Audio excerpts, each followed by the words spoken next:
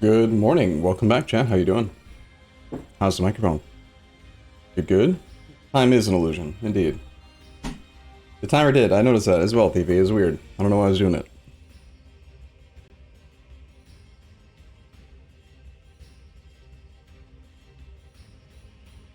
Tiberius Cave, Lord fed me. I am Sparta. Good morning. Welcome back.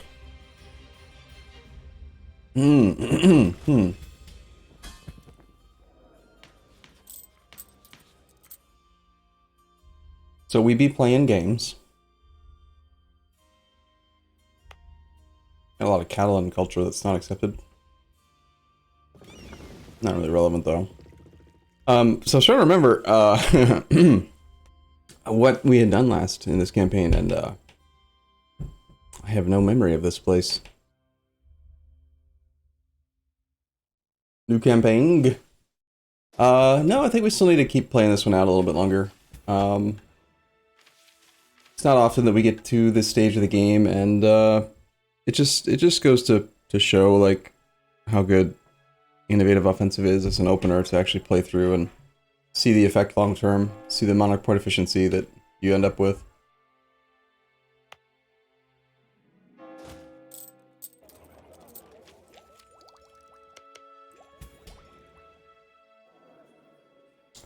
So, as I do recall, we did recently, I think we just entered, like within the last 3 months of the game, we entered the third era, the Age of Absolutism. So we have it. We have the Absolutism. We have a cap of 30 whole 7. Wow. The higher our Absolutism, the higher the effect in administrative efficiency and discipline. Currently changed by 0.5 per year, which is way too slow. There's also another source you can get up here that's way too slow. This one. They're nice to have, it's just like a passive thing to help you maintain your absolutism, but it's too slow. We don't want to wait for that. We can get more splendor growth if we promote more cultures. We don't have enough promoted culture slots. We can spend 50 government reform progress to enable more promoted culture slots right here. Might be something that we do at some point. New achievement campaign. No, I don't wanna. Nuh-uh. We're using 16.016s at the moment. Combat width is 30. I think I remember doing that because we expect combat width to increase to 32 soon. Yeah. Poland is like trying really hard, which is really annoying. We had declared a war for Krakow. Why do we want Krakow? I don't know. Probably just because we wanted to make him weaker, so I did.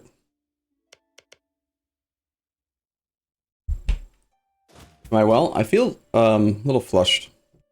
Been really busy this week with kids and stuff. We are currently at six kids in the house, so there might be quite a few distractions. Sorry about that. Got to do some really fun stuff this week, though. Got to go on an airplane. Got to go on a big boat. Got to go on a little boat. Got to... That's pretty much it.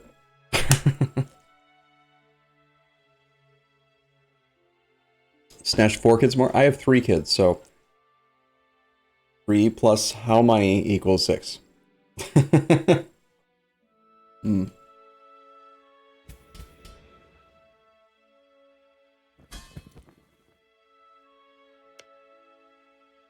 Alright, so in this war, we have lost 500,000 troops. They've lost more than that.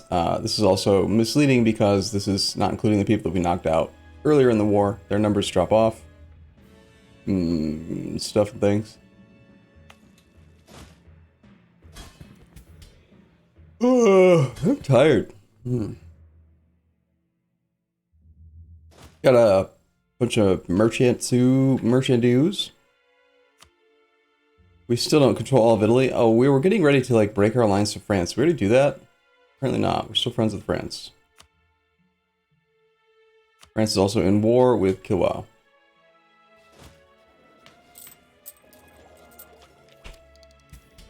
How's the weather? It's been really nice. It's been quite good. We had some crazy weather one day, but we're a bit negative on manpower, negative 60k. I keep on trying to avoid selecting standards, but you know, for 121,000 manpower, we should probably click the button. I don't think that we're gonna let the Commonwealth off the hook cheaply here. We of course have some pretty amazing god tier generals, standard. But they are fighting. They are fighting hard. They did just lose their arrow bonus. They had their like 33% goods produced bonus. Apparently France is gonna have land fire damage now. Oh goody.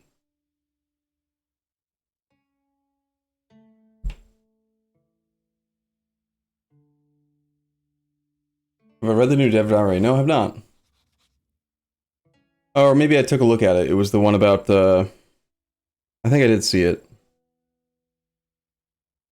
I'm pretty sure I did read it, and it was so, like... It didn't impact me in any way that I have no memory of it whatsoever. So, super important patch. Coming up. Okay, just trying to like get my bearings straight, make sure that we understand what we're doing. Like the next big goal, I think, would be to achieve the gross income necessary to start becoming the economic hegemon. That's like what would appeal to me right now. Kind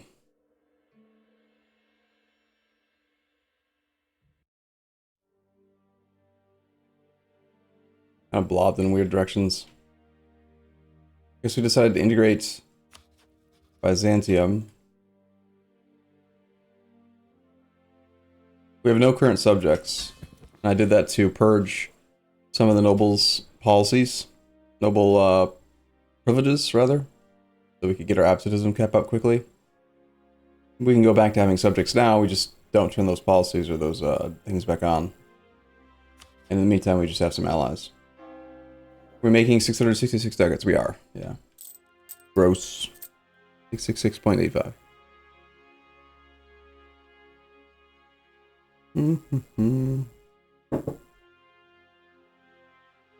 Okay.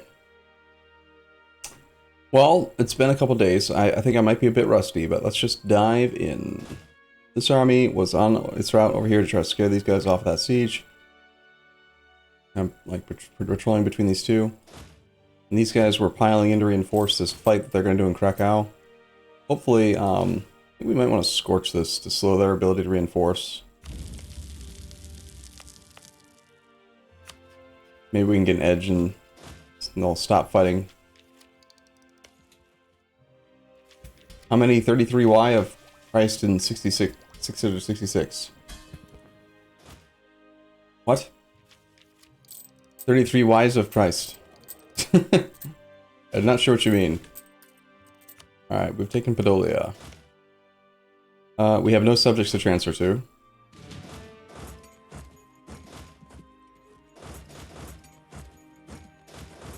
I will say, I was messing around a little bit, playing some silly campaigns, just at night, like before bed and stuff, not obviously during streams. And this button, the autonomous sieging button, I was really disappointed by for a while because it used to be that you could just press this and then mark no area, and then they would just go and siege. And it like got broken by a patch where they made it so that the AI would not do that. It was just the army would always say like avoiding strong army, avoiding strong enemy. So I thought the button was basically useless again. But turns out if you actually mark the location that you want them to siege, that they do their job. And it's a really convenient button. So we might be using that a little bit more. Alright, our reinforcements are coming in 2 days.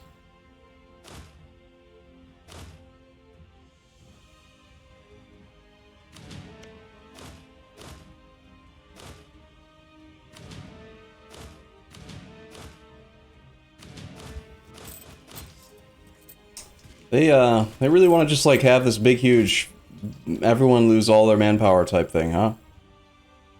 It's great. Here we are, just upgrading great projects left and right because we make a lot of money. Probably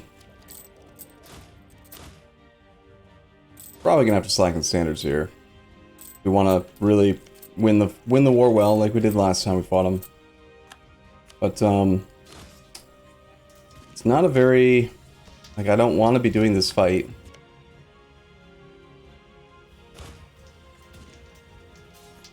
I do not see other armies that are like coming up here to try to reinforce, but I'm not convinced that we're gonna win this fight.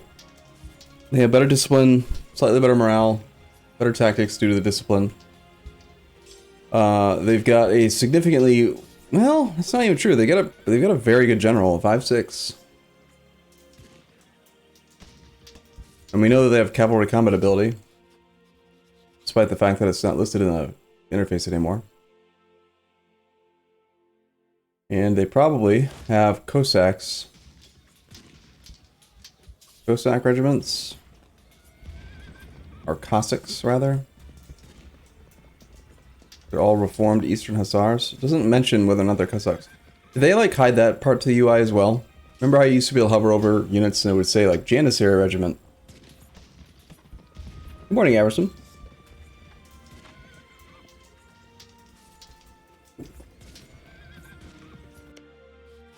Well, I think we're gonna lose that fight.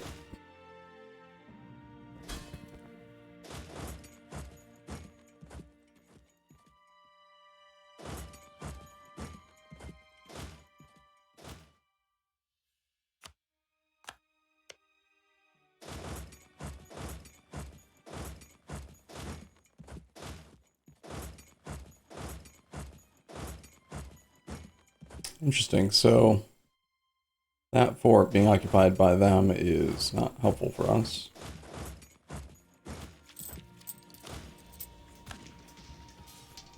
Yeah, we got troops in the front row. Bad rolls, and this fort concerns me. We should still be able to retreat because we have the Trenton fort, but...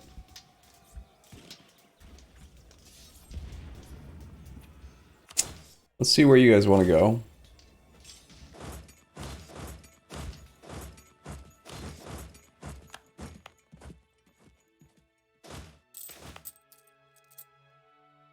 Military tech cost. Not like I really need 60 military points. Money might actually be more valuable to us here. We'll take that. Affects maintenance, building price, all that stuff. This is not enough to get us to what we need, so we might as well turn it off. Can't really tell. Dude, Commonwealth, chill out. Chill, just chill the F out, alright? Why you gotta be like this? You gotta try so hard. Like your life depends on it.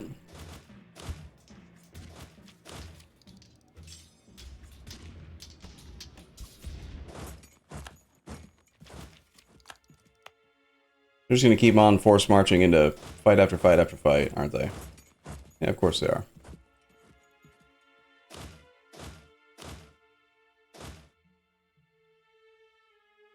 It's a wonder they ever take technology when they enter this stage of the game, because they just spend so many monarch points on forced marches and on just like barrages that they cancel. It's crazy.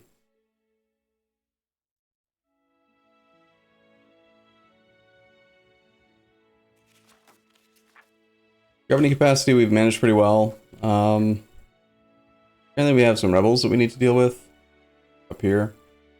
I need to get this war done based on that. Within 29 months, ideally, or at least get an army up there.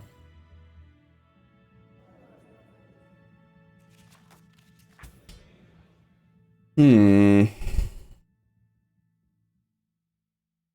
don't think I need the missionary strength anymore. I'm gonna revoke more reforms for Absolutism.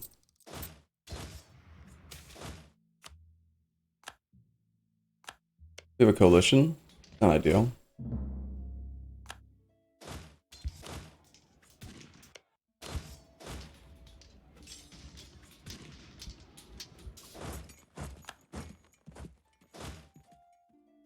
Definitely feels like we are in a position where the next idea group should be military.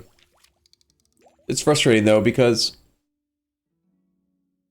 It's just like this one. It's just one AI that actually has the capability to resist our numbers, and to try to take a military data group just for them is feels wasteful. But I'm getting really annoyed. This is the wrong way to expand. Like, you shouldn't be trying to attack the strongest person. It leads to some big numbers and fun wars, but like the first rank person shouldn't be fighting hard against the second rank person. First rank person should be beating up on the 8th or people that are much weaker. So that you know, so more efficient way to gain strength.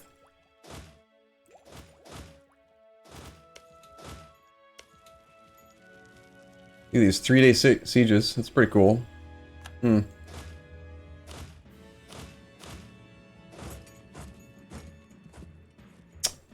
Okay, so we had positive war score. Let me just think about this for a second. Question is, can you beat them without taking the idea group? Yeah, it's... Yes, we can beat them. We already did beat them, as evidenced by the snake thing, right? It's not just about can we beat them, it's also about efficiency. Like, when you enter the very late game stage of EU4 and you're trying to blob, it's about how quickly can you process the land that you're conquering, like how quickly can you core it, so you need your core cost reduction modifiers, or you need your diplomatic integration discounts, you need admin efficiency, you need the monarch point generation to actually take the land in and then pay for it, but then you also need the war to be quick, like the earnings of it, which is one of the reasons why most conquest doesn't happen till the very end of the game, where you've got access to the imperialism CV, which we are not at yet, right? Imperialism doesn't happen until Tech 22, I think it is, if I recall correctly. So once you get imperialism, and you can just use that, then suddenly everything goes a lot quicker.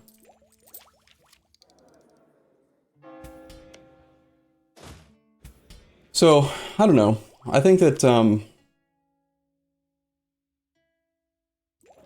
what do we have? We've got innovative offensive influence admin.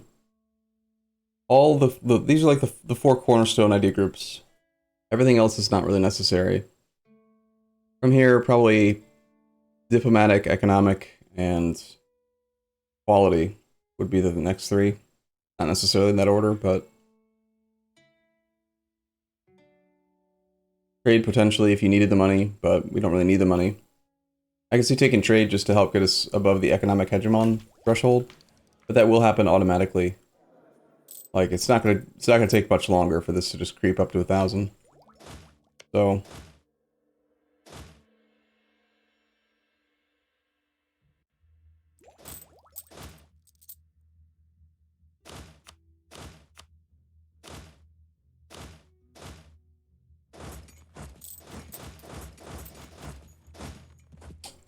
bum bum bum bum bum bum.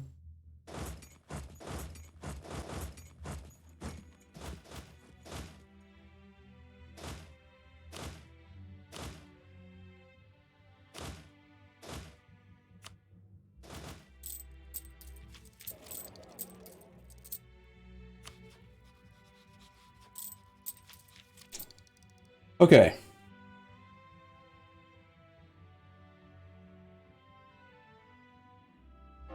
I think that I'm hesitating too much on Slacken. PLC is the only one who could cause trouble.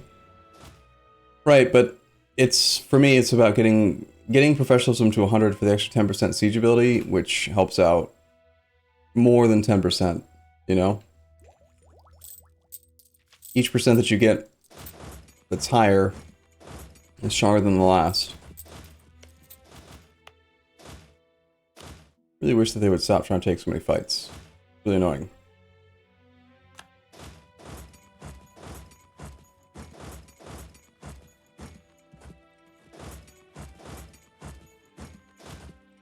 We're just gonna march this army over as a group and do some sieges. We're suffering a lot of attrition to do it, but our army is apparently weak. AI is pretty convinced that they can win fights. They're being fairly obnoxious. They have 3-day sieges as well somehow. Commonwealth spy network in Italy, minus 100%.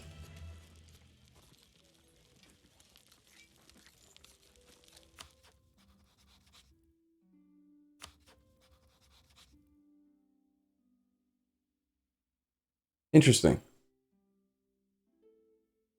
That's not the normal number. Huh.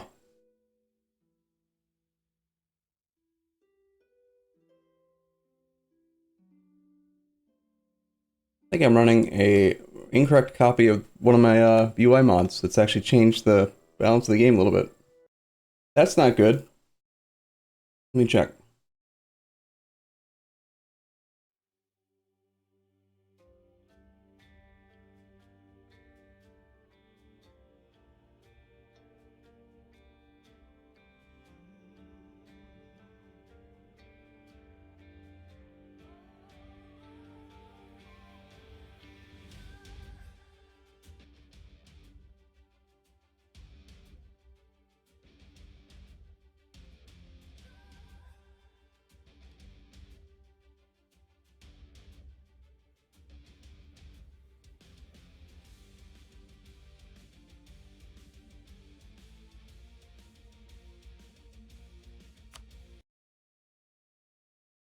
Sorry. Just trying to get this squared away. Did we run it for the whole campaign? Just today. No, just today. Remember I said I was messing around with some mods? I was like messing around with some other campaigns. I think that I accidentally tweaked one of the mods that I use in my vanilla plus pack and was using it in another location as well. So then when I came back to this campaign, it was wrong. Still considered Iron Man? I don't know. Guess we'll find out. I was surprised by the 3-day siege sticks. I mean, we have a lot of siege ability, but we don't have enough for that.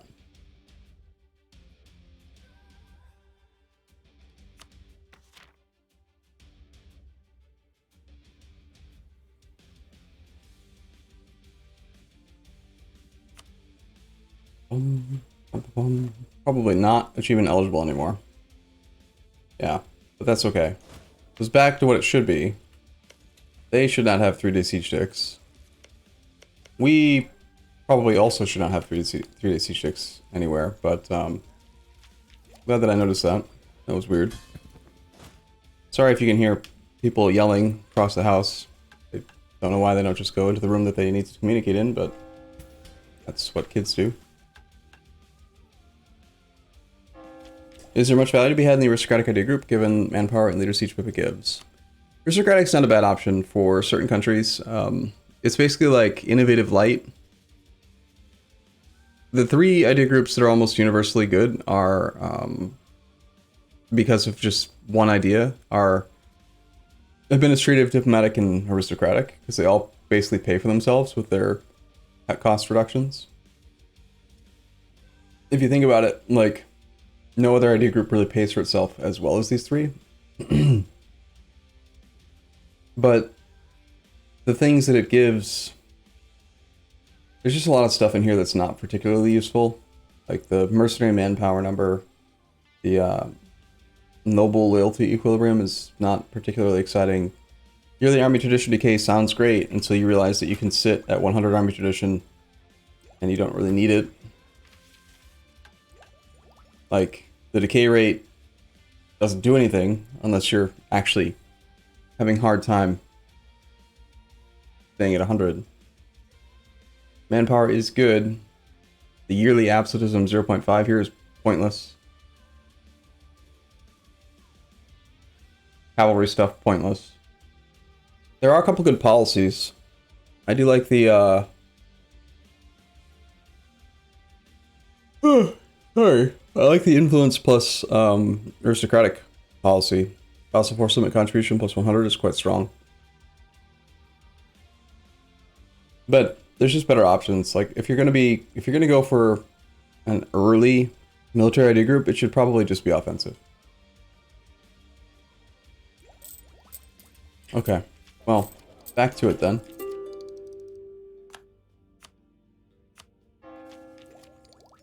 They will take their war goal back fairly soon.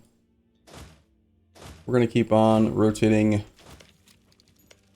armies up into this direction.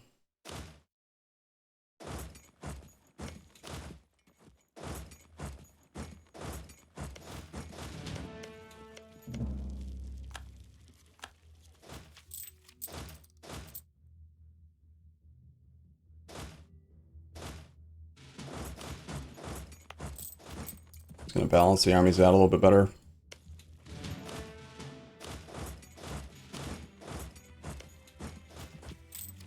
Rather than try to keep them in stacks that are, or whatever, you know?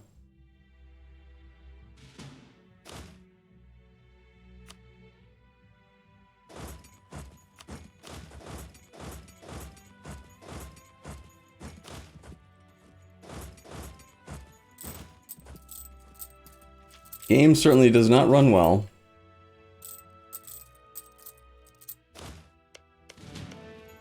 Part of that might be my fault. Over to a different capture method.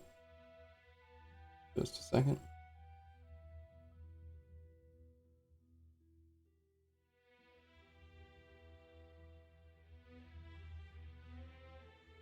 That'll help. Possibly. Maybe it's time to walk with bigger armies. Yeah, that might help. They seem to, in this patch, they do seem to like fighting more. Except it could be a patch change.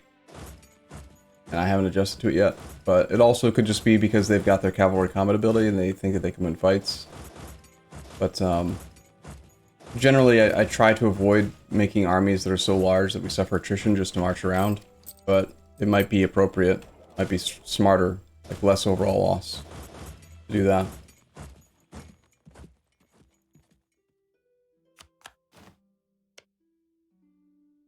They've stopped trying to take back Krakow, which is interesting, because they are losing ticking war score over time based on that. Look at the size of our little development. 42 development, like these little cities are crazy. Just so many little sprites.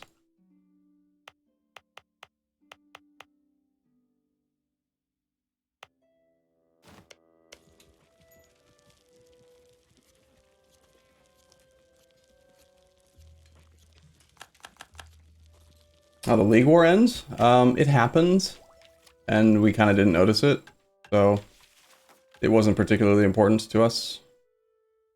This whole independence for Estonia thing is kind of obnoxious. Like, we're gonna lose potentially multiple provinces because I can't get up there because I'm almost being a jerk.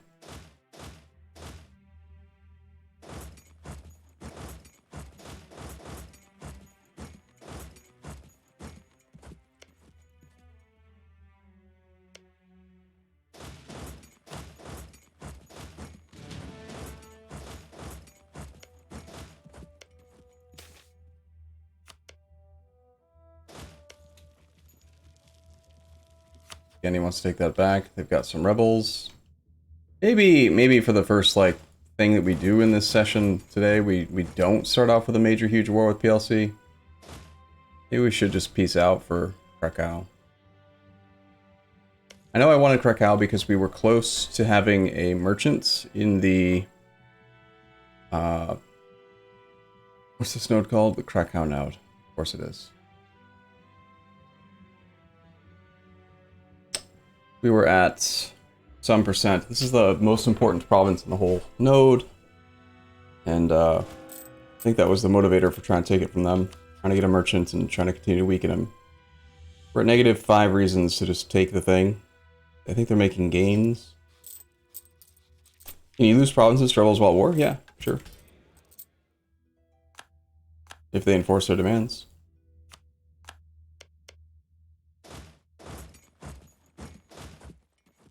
They did get control of Bohemia again.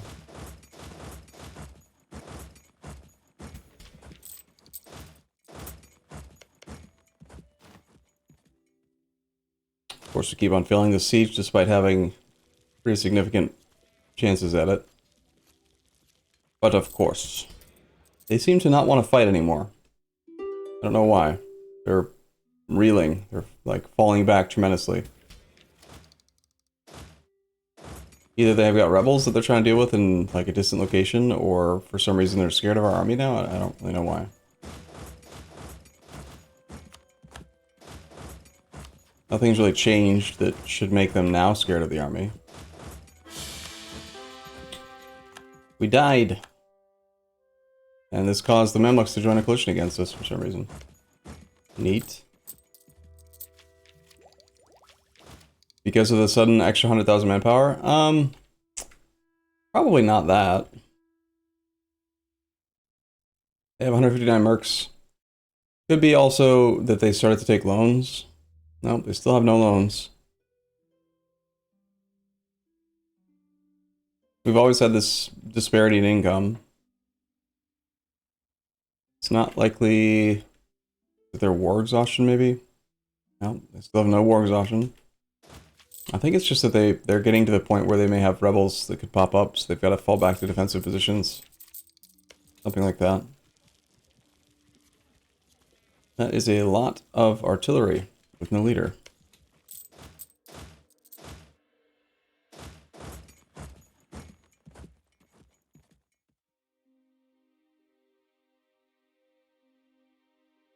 Heading to Osal. They're actually going up to that little island. Okay. Need to make sure that Krakow does not fall.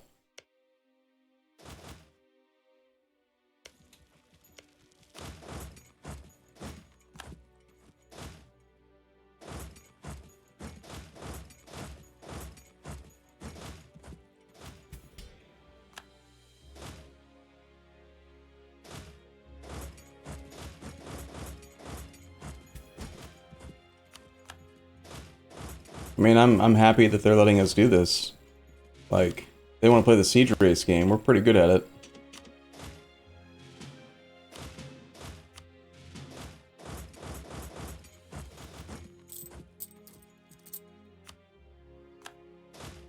Like, this is our jam, you know? Alright, we are in a zone of control from what? That fort, I guess, is blocking our ability to get through. Yeah. That fort and this fort.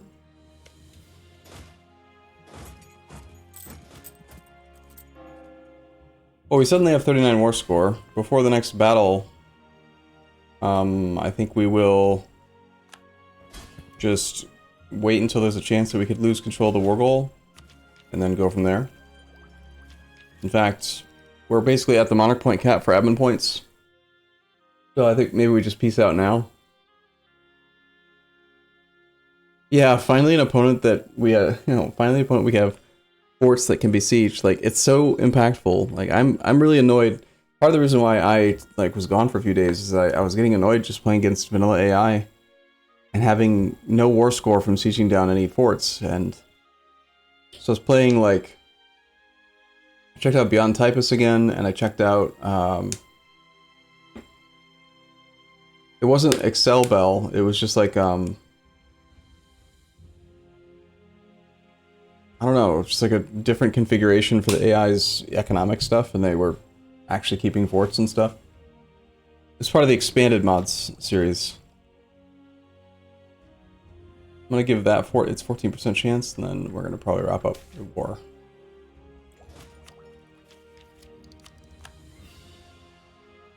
Sounds good. 5 days. Suddenly 42 war score. Good enough. Okay, so Krakow, you're willing to do 54 war score. Let's take Krakow. Let's take any other centers of trade this node that are close that we can also get. Lublin.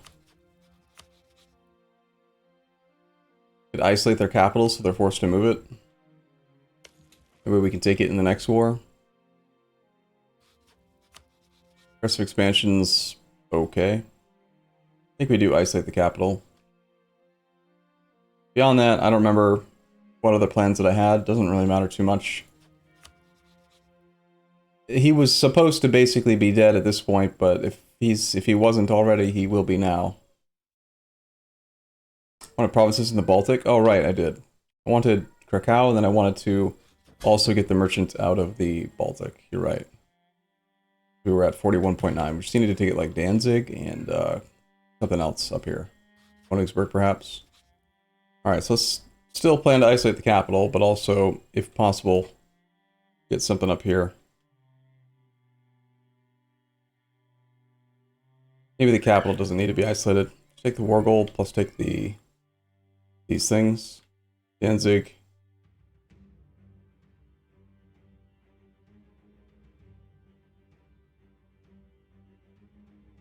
Devdari said, fixed that AI sometimes deleted all forts right after a bad war. Fixed another case of AI deleting forts unnecessarily. Fixed bug that Conqueror ruler personality made AI delete all most forts.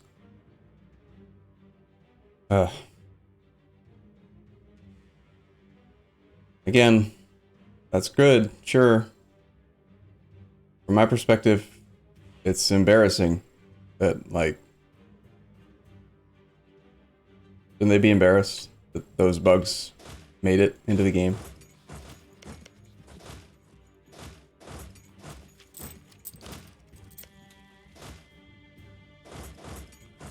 We need to push for like one more war score here. Wow, that's a massive garrison. Unfortunately, that means that this fight will happen.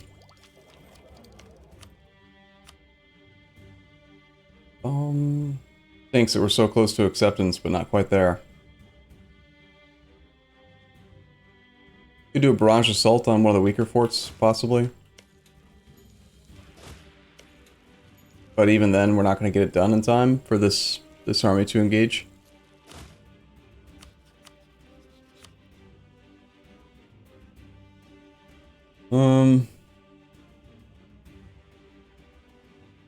I guess I'll just take a little bit less.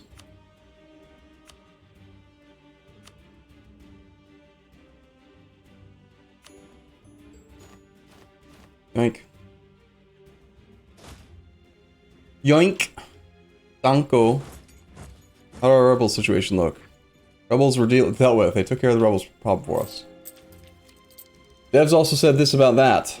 Historically, many AI bugs have been caused late in the development cycle of a patch, perhaps because they often need time to be found. Right now, we're quite happy with the state of the AI in internal builds, so we will try not to repeat that mistake by stirring things up before the release. Yeah, sure. I mean, it's not like they're a new developer. They should have like a workflow that's kind of, you know, tried and true, tried and proved. Like, we're talking about 8+ years of development for this game. Game came out in 2013. Like, you'd think that by now they'd be done introducing bugs to the game right before a development cycle ends or whatever. And I'm not trying to like just be a negative Nancy about it. I'm just, it's like, I don't know. It's just fool me once, shame on you type. You know that thing. Like, what am I trying to do here? I'm gonna balance these two armies while avoiding attrition. Whatever, just do that. Your team is fresh? True, but again, when you open up a new branch for your business and you say, all right, here's this new branch. You're now going to be responsible for this core product that we've had as a flagship of our business for the last like 10 years. We're not going to give you any assistance or help whatsoever. You got to figure it all out on your own, motherfuckers. Good luck. No. That's not how you do it. What you do is you say, here is a big, huge book. This is all the shit we've learned. This is the right way to do things. And you need to do it this way.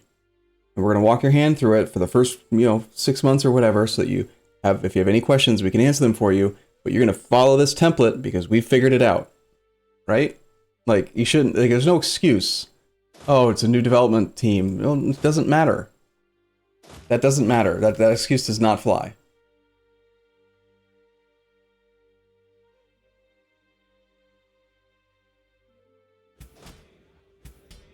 Alright, so we have 0 out of 40 absolutism.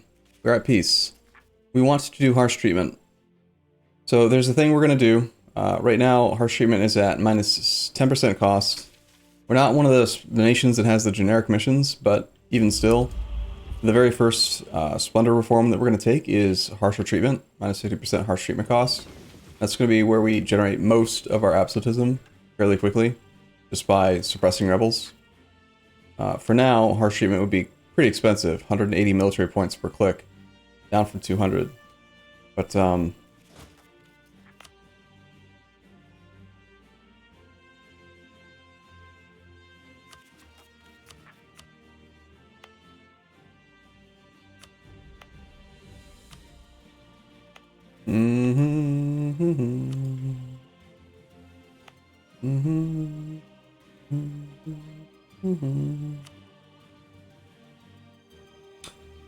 to decide if it makes sense to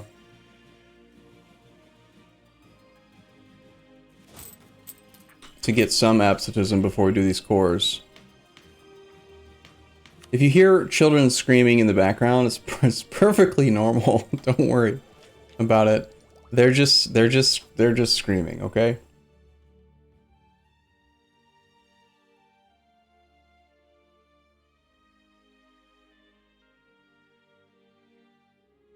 As a dev, you are expected not to document your code because that makes you vital to the company.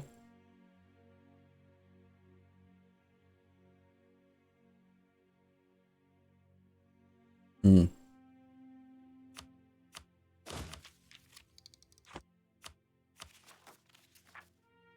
What's this then? Why did it take me to Hormuz? I don't know. Do not know. I think we just core the land. I'm not going to worry about it. Like, we'll get the efficiency situation sorted out soon enough. Doesn't have to be the second that you go into the age of absolutism. It just has to be, you know, eventually. So don't worry, that's normal. Yeah. So I am looking at this and wanting money. I like money. Do you like money? I like money. We're looking at doing a little bit of development to be able to do the clicks. We want to get Crown Land up. That also increases max absolutism. Development cheap in Palermo. Relatively cheap, kind of cheap, not much cheap. Just a little bit cheap. We have the manpower and discipline icon active. You should probably consider turning on the other one. This one expires in August of 1628, so it's only been active for like 3 years, I think, and I'm already looking to turn it off. They last, how long do they last? I think they last like 20 years. That means I turned it on in 08. My monarch points.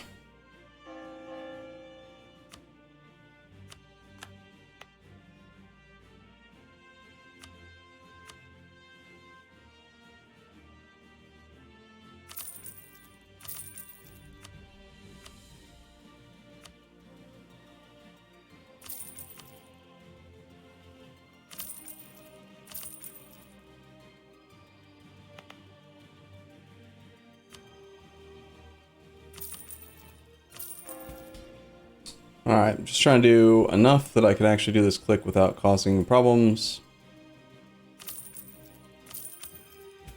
Which we've done. 8,000 monies is a good amount of monies. We can revoke another reform. Pull back free enterprise. I don't think I had them loyal while I was doing it, but that's fine. And now we can have a rebellion, or we can wait a little bit for these guys to trend up. Actually, no, their equilibrium is now less than their loyalty. Whoops. Whoopsie. Bum, bum, bum, bum, bum. I think we just eat the penalty then. Let them rebel a few places. Just a few places. No big deal. Just a few particularists here and there. They should all be small stacks. We should have pretty good fort coverage.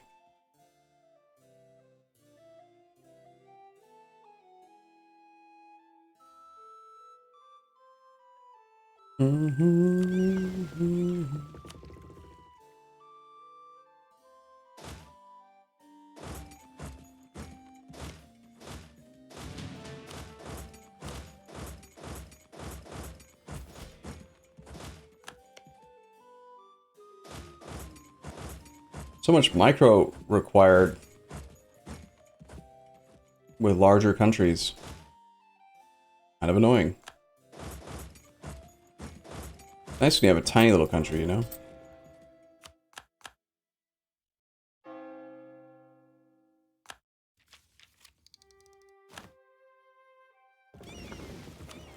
We now have an unassigned merchant.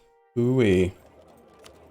Alright, next place for a merchant is... not Venice. Possibly Aleppo. Constantinople versus Alexandria. Alexandria is mostly going in directions that we want. Here's where we want to start doing stuff. Stuff that goes to Persia ends up going here, which then goes to Aleppo. Any money that goes north from Kazan is wasted. That's another location that we want to start trying to bend in our favor. Persia versus Aleppo. Aleppo is better for us by far. Most of this money gets retained. I think it's more impactful to do here right now than to do Astrakhan, but that's pretty high on the list. Our money is down because of overextension, causing penalties to our overseas trade power. Trade power abroad, minus 48.8%. And then also, I don't know, other stuff. Probably the burgers being pissed doesn't help.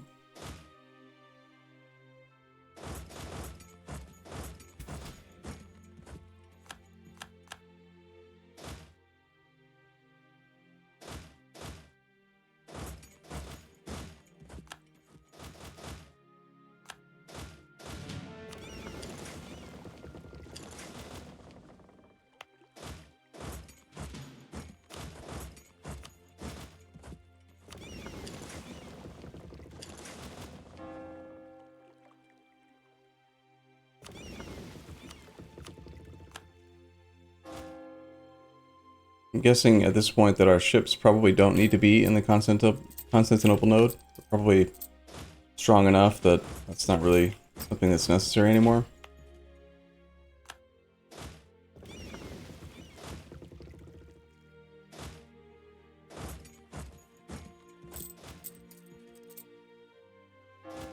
The border gore? This is pretty standard. Pretty standard in EU4. Sorry. It happens.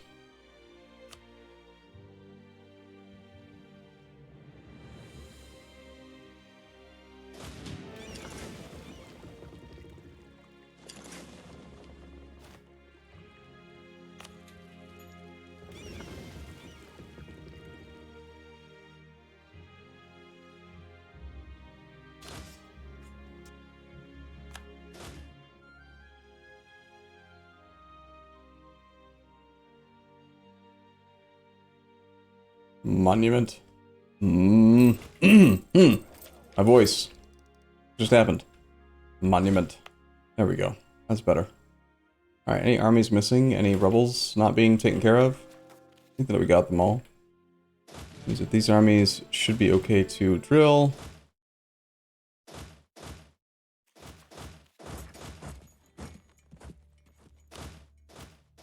Monument. We have 3 diplomats free that should probably be doing stuff with people who are pissed. We have had a bit of an issue here and there with aggressive expansion. Drill, drill, drill. Then there's this stack. Pretty much everyone then.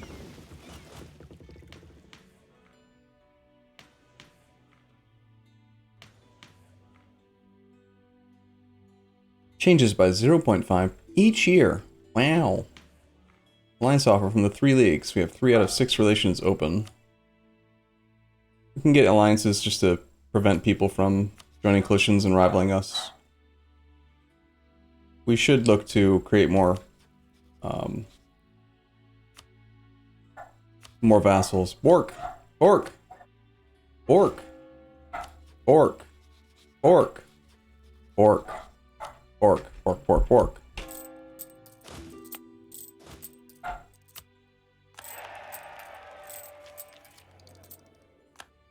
Alright, so we've officially allied Great Britain, which is going to piss France off a bit. Allied to rival is going to be a bit of an issue for them, but eventually, we're planning to betray France anyway. Assuming that we continue to play this campaign, which we probably do for a while. Let's see, this costs us 5 and 5 Absolutism. They're both really, really good. I think monthly admin points +1 is worth 5 Absolutism. And I think governing capacity is also worth it. Improve with France is just automatic, or it was. That's not what I meant to do. I meant to spy on them. Or, no, I wanted to improve with them to keep the alliance active a little bit longer, but...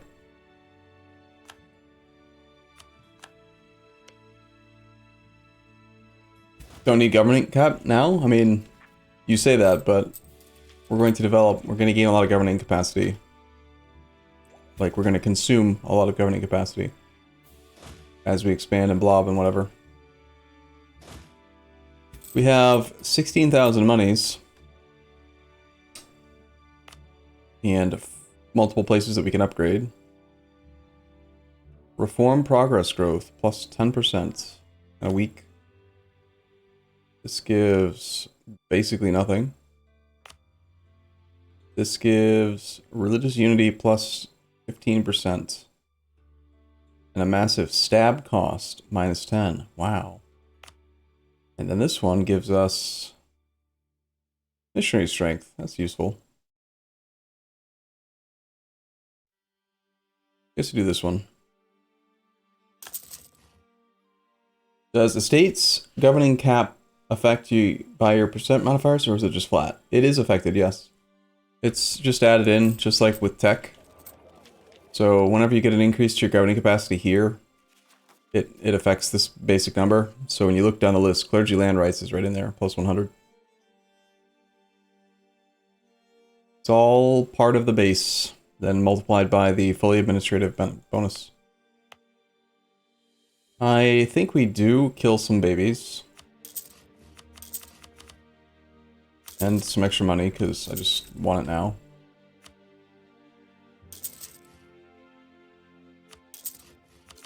What else we can spend the money on, right? Give. There. I made it. It's done. Wow.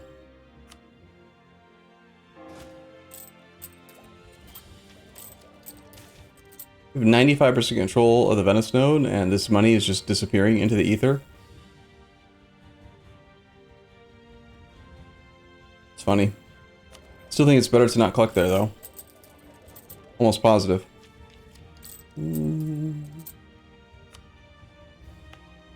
Gain autonomy. Fine with me. It's a trade company.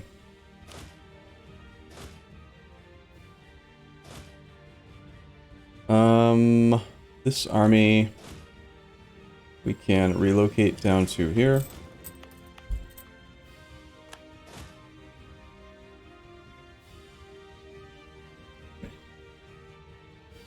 I just heard a child make a screeching noise.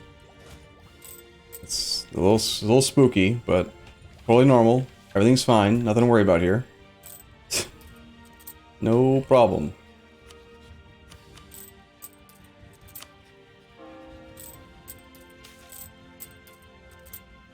Gain Patriarch Authority.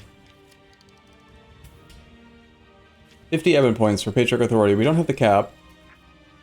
We're at like 80 now. It's probably worth it. Just take it. Tunisian rebels. These are all going to be quite expensive to harsh treatment.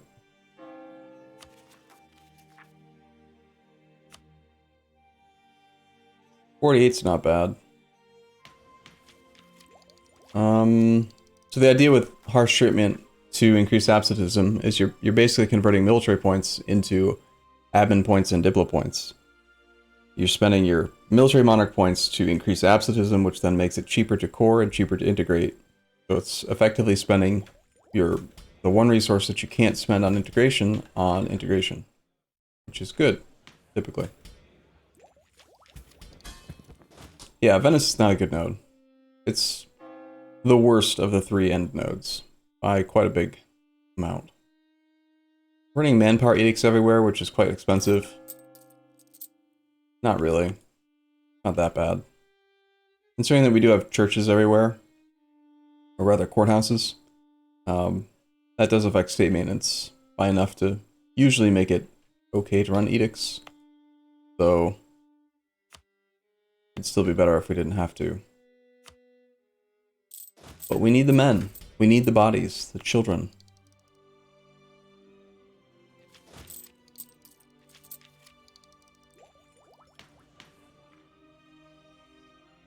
Bum, bum, bum. So basically we just do nothing until Splendor gets to 800 again. I think accepting cultures is something I'm willing to do. Go ahead and pay to accept Catalan.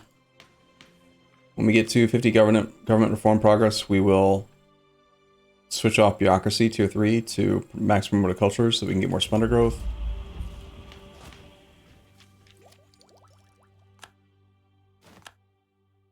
Our truce with Tunis is up.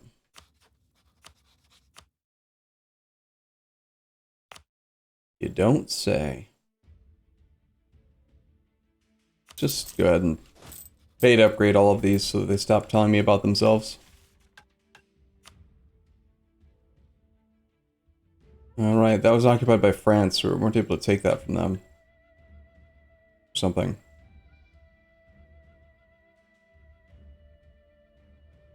Permanent claims for missions. Kinda be paying attention to that.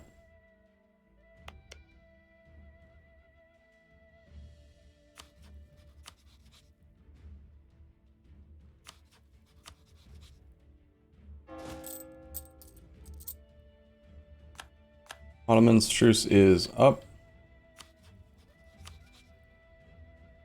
Got colonialism. Is quite a bit easier. At this point, I'd be really interested in... excuse me. Sorry, just gotta stretch for a second. I'd be really interested in any CB that is based on war score from battles on show superiority. It's just a lot easier to get war score quickly that way.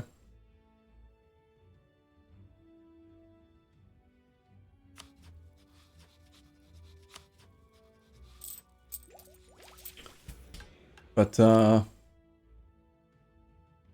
feels weird not having all these things turned on. Playing in the third era. All for absolutism. Meh.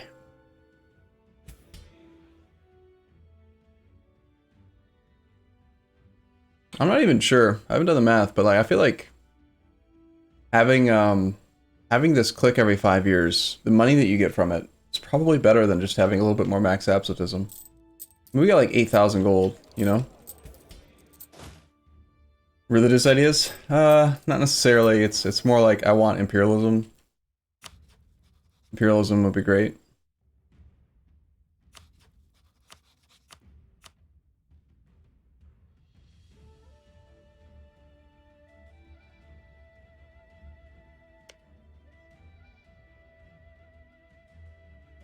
Alright, so we need one province, and that gets us this.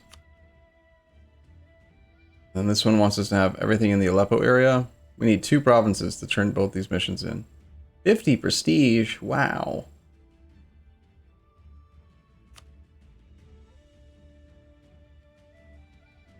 "20 years of infantry combat ability? Wow.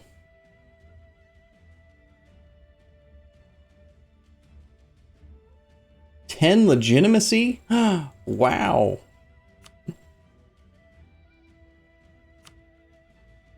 Like, the disparity between what some of these things give you is so crazy. Be a great power and have a great power ally, get 10 legitimacy. Wow. Versus get permanent claims on, like, 5 areas. Like, it's just completely... Here, just have permanent claims on all of Lower France. Versus 10 legitimacy. Okay. Sure, game. Seems legit.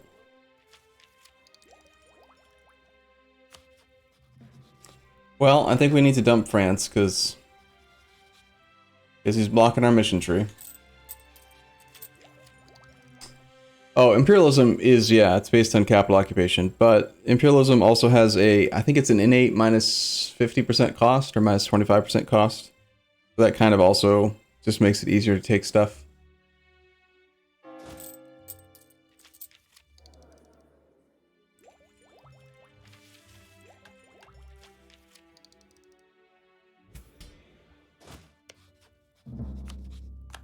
Time to break the friends, break the relationship. Let's just do it.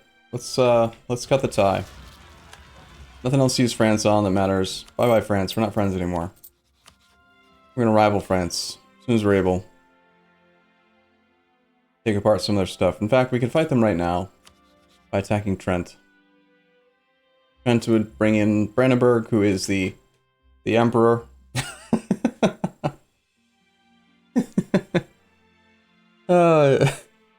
Oh, AI. Yep, that's who they should. That's the emperor. Level 1 fort. It's a level 1 fort. 1 province minor emperor. I'll protect you, princes.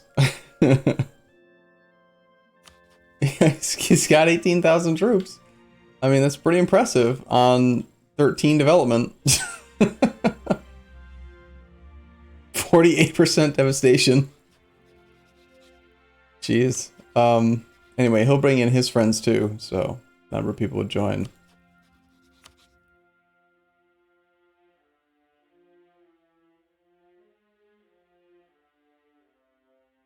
Thing is, I don't want to take land from France. And when he's a non-co-belligerent, it's land inside the HRE, while, yeah, like, it's still going to be a lot of aggressive expansion. And, aggressive expansion management is still something we kind of care about. For a little while. Oh, we've got a new babby. +3 babby.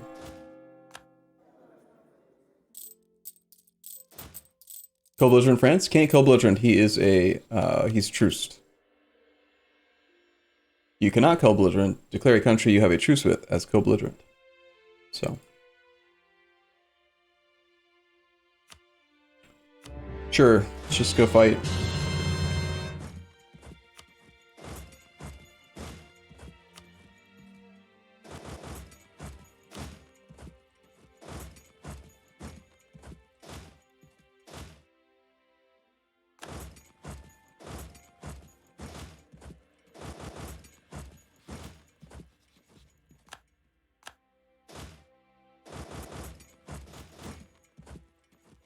But we're basically just at war with that, which is fine. Volkbeer and Tiberius K, thank you for your resubs. Appreciate your support, guys. Welcome back. We are a bit low on generals. We need one more general, so who shall lead?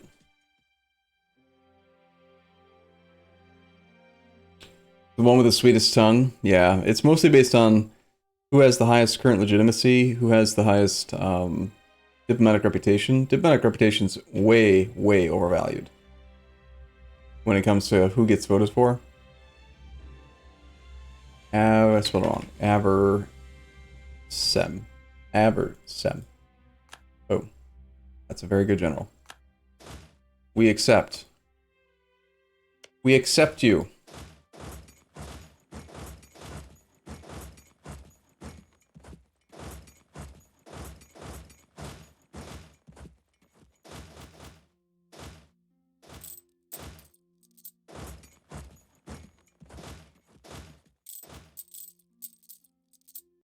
Appear to have come in a bit aggressive here.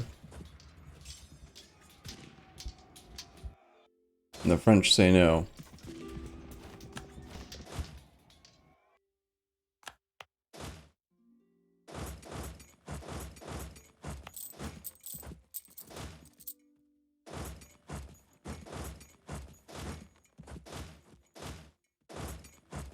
Well, let's see how we fare against the French army. Oh, there's artillery and that's over there. Guess we're done policing down here. The French fleet of light ships will hopefully leave my fleet alone and allow me to drop these troops off up here, because I don't want to deal with naval superiority at all.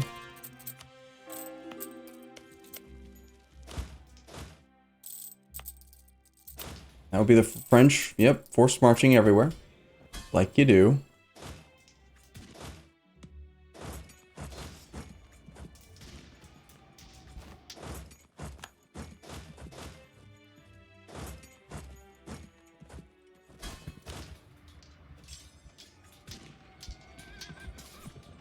We've got a morale disadvantage, discipline disadvantage.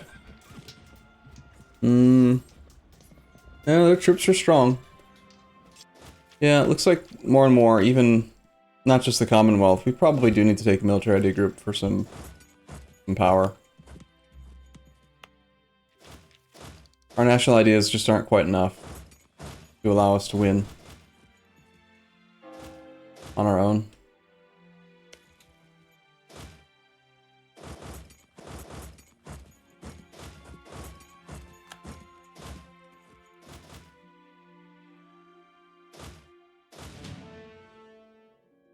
Do, do, do, do.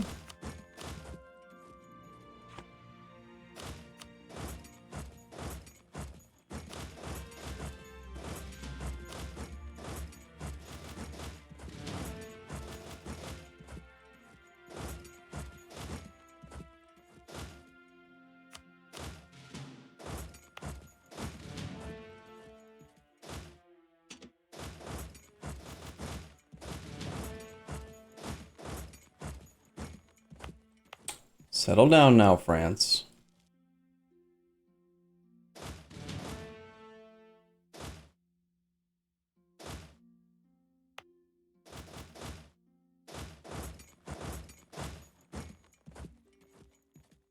So the fact that they did change it so that artillery aren't able to fight forever does mean that you need to train more overall artillery than you used to in order to keep your armies fighting well.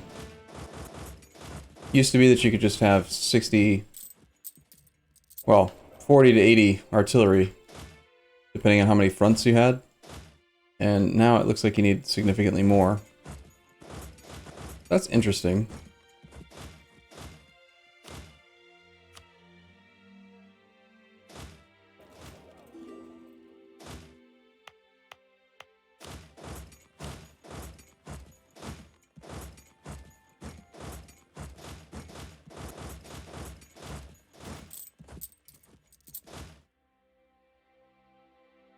That is Brandenburg's sole stack, being a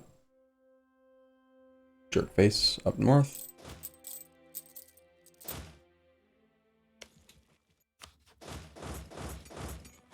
We can rush that mountain fort with a barrage assault. That would be helpful to push the French back out of this position that we're currently in.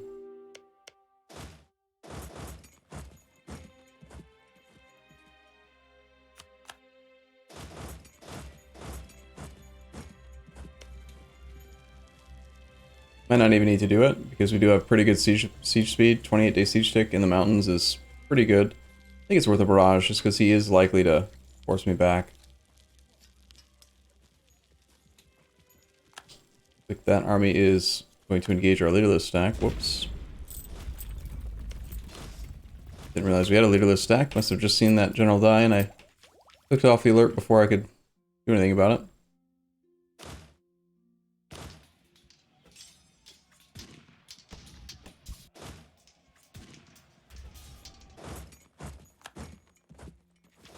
Time for a general. Who shall lead? Mamma Mia, huh? Double V recognize. Recognize. Recognize. Boom. Good. Good general.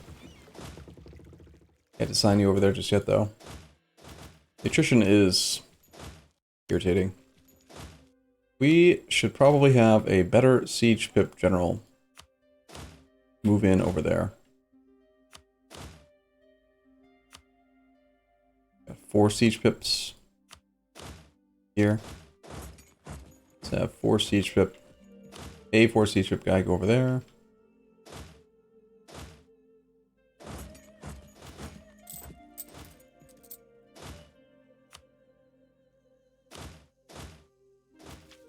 Probably all we're looking for from France is take like maybe a province, but mostly just get them. I don't know. We want to work toward getting the take all of Italy. We have to probably take like Friuli to connect our borders, and then the next war, when he's not a non-primary co-belligerent, we can come back and do the rest.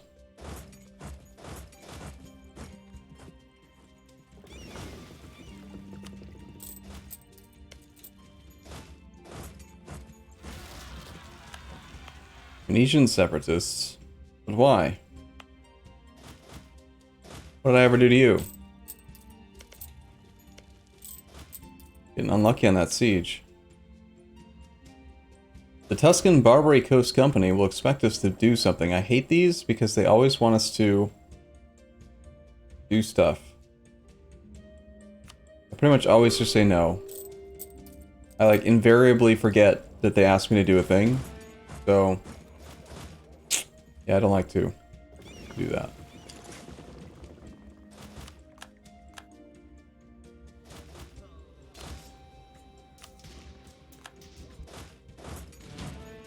We kind of desperately need to get a subject or two.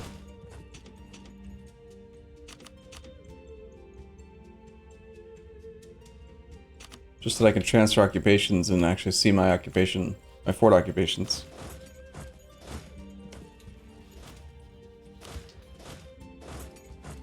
You guys really want to fight here, huh? Hmm.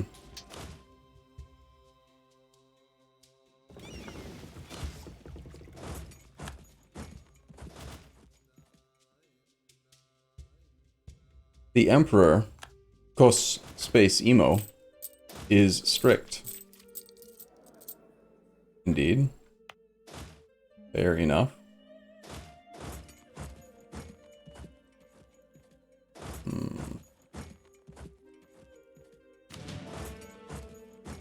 Guess we're doing another battle here.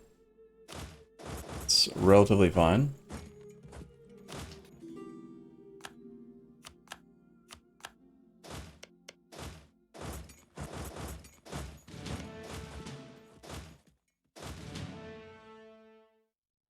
So, Francie Pants, what's it gonna take to get you to go away? Probably need to take your capital.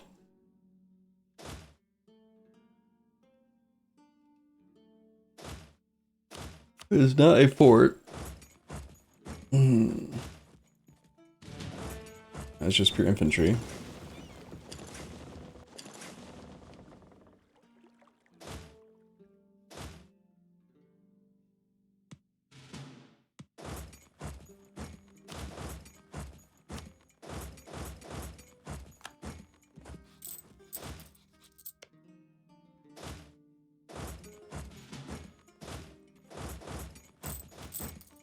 Another snack to split them? Not in this war. It's not really the time for it. We are the aggressor in bad terrain, not great. We also have a horrible ratio of troops to support this.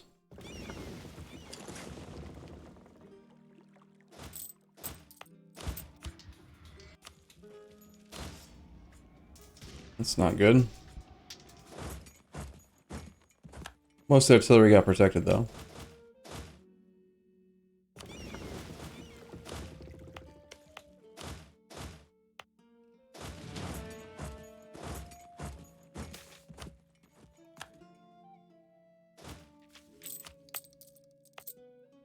They are just occupying land that I don't really care about. We do have prosperity to consider over here, but it's gone now.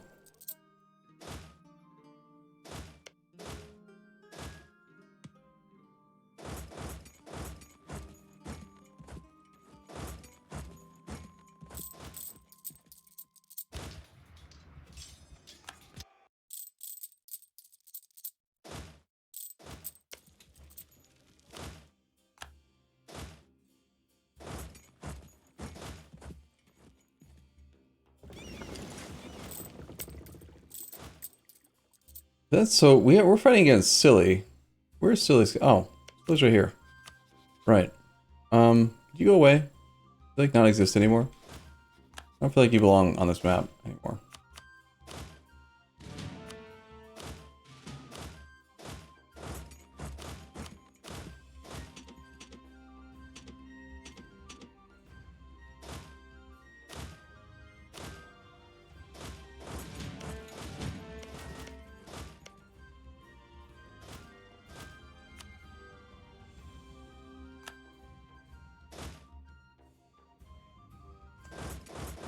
Alright, so the French.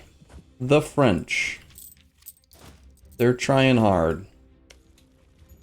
Not as hard as, our friends, the Polish.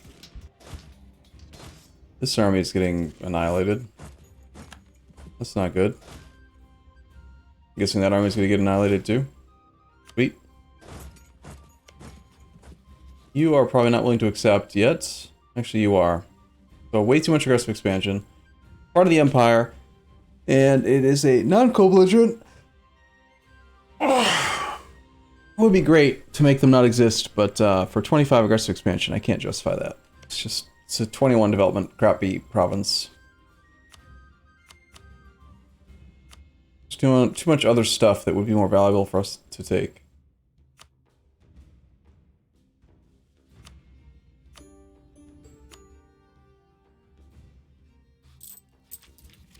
Trent, yeah, we're at war against Trent. Basically to take over the land required for the, one of our missions wants us to take over Clay in Italy.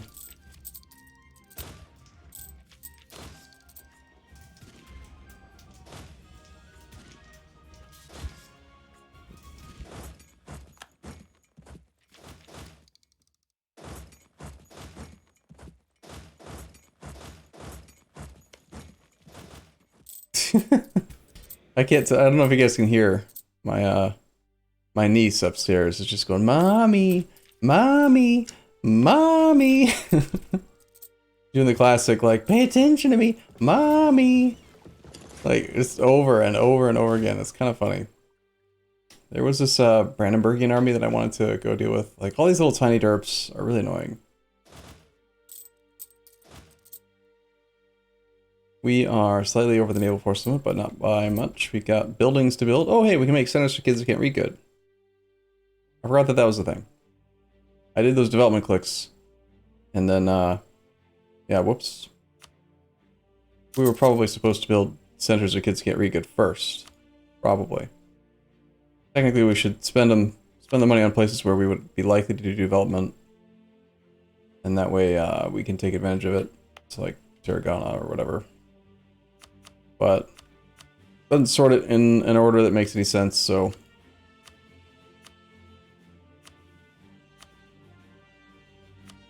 much micro. Which is why I usually just do this. And just build it literally everywhere. Aggressive expansion is just a number, yes. But it's also a number that you kind of do need to pay attention to on occasion.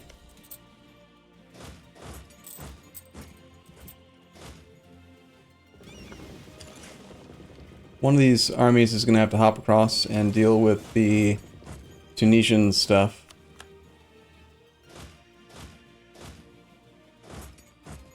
France does not like what I'm doing up here.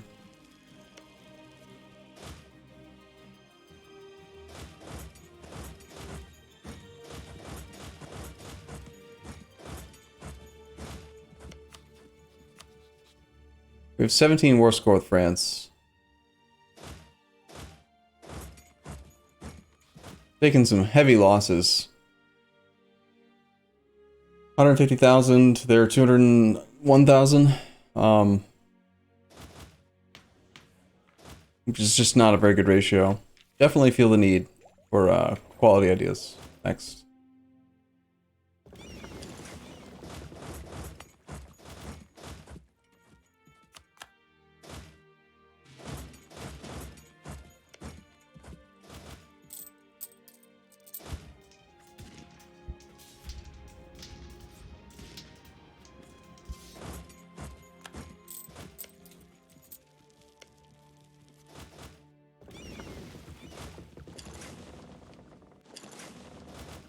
Let me in, France. Gotta take care of this rebels. Don't do something annoying with your navy, please. Thank you.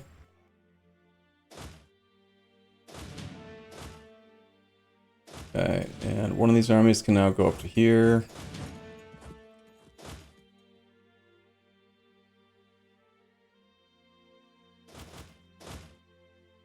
Utilize auto siege because it sometimes actually does a good job. Try it, see if it works.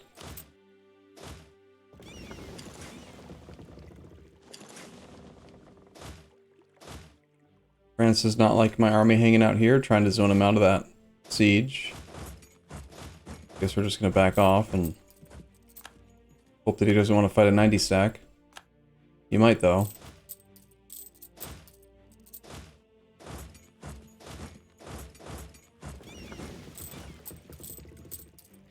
Hey streamer, hey you. How is you? A little bit low on our force limit. We could definitely afford to have more men, but 4,600 manpower per month is not that many. Feels like.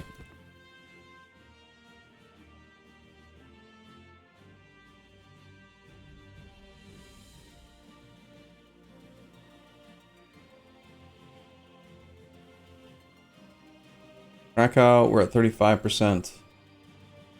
Only took one, right? Just took Krakow, we did not take Lublin. That's probably why.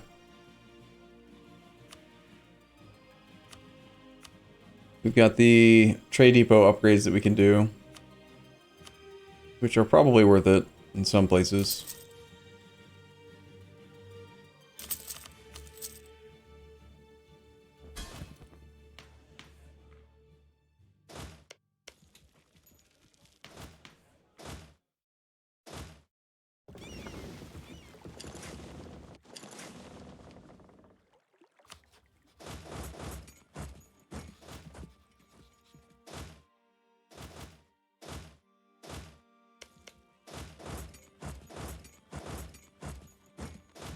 Why must you do this, France?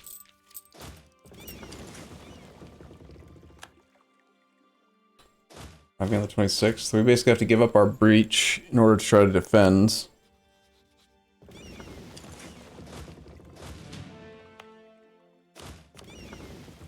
Or we can reinforce with troops that they don't expect. Maybe that'll be enough. That's a lot of dudes, though. They are force marching this army over and this army in as well.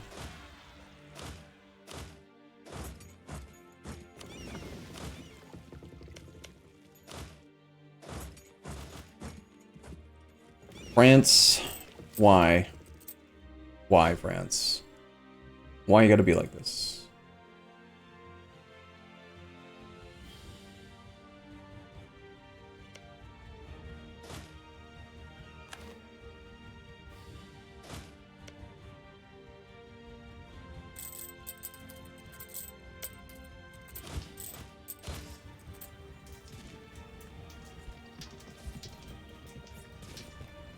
He is more than happy to just keep on throwing these bodies at it. So we'll retreat.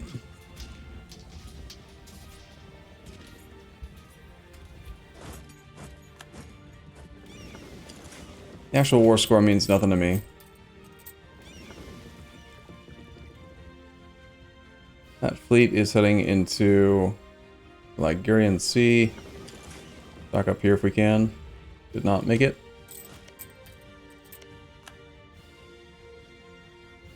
What was that about rebels? Damn it, we have rebels here now too? Why? Why?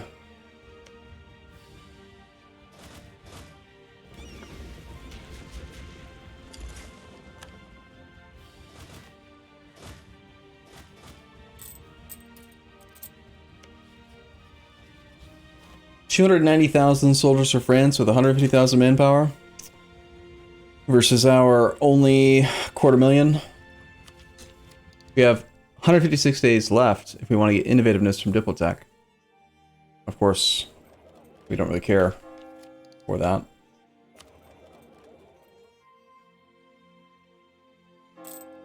Me, France, me, make big fight. Yeah. Yes, they do.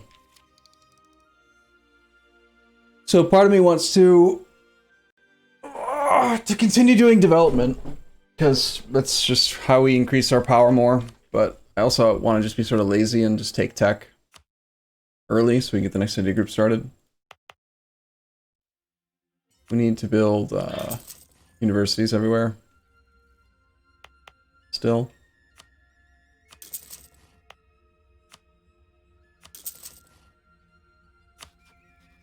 Call Portugal into the war? I mean, why not? Maybe they'll distract France.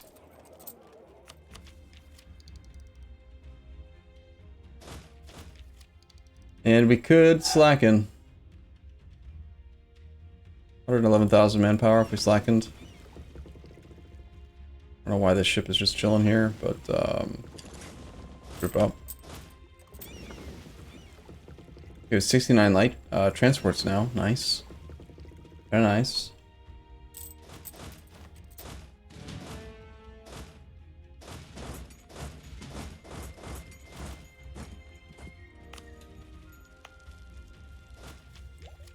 Does France have any colonial holdings? They have gone exploration as their 4th idea group.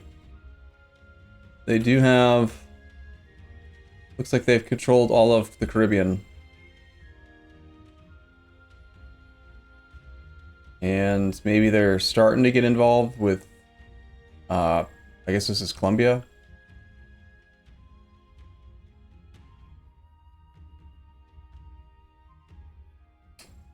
Vinland is a subject of Denmark.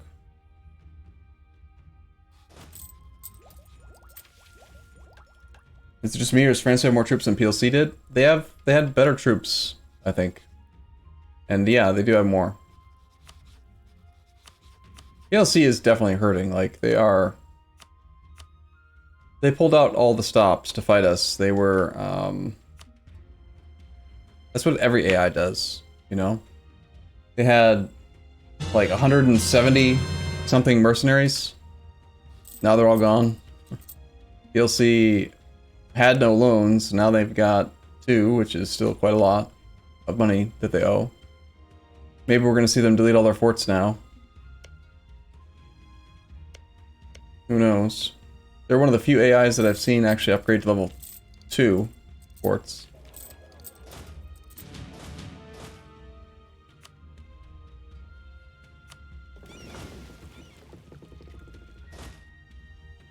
Concerning that we don't have any drill, like, built up at all anymore.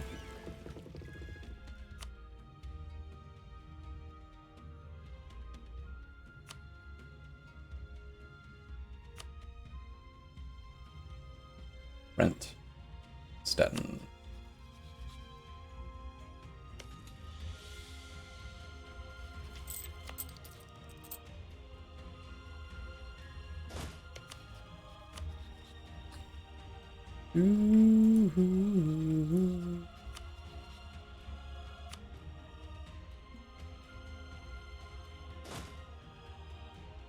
Alright, don't have good terrain to like fight the French in over here right now. I'd like to try to retake these holdings. These 2 mountains could potentially be good places to fight.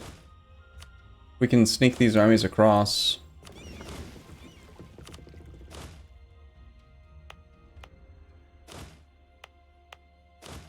We have to reinforce quite a few infantry here to allow these stacks to move over, though.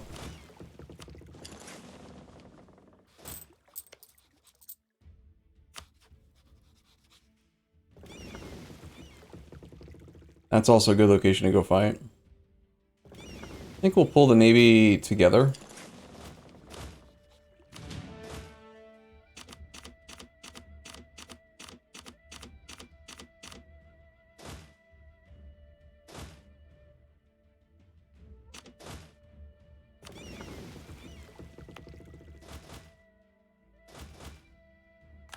Just to give the extra +1 movement speed to the transports.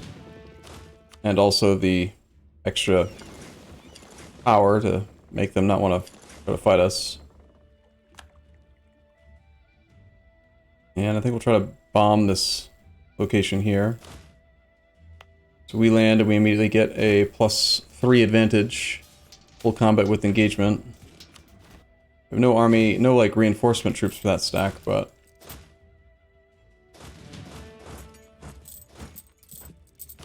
shouldn't need it.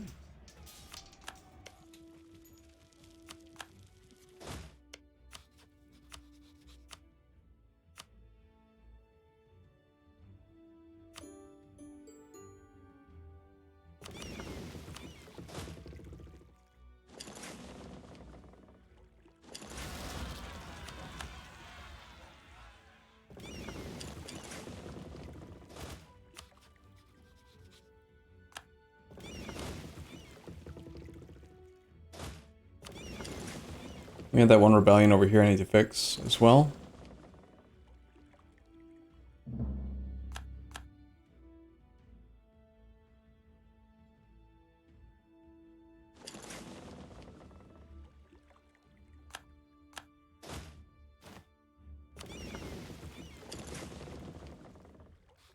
Getting close to that cap again.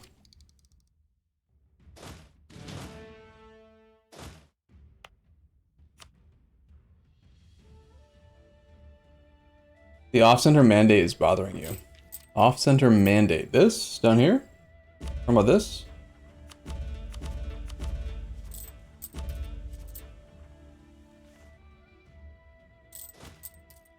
No manpower? That's a very common state. Oh, the number isn't centered. Right, because it's at 100? Yeah. That is kind of annoying.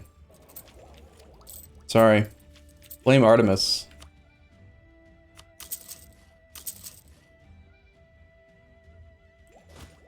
France should want out soon.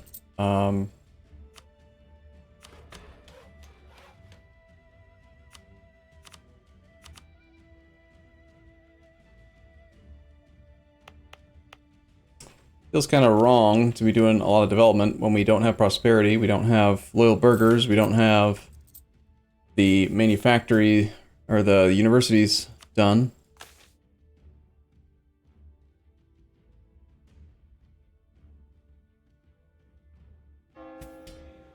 Doing this isn't going to be enough to make the burghers above 60. And we've already reduced our influence by a bit.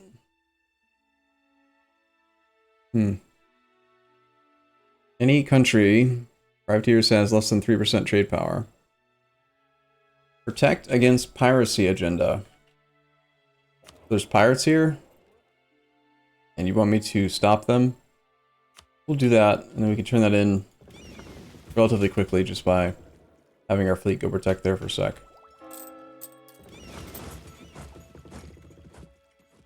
Let the fleet get recovered a little bit.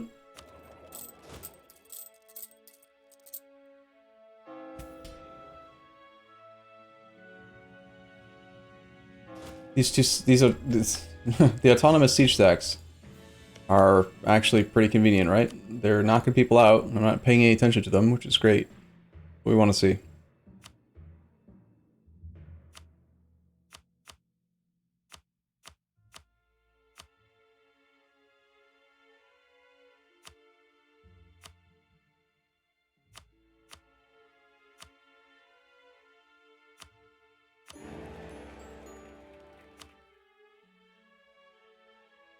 Just forced Brandenburg to stop being the emperor because we forced his religion.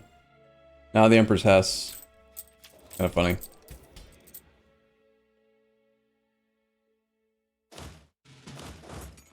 think we have this stack, just drill for a bit. We get our morale back very quickly.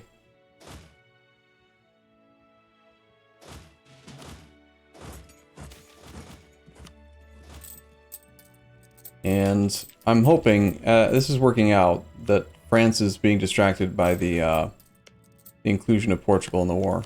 It'll buy us some time.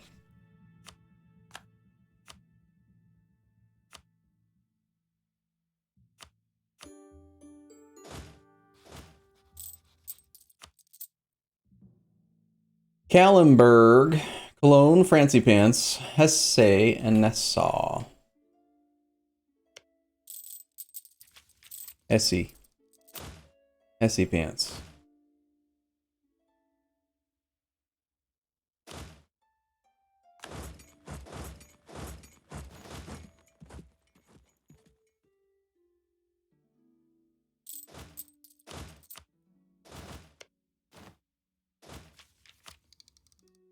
Enemy invasion is imminent. France has decided to go all the way down here. Interesting. We have a fort down there? Do not. I've not been paying much attention to forts. Should get a fort here, for sure. You'll equip manufacturing shipyard. Needs buildings lots.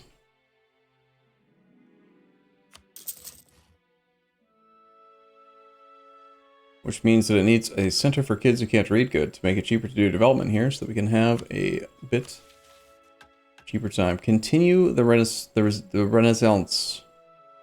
I did it. Wow.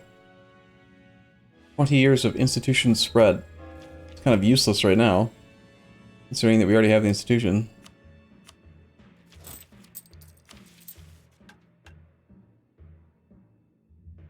Go pirates? Don't really want to do it yet. There's a small window that I can use. If I wait till these guys trend to 45, then we could turn the mission in and go above 60 temporarily. We can get a discount to development cost. Try to time that with hitting the cap again. Makes more sense to hold off on protecting against pirates for a little bit. Otherwise, we currently can't get to 60% loyalty with the burgers.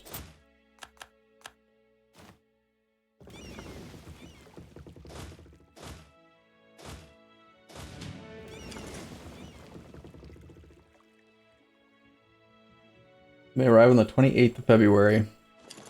There's a chance we can actually just reinforce and get there. 3rd of March. With forced march, we could intercept them. I don't think I care, though. If they want to siege down our trade company land, it doesn't really matter that much.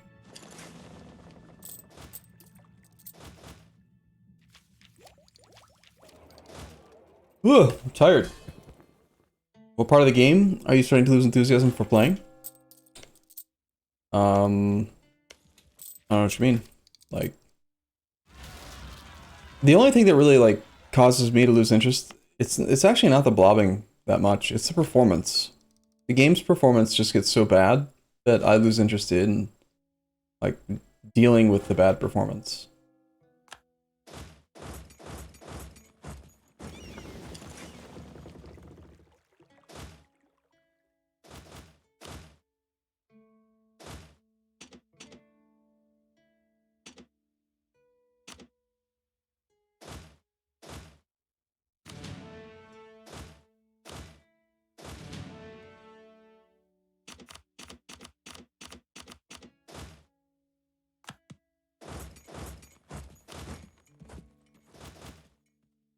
Just gotta download more performance.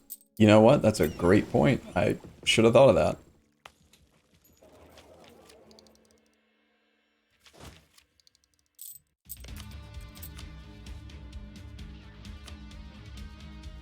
I think it makes, I mean, we've already put a lot of effort into this war, which is annoying.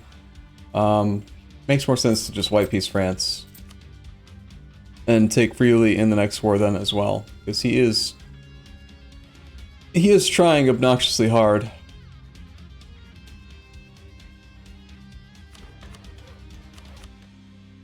Which is a very France-like thing to do.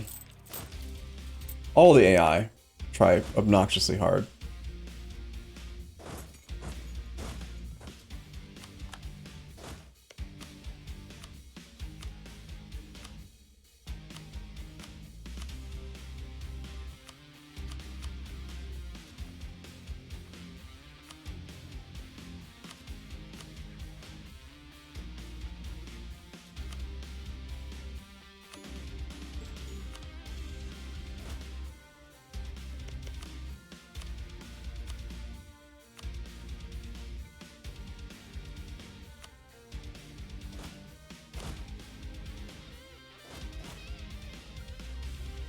They should just know when they've been beaten, you know? That's the thing.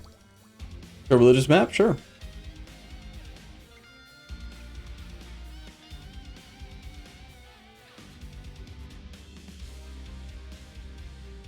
That is one fragmented empire. Got this nice little string of Orthodox one province minors that have just sort of happened here and there.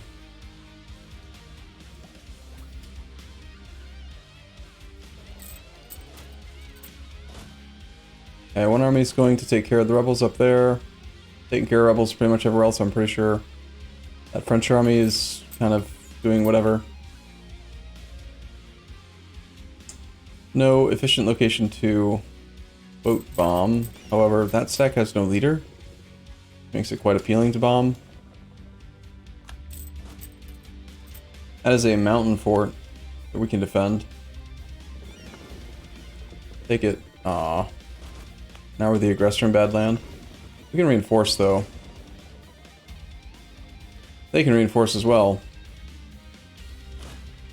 And we're the aggressor, so it's not good land to reinforce into.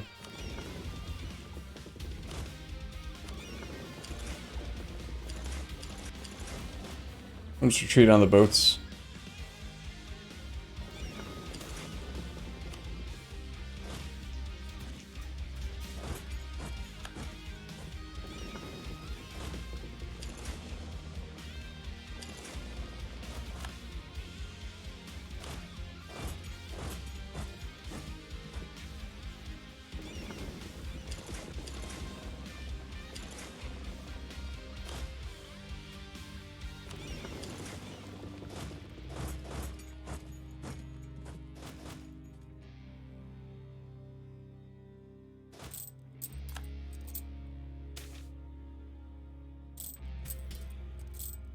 Burghers gain 2% land.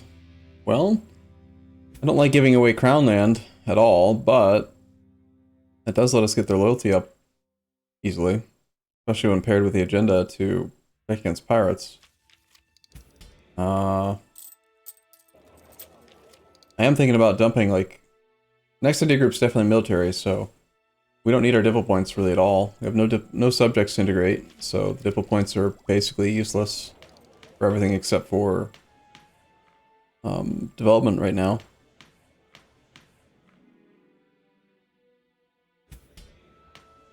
I think so. I think so.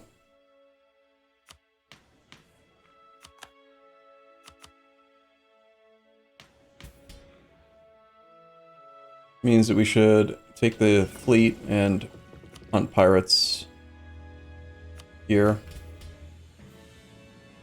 So that we can get that done. Just use the whole fleet, because why not?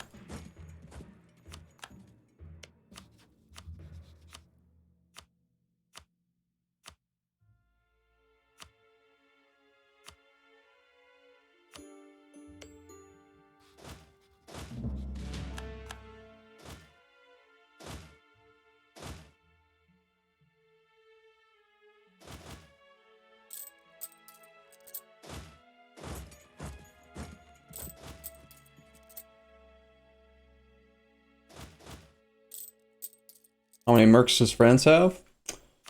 France currently has none mercs. He doesn't need mercs. He's got a fancy 2,500 manpower per month. And when they aren't at war with us, they're basically doing nothing. So they're just sitting there waiting to be ready to fight us. And they are apparently going to attack our army with 100-something troops.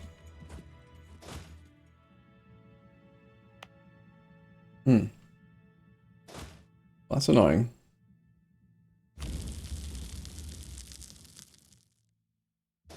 If I'm willing to force march as well, we can get out. Probably should do.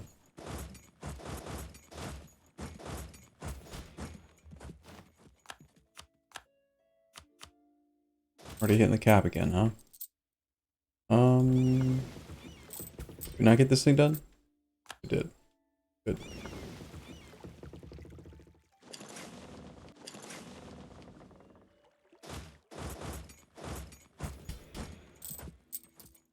Okay, so we got loyal burgers, 7.5% discount. We've got some buildings that we were waiting on. Like they finished. Got the edict on. No prosperity, but 24 per click is pretty good. We'll take these up.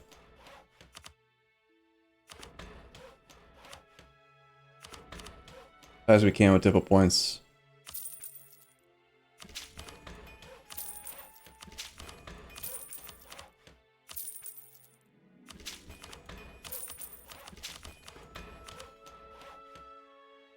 Sure.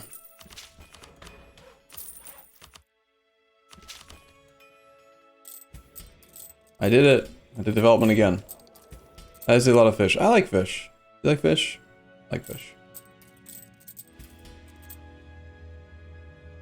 Diplomatic advisor costs. We kind of need that discount to really run high-level advisors. We're still running the admin discount, right? No, we're not. Oh, right. We don't need them anymore because we've got the extra discount from the Parthenon. So yeah, we can afford to revoke this. Increase max absolutism. We're still good. Easily good. And the nobles are down to just the general cost discount.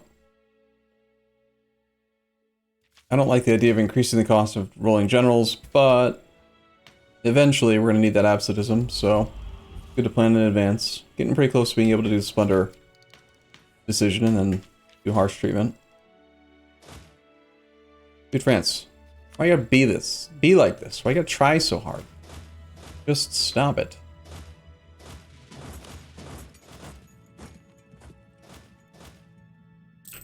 I have negative 43,000 manpower again. Neat.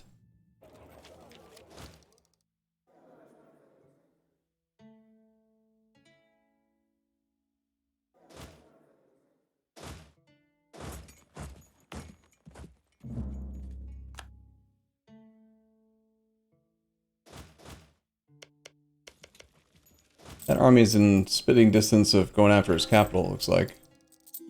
We're technically not at war with the Emperor anymore, right? Yeah, we have military access everywhere. Oh, we are at war with the Emperor. Right, the Emperor is Hess, who just happened to be in the war. So even though the Emperor changed, we still have military access through the whole Empire. That's neat. I just scorched this province, so they can't reinforce it very well. We should be okay to do a boat bomb on it.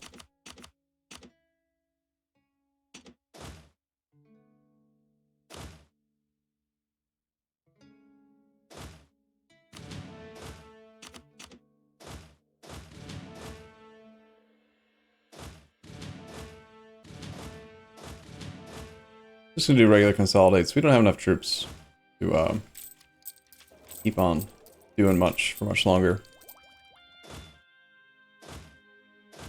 This army is suffering way too much attrition.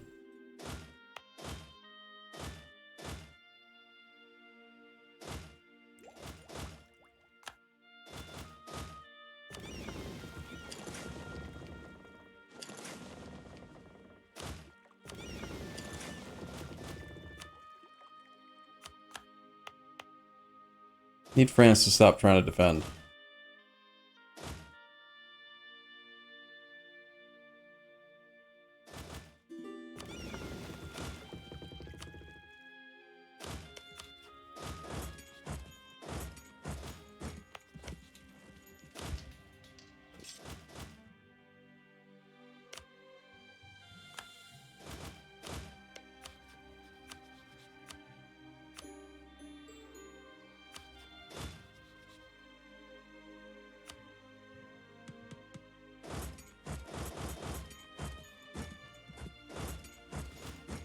Picardy into Paris is the more direct guaranteed route. I think we'll do that.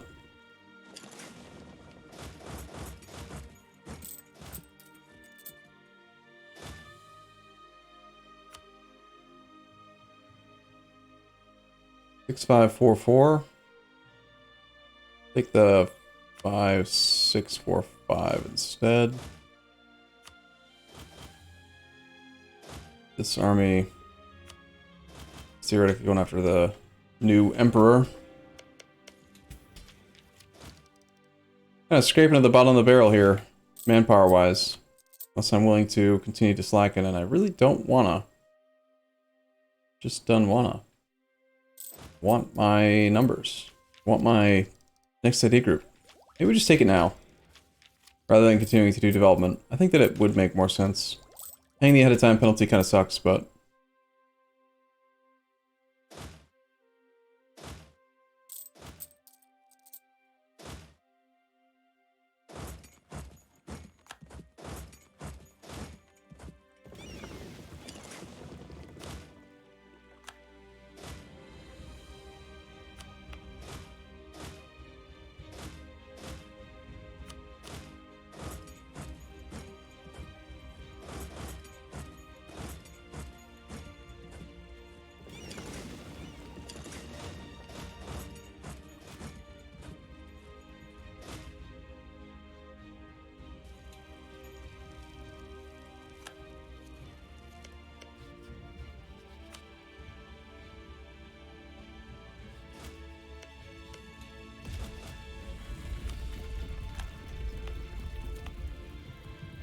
Meanwhile, Portugal's getting full occupied by France.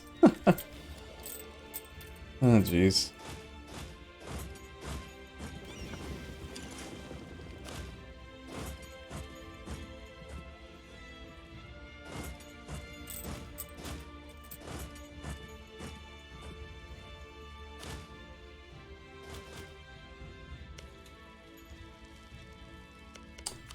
France, God, stop it.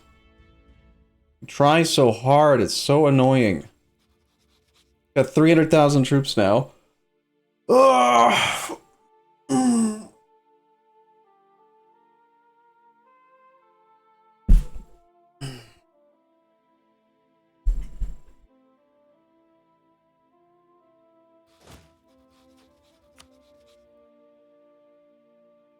Oh, geez.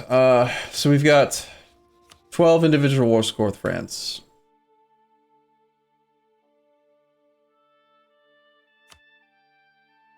Been fighting them for 4 years for no reason. France.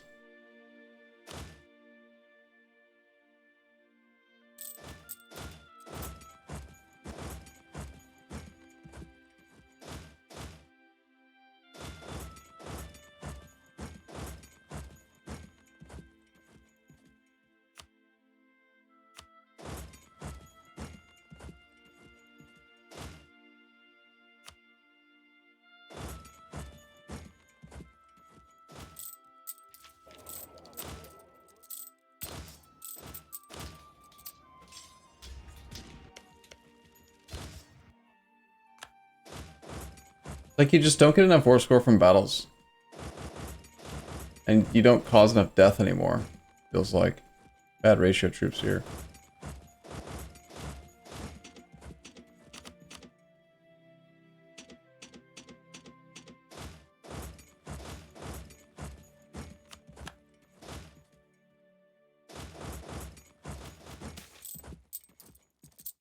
Lose 4,727 ducats to gain innovativeness. Wow. I'm going to not, considering that we have 100 innovativeness already. Will he allow us, do you think, to pressure any of his forts without, like, sending a 1 billion stack at it?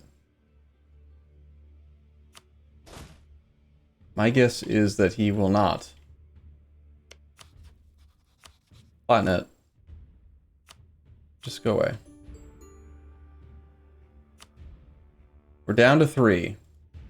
The Emperor is giving us military access, but we don't necessarily need it.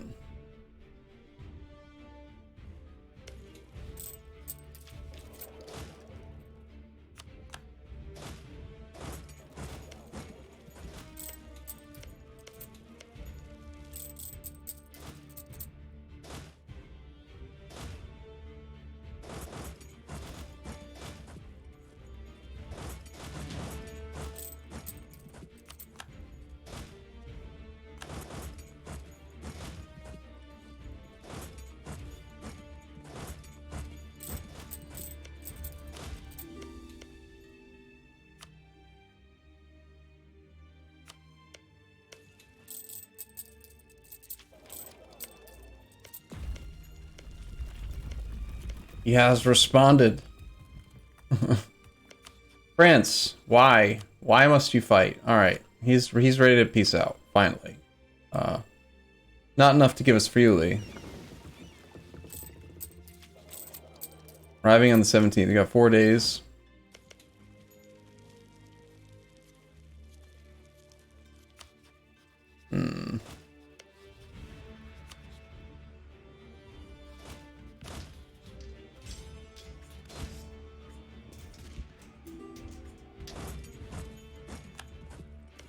Group up the stacks and...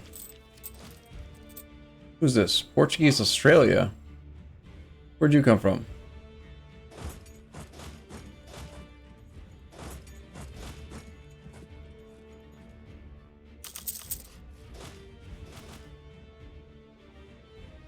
That is not great defensive terrain. Still is defensive though.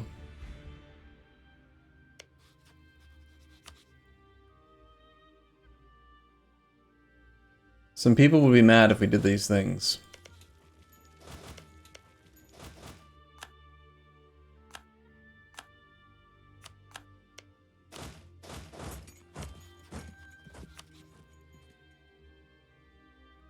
Alright, well... we could take the clay. Do you think performance would be equal or slightly better on normal? It would be better by quite a bit.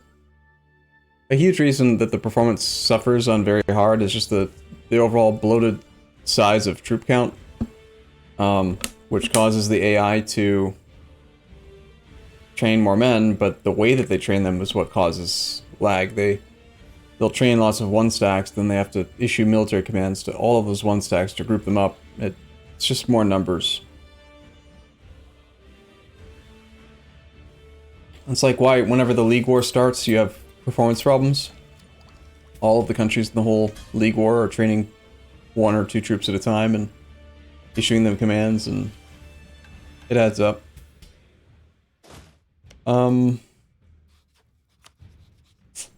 Sure, I'm just gonna take the Friuli.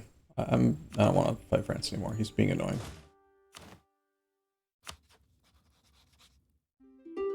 We'll come back and take over his clay when he is a primary belligerent. Another new emperor.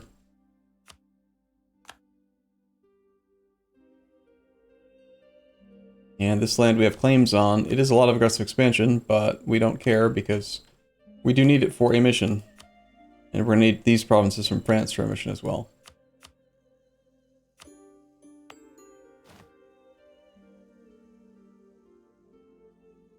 You destroy some development in order to save monarch points in the integration, or not? Probably just not. Costs almost nothing to integrate that land.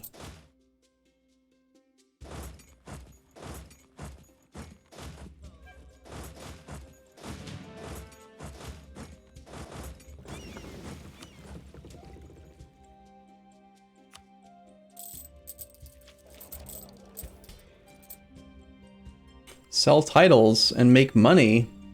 I like money.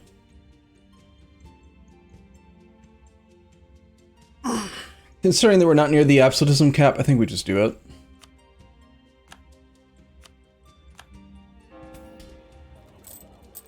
And we use that money to make centers where kids can't read good. Like, everywhere.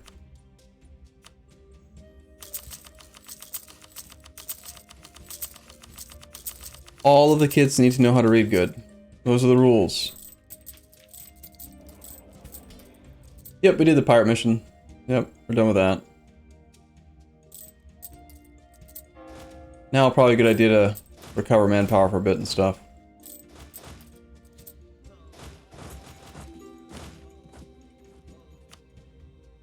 Alliance offer from Brigands? No.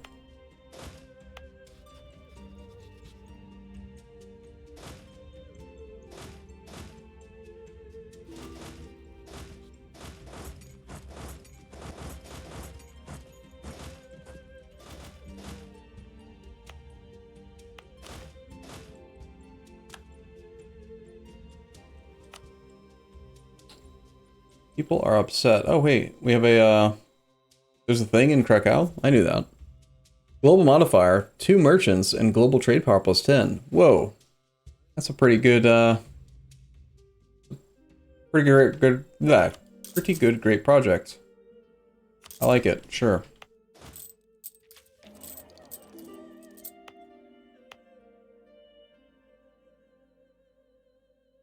I don't recognize this one.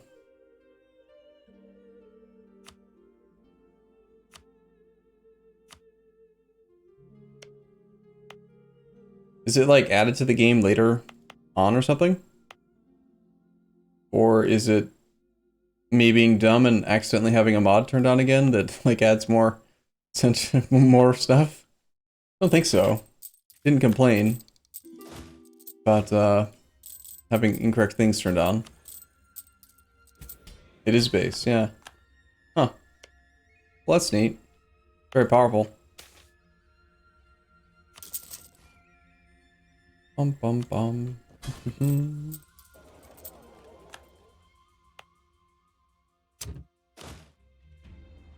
Okay, we want to lower autonomy wherever possible to gain some absolutism. We have a massive 5-hole absolutism, but it's coming. We're not that far off now. One more accepted culture. We have enough government reform progress to change this. We're going to do that. Then we're going to accept another culture. Doesn't really matter what. And now we get even more absolutism growth. We go to 11.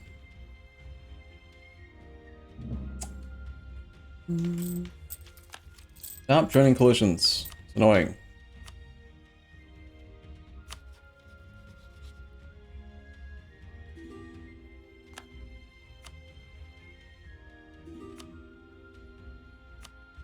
Screw you, France. You can't have access. I decline.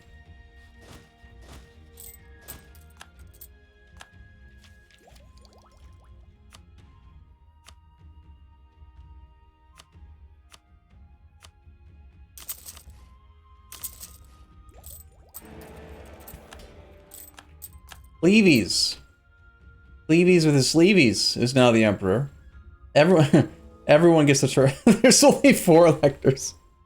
Everyone gets a turn being the emperor in this playthrough. They're currently losing 0.94 imperial authority per month. Like, that's pretty bad. It's real bad. Good luck passing reforms, buddy.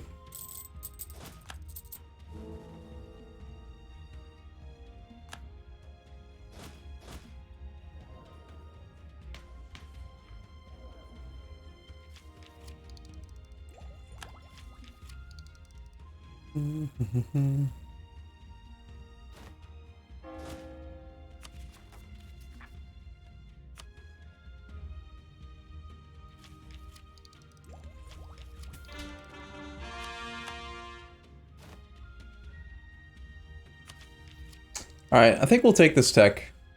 We're 5 years early, so we're wasting 300 admin points, but we also get to start putting points. We're not going to get the burghers loyal again for a long time, so like I don't really want to be doing development.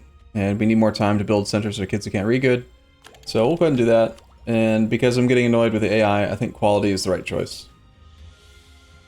Why not just dismantle the HRE? Because it requires thought and work, but we probably should. It's not hard to do, especially with only 4 electors. But yeah, it's something that should be done. Yeah, definitely naval. That's what we need. Quality gives us everything that we need. We get another 20% infantry combat ability. We get a little bit of stuff to keep our navy on edge is fine. Artillery combat ability, 5% discipline. And then we also unlock the potential for horse artillery if we go economic later on down the line. Other than that, I don't really care. Also, policy-wise, I probably have policies on that don't need to be on. Like, say, annexation and integration. And we don't need this extra relationship slot, so we're wasting military points.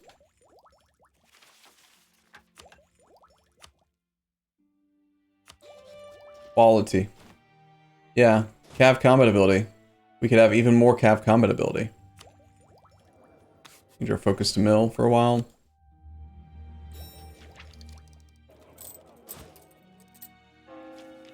This should give us the edge that we need so that our troops don't suck anymore. Our national ideas are just... Our national ideas are really, really good. But they aren't the best for combat. All we really have is the 15% cav infantry combat ability. That's it. No discipline, no morale. So we're a bit weaker on the military side.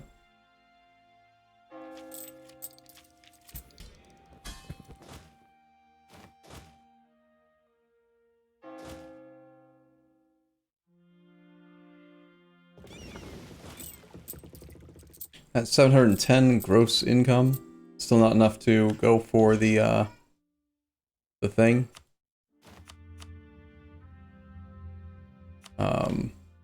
Economic hegemon. Soldiers' households. That's something we took the time to build out, right? Yeah. State houses, might want to make. Need more regular manufactories too. Need more money. We need all the money. You can never have too much money.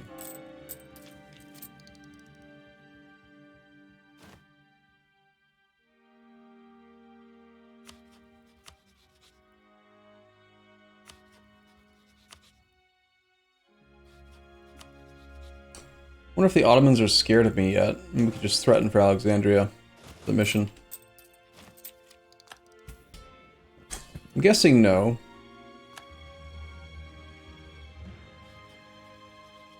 So obnoxious. They got 400,000 troops. God, Ottomans, stop it, no. Stop raiding me, Morocco. I'll kill you. Kill you forever.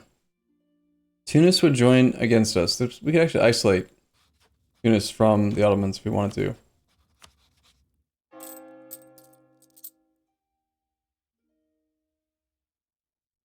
Also, let's just break apart the coalition a little bit. Coalition's made up of just the 4 countries right now. It's over 9,000! How would you even fight the Ottomans without going insane? I mean, at this point, you can tell, I just get annoyed when the AI tries so hard. They have no chance of winning. They have absolutely zero. They just make me work hard. I don't want to do it. It's too much micro.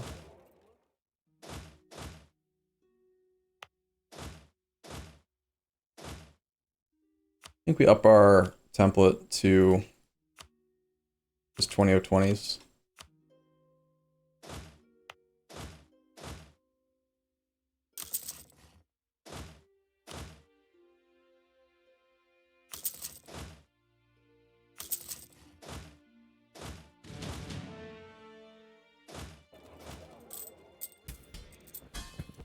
In preparation for later on in the game, and I don't want to pay attention to it as much. Loxy, thank you for your resub. Welcome back, 46 months. How's it going? Unlike PLC, their troops are pretty bad. The Ottomans don't have awful troops. They did take quantity ideas. They've got cav combat ability, not as good as the PLC. But they also have 5% discipline, and then they've got Janissaries. They've got... They're not bad. They're still pretty good. If you look by discipline, Ottomans are pretty close, right? 115.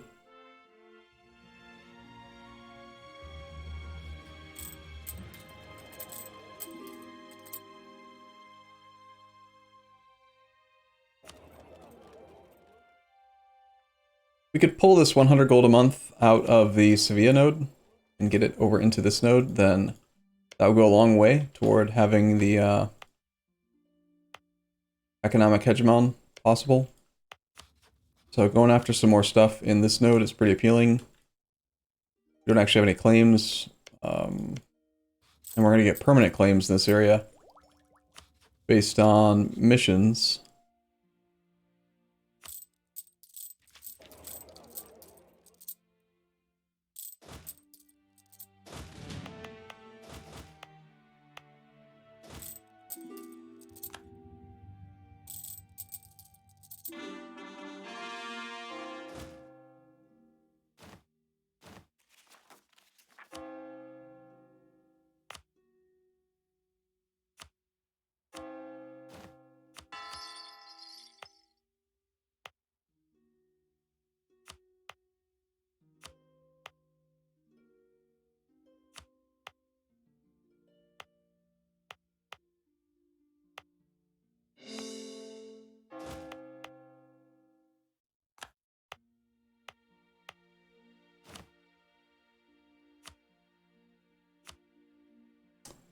Alright, next month we can lower autonomy.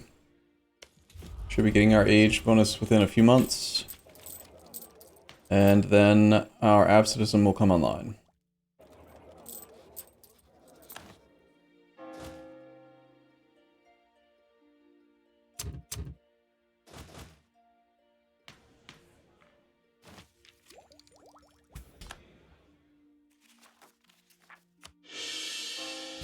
I did not mean to click that.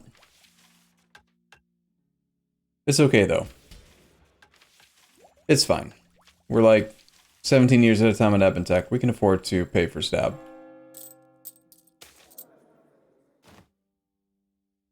I mean, okay. Alright, age bonus. So we could go for admin efficiency 5%, which is pretty good. But I like to get the harsher treatment first. So that then we can start getting this stuff maxed out. 72 military points to gain, I believe it's only one. One or is it two? This one gives two. I think you get one per click. That's pretty expensive, but some of them are super cheap. So it's the same amount of absolutism every time you do harsh treatment. So you just find the cheapest one, and you can convert military points into absolutism very cheap. It does slow down our military ID group, but it's also kind of more important that we get absolutism up. Pretty good exchange rate.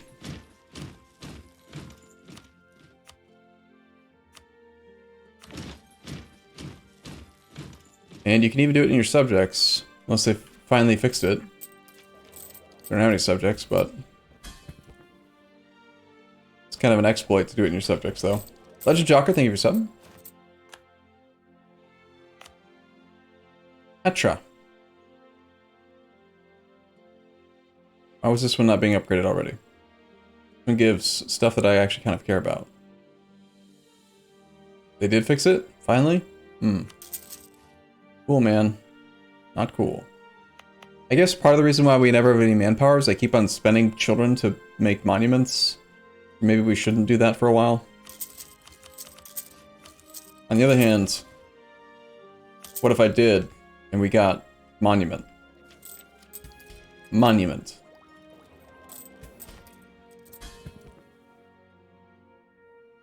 The monument that I really want is this one, though.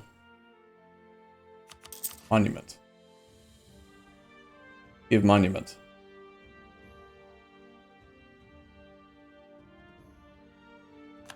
Merchant. Merchant monument.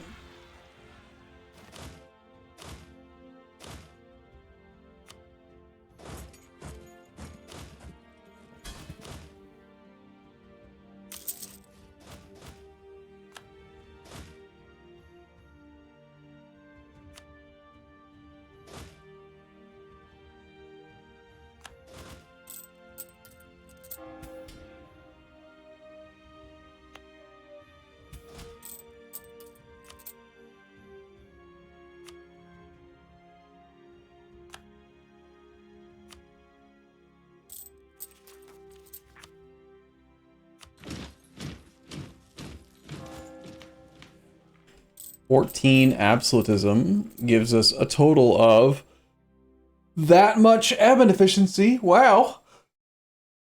That's so much. Except not really. We have 19% admin efficiency now. Ooh-wee. Monument. Monument. Great Britain wants money. I'm gonna say no. My money. Hey, Great Britain, since you're asking me for money, does that mean that I can have your money? I think that's how that works. You're just reminding me to ask you for money, basically. How about Timbers? Do you have money? They have money. Timbers, give me money. You can give me soldiers.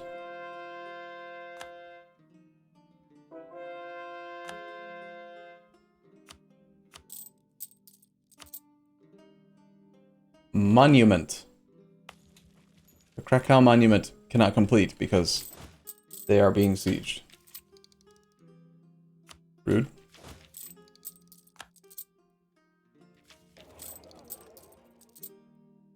Without going to war, I don't see how we get to 1,000 monthly income.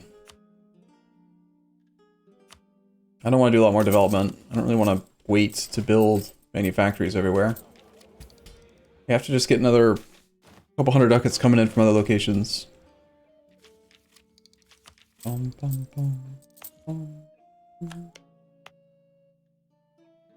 Monument.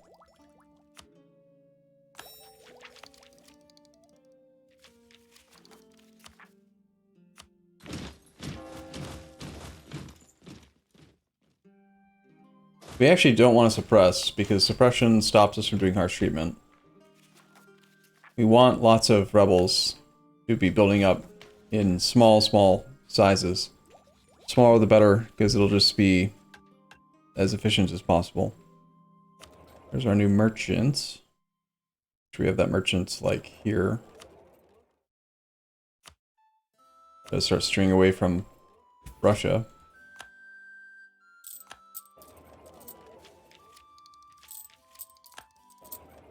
Morocco's being very pesky with their raids.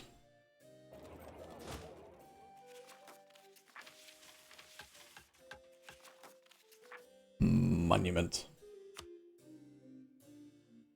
53, the Estonians. Gross. What trade companies do you have, if any? We've got a lot. We've got these. The Polish company, the Maghreb company, the Levant company, Egypt company, Crimea, Carpathia, Barbary Coast, Baltic. Most of them have a merchant. 4 are not quite there. These two, Carpathia and Anatolia, should really be giving us one by now.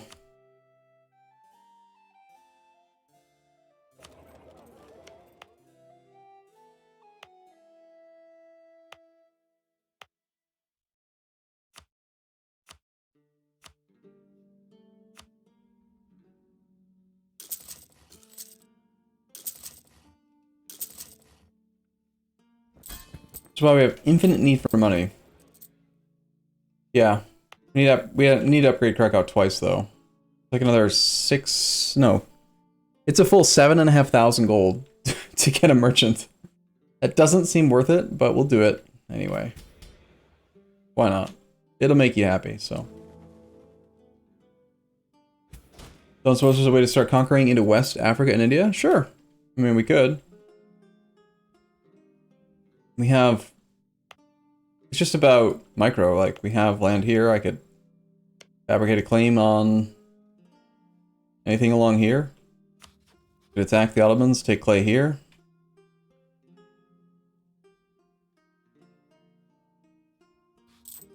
It's just how much micro do you want to do, you know? We're at the point where we can definitely beat people. Especially now that we're going for quality ideas.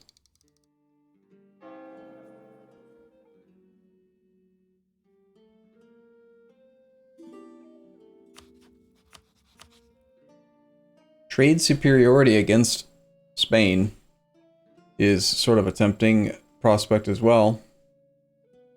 That might actually be enough to push us to economic hegemon. They're collecting about 100 gold, roughly, between the two of them. If we got... I can't demand their trade power. It's one annoying thing about colonial nation overlords, is that you can't demand trade power. If a nation's receiving trade power from anyone else, you can't demand their trade power, which is kind of dumb. But, even if we just got war ups and, while full occupying him, we might be able to bloat our income up to 1,000 gross.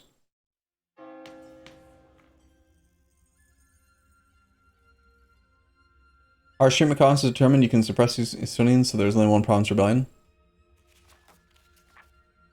Perhaps.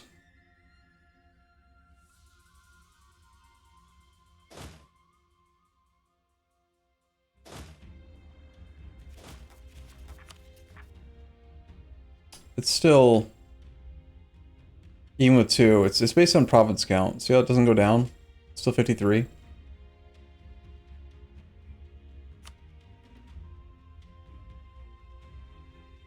Unless it updates on the monthly tick. I don't think that it does. So it's still 53.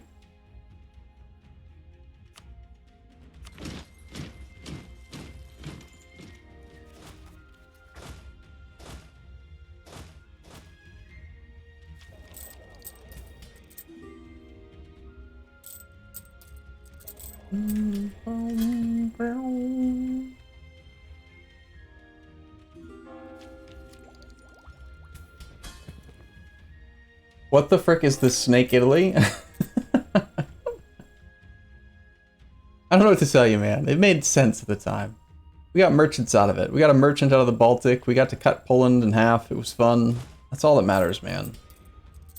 They were getting out of control, okay? It had to be done. Now we're waiting on our truce with France. Looking for different ways to expand that I don't require me to work hard. I don't know. Yeah, we're Serbian. We're Serbia and Italy. Religious map mode looks like that. Alright, I need to take a quick break, go to the bathroom, and get my head straight. I need to gear myself up for a war. I don't know. We gotta find something to do, because... yeah. When every direction is an easily expandable direction, I have a hard time deciding. Normally, you expand in the path of least resistance. And there isn't really resistance aside from bashing my head against the wall. Just to take a little bit of clay. But I'll be back, one sec. Cat. Here's Cat.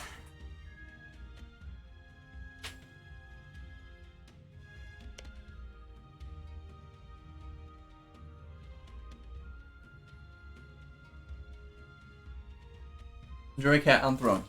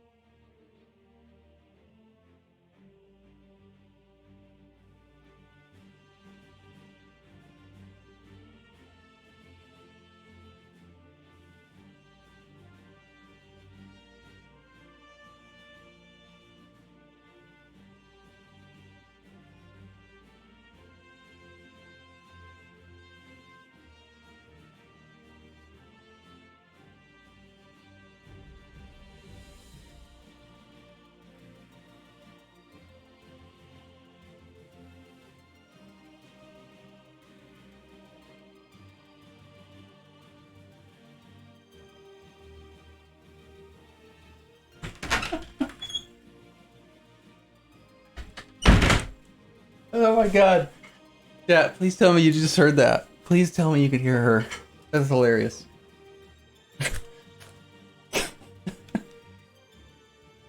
Oh, no? Damn. Okay. Do you remember our mom? My mom?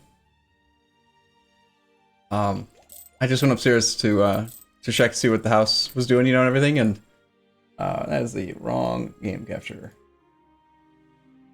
And my sister's here. Like I mentioned, we have 6 kids that are here right now, and she's really annoyed. She's like, we've been trying to leave to get some fucking fruit for 3 hours. She wants to go pick fruit, and and it's taken them 3 hours. They still haven't left the house. And so she's doing, I think it's from Step Brothers. She's like, Ma, meatloaf! No, that's not Step Brothers. That's Wedding Crashers. Right? And then she just yells out of the blue, Ma, you pooping!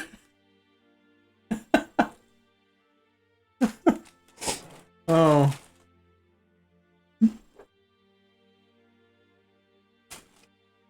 I told her, you know, there's a chance that chat can hear you. Mic is still on. But apparently not.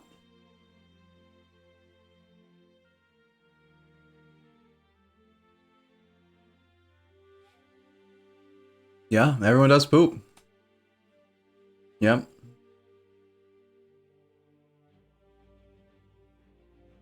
Hmm.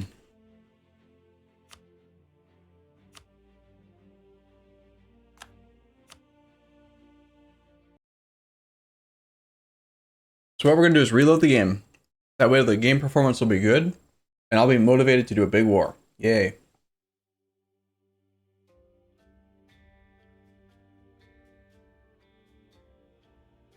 Yeah, the cat moved, but he stayed asleep. Dummy.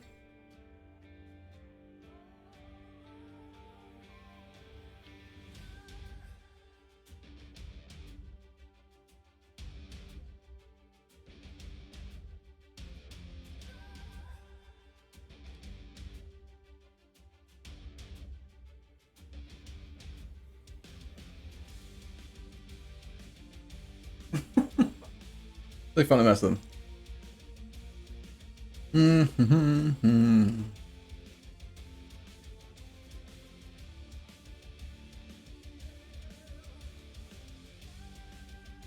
What do you think, DP? Have we reached that point that it's now time, or?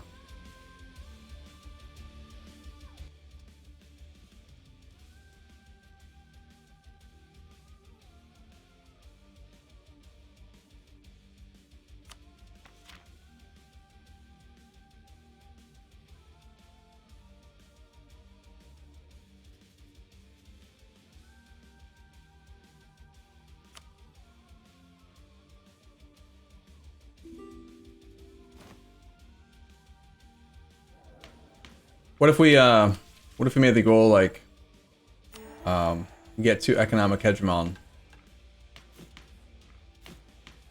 That's like the next only relevant thing that there is left to really do.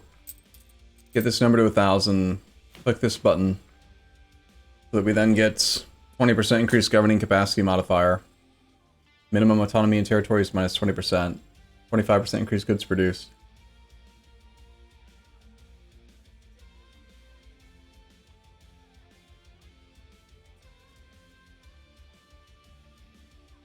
Basically all of the winning.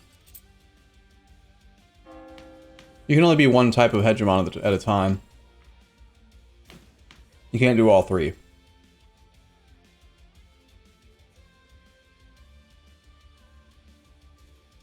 Is that true, actually? I think it is.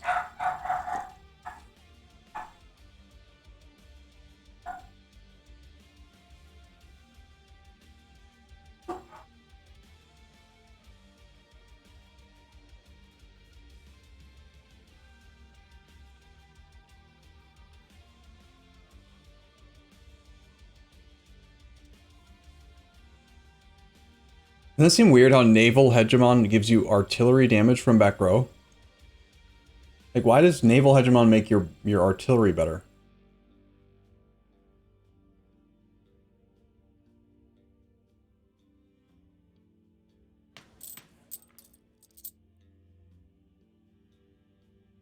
Because boats got cannons? Yeah, but that doesn't make sense though. Like, they're different. They're not the same cannons.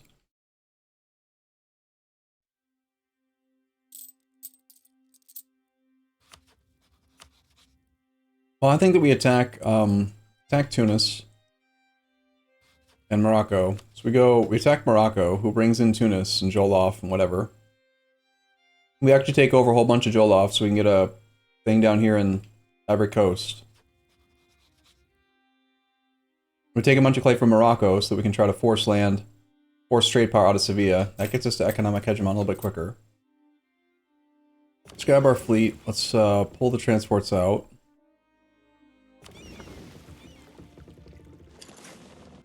We switched over to 20/20 stacks, so we need some more transports.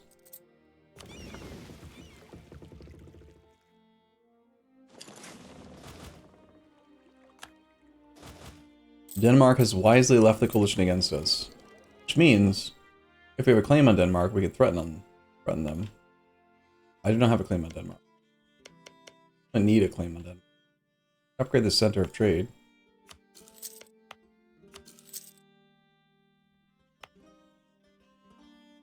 There's probably a lot of centers of trade all over that need to be upgraded that I've ignored for a while.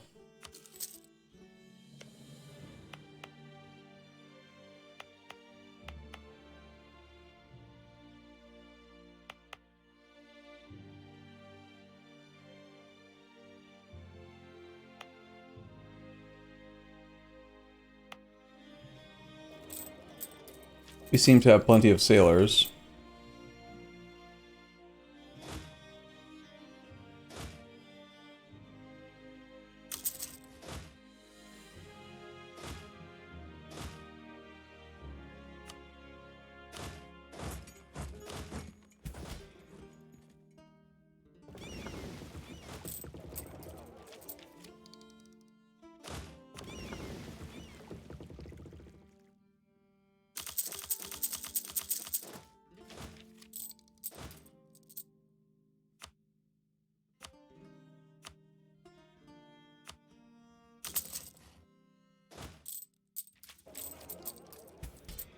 A notification for upgrading centers of trade? Yeah. Yeah, it's kind of weird that there isn't one now that you mention it.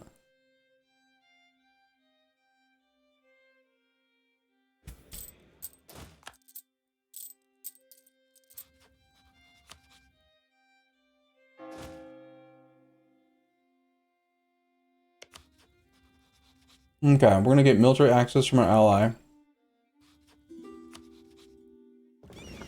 We're gonna park a stack down there so we can just go right after them.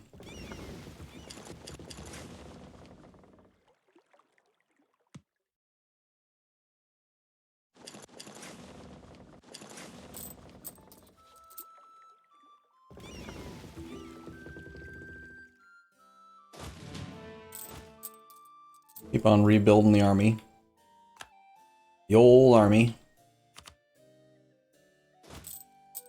Probably not a bad idea to start spying on Ottomans again. So we're planning on going to war with them soon too as well.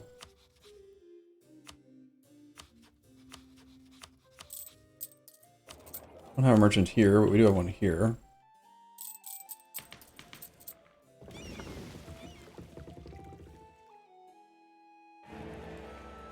Plevies! Good job, Plevies. You did it. With your slavies.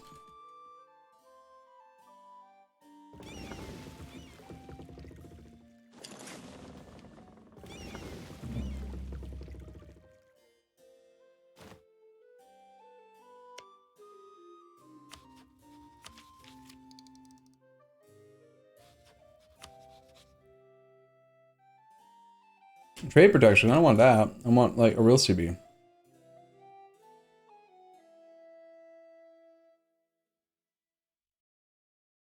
No bonus to this. I need a merchant. A mercant. How about the one that's, in Saxony?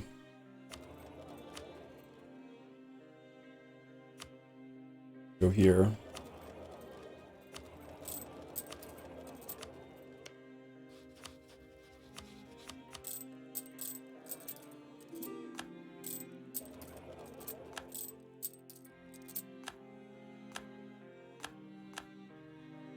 Tunis has left the coalition.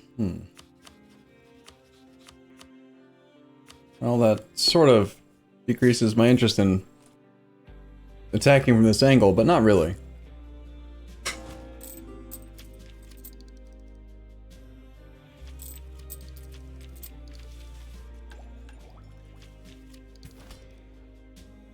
Can I believe that you actually like espionage ideas now? It doesn't surprise me. People have liked espionage ideas in the past. When they stole AE Impact from influence ideas and gave it to espionage, it did make espionage more appealing. More of a multiplayer idea group, but it's also useful situationally in vanilla single player.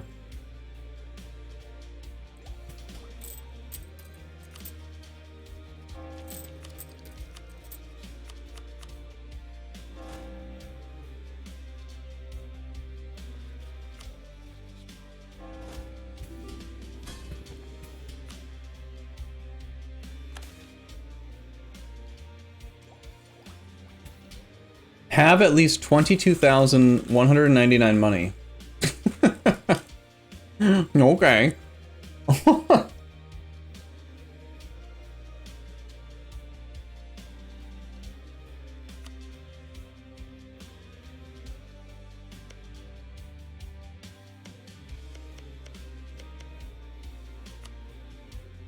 Okay.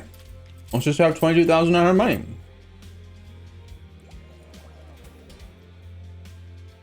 I just need to stop spending money, that's all.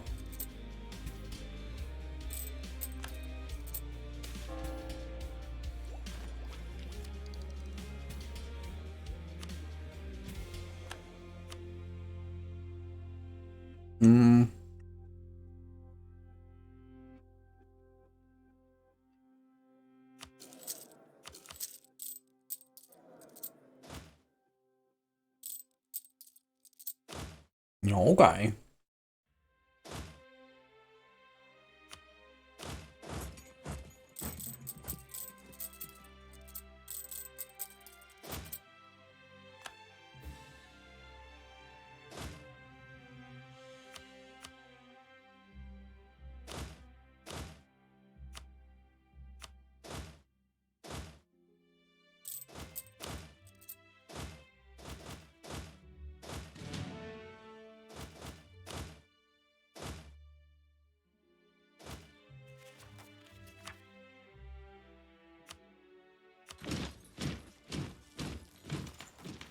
Absolutism.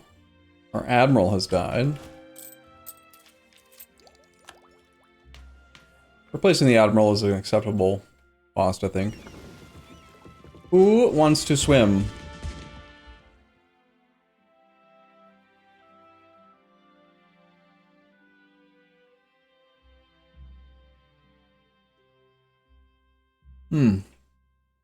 Sorry, the dev is us. The dev is ass. I'll respond to that in a sec. One sec. Lasting forever. Maneuver pips, yeah.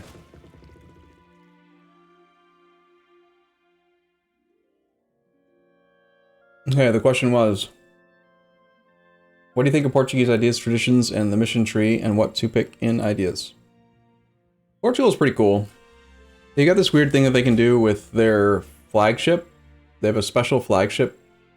There's actually like 3 unique Portuguese flagship things. One gives you plus 100 exploration range for your like flagship exploration purposes, like exploration ideas. One gives you plus 2 trade power per ship instead of plus 1. And then they also have plus... It's like 66% faster ship disembark.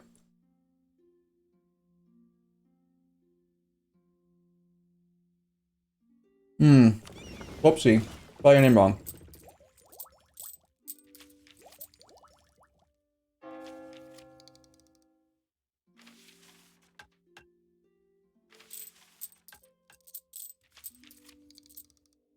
In my opinion, there's like 2 ways to play Portugal. You either just go straight into exploration expansion and then just try to support it economically.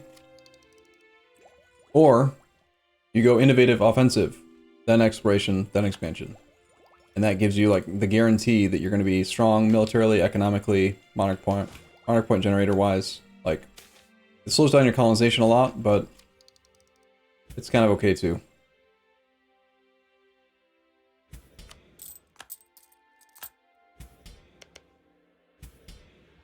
Alright, all we're waiting on to declare this war is a claim on Morocco.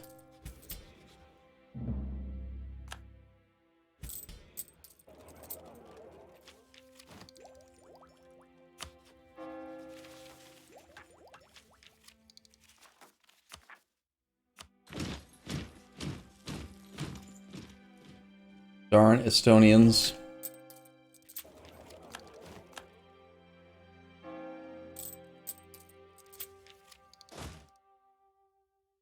When we do declare this war, we'll have a 40 stack down here to take care of Joloff. We need multiple stacks over here, so let's get a 20-20 over to here.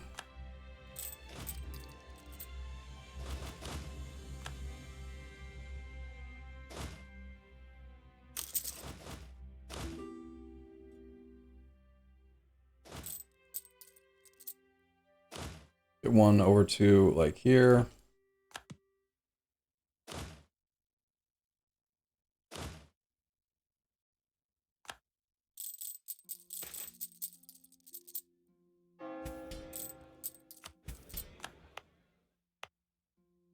I'll suffer a little bit of attrition. Not much I can really do about it.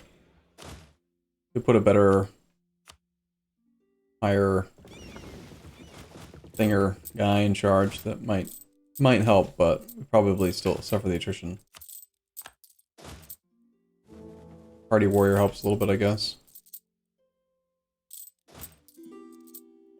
Got this one down to here as well. Take our claim on Morocco. Take the highest development claim we can get. Probably going to be... Can't claim in this state. This sea tile. It's got to be one of these. So... Looks like it's this one.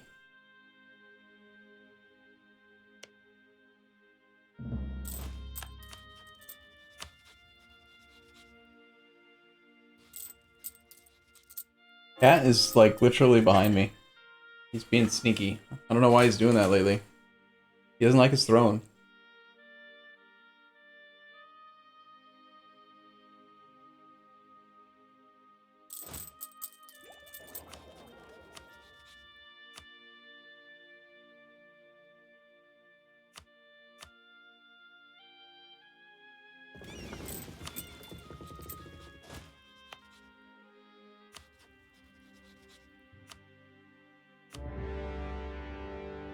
Alright.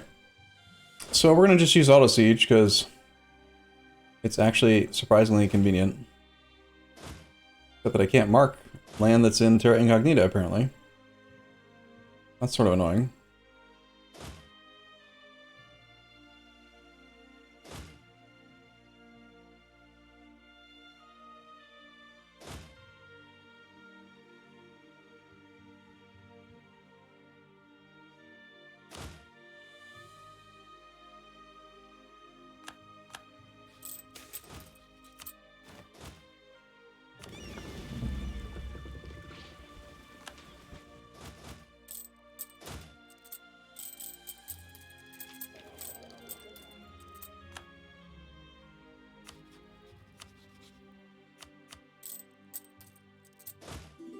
A little bit less efficient than manually controlling every siege, but it also is just, like, way less annoying.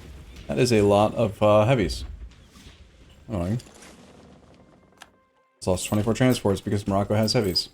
Why do they gotta build heavies? Why do they gotta be like this? You know? Like, why? Just why?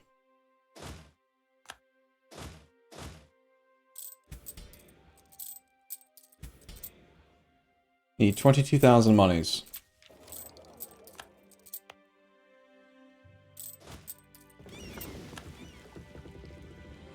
The fleet wasn't even trying to get my fleet, they were just being jerks.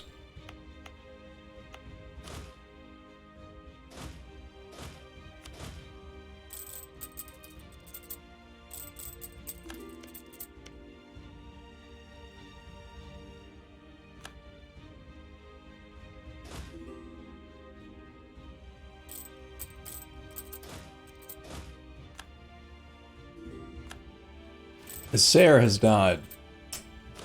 He was in charge of... I guess it was either this army or it was... Must have been. We need 2 new generals. Although we are going through a military ID group, so... Sort of slows down the process, but that's alright. We need generals. I like big base. I like bass. Do you like bass or base? Very ambiguous name. Bass. Blue Toki. Blue Toki. Yikes. Not a good general. Bass. Basic bass.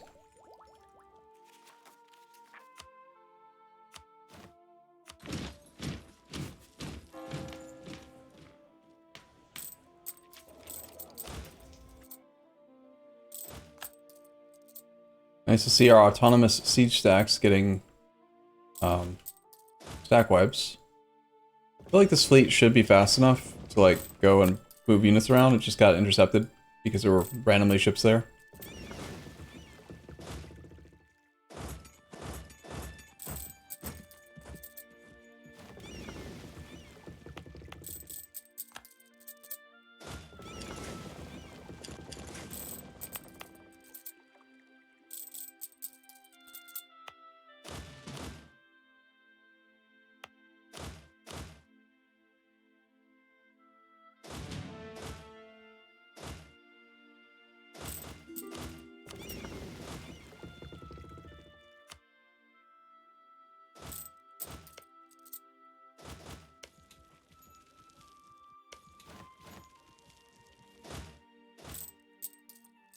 Mm-hmm. 27 more score with Joloff. Need to get an army over onto Hausa and Jen. Apparently we've brought everyone into the fight.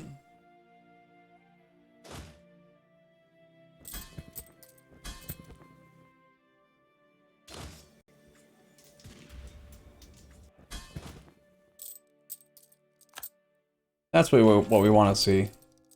We want them to be so afraid of our army that they don't even try to reinforce. Yeah, this stack from Morocco is just not even trying to go there. That's what we want. Now the wars get simple. Very simple. And we don't even have the full quality ID group yet.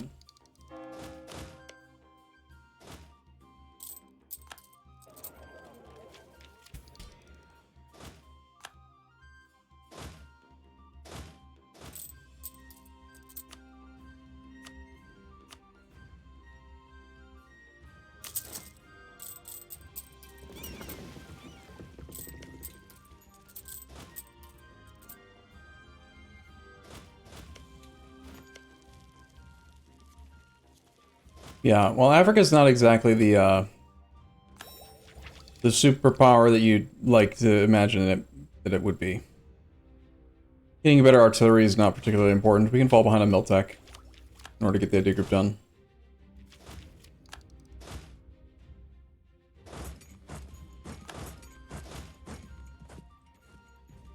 Don't have the ability to walk through there.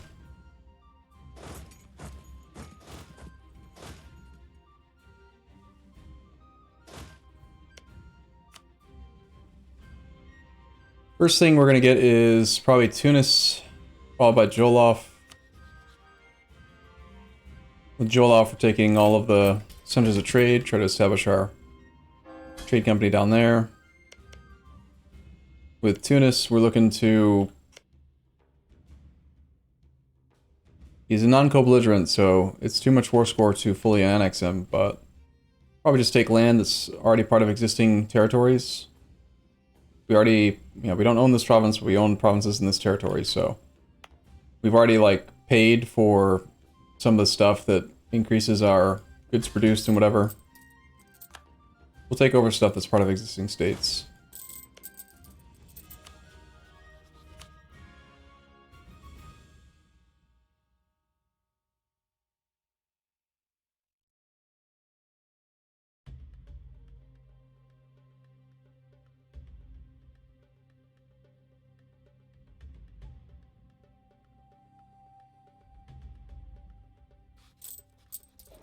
In Africa, AE is definitely a number? Yes. Yes, yes it is. Lose 2 mercantilism and get buying American. Trade steering goes up. Or gain 2 mercantilism instead. Only lasts for 5 years, so I think we take the mercantilism. Which is permanent.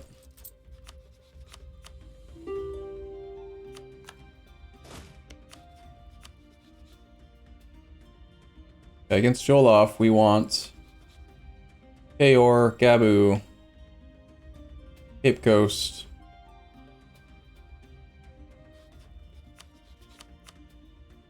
And then if possible, try to connect the land so it's a little bit easier to get around. Take more coastline for naval superiority and whatever. Naval Force limit, mostly. We're gonna probably push for 100% war score on all of the bestials.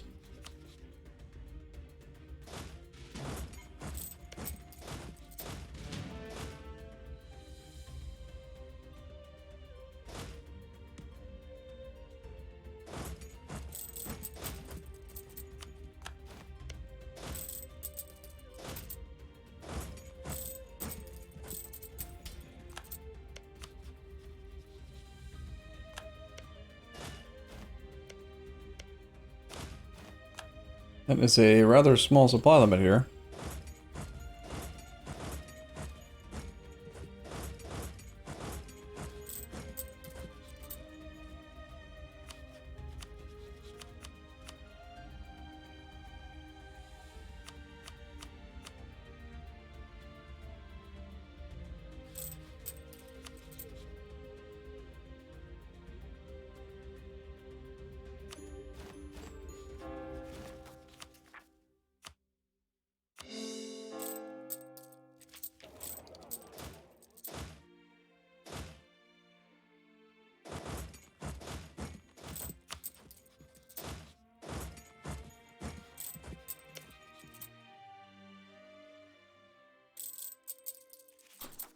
Okay, it's only 28% overextension.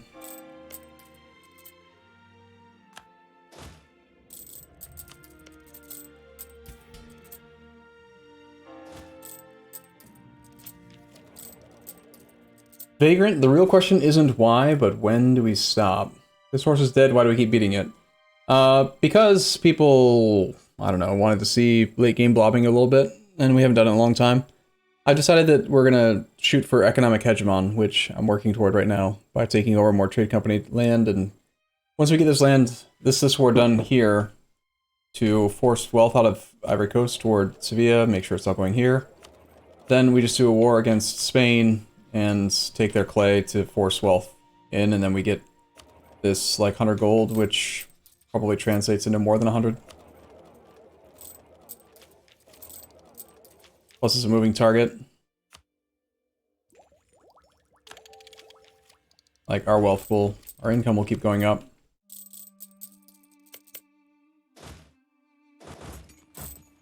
As we build more manufactories and whatever else. And there's also this upcoming war with the Ottomans for more Ottoman clay. Advance our missions. Eventually we fight France. Next time we fight France, we're gonna have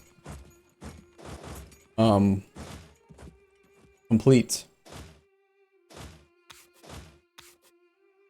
what's it called? Our ID group will be done. Full quantity. So that's gonna help too.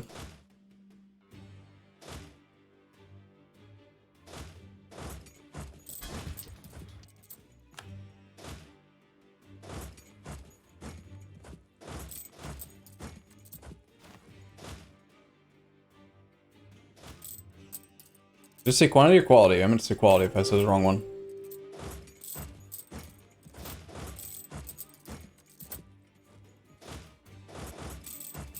Alright, we'll get control of both sides of the strait, which lets this army get across, even though they've got a bunch of dumb heavies.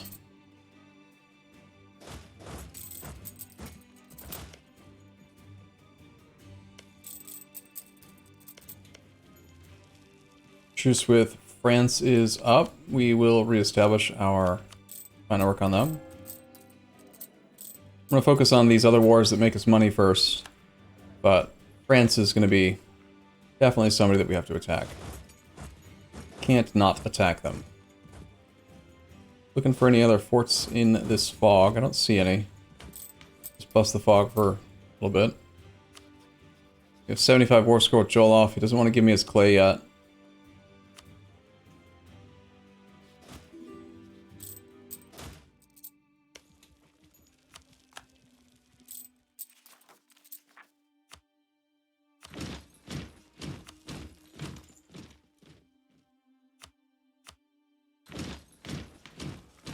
For Absolutism.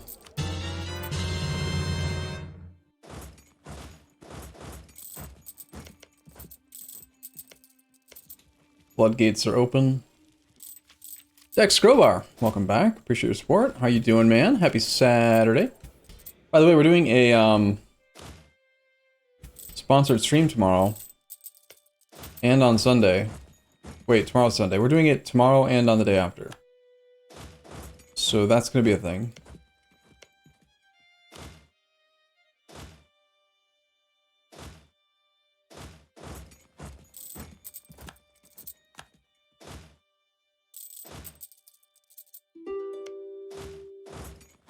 Can't really advance anymore. Probably should have had a third army, or second army down here.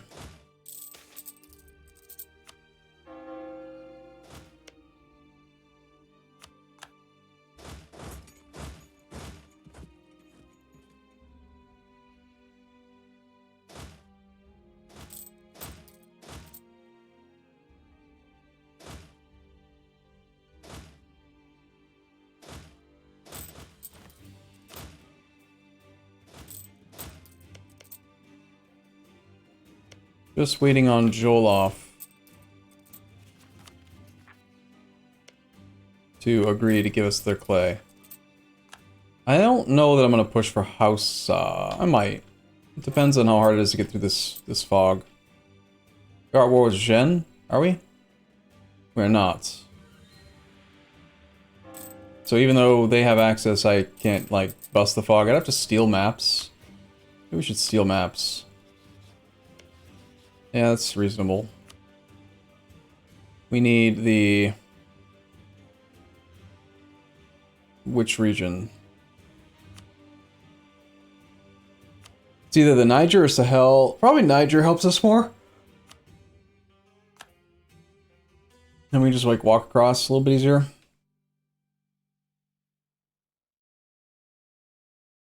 Military access to the whole area. Hausa is land that we can conquer. More trade company play.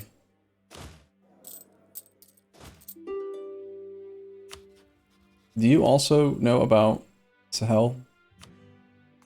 Even them. Means that this army that was up here actually can come down and help with Hausa. Or this army can march down.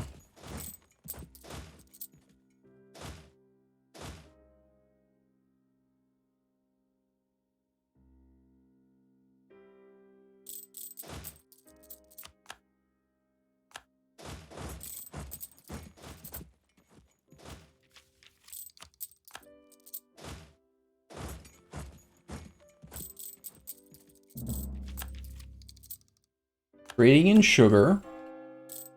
Ooh-wee. Very exciting.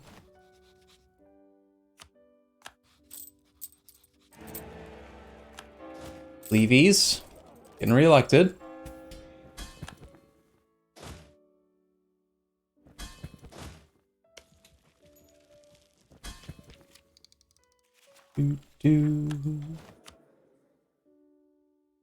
At this point, I don't think we care about aggressive expansion management. Let's just take the trade efficiency guy to make it easier to potentially get to 1,000 gross income.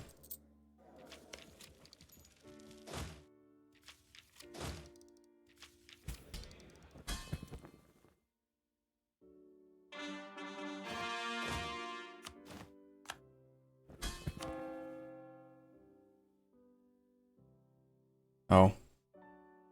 Right, these didn't get added to trade companies. Might as well convert them real quick. We'll do that soon.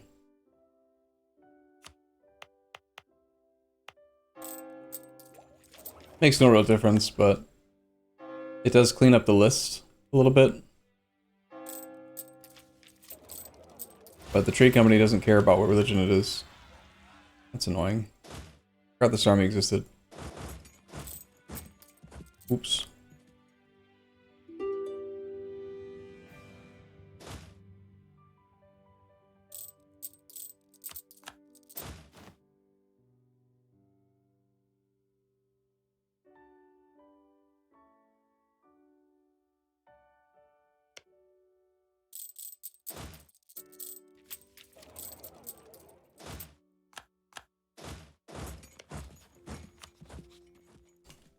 Okay.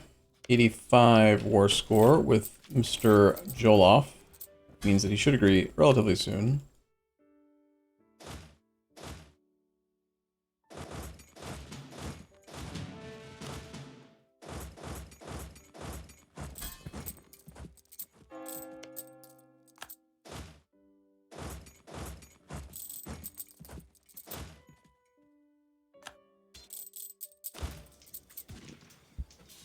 These are the type of battles that I remember from previous patches.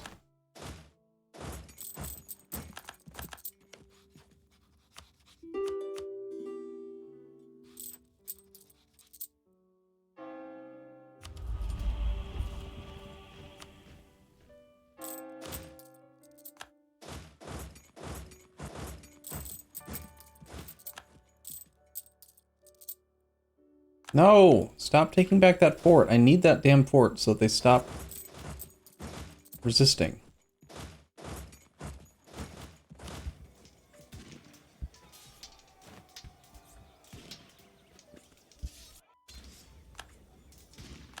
Look at that, they're actually trying to, like, work together to beat me. It's not cool. Not supposed to work together. Cheating. Alright, so we can go up to here then. Swap this one in.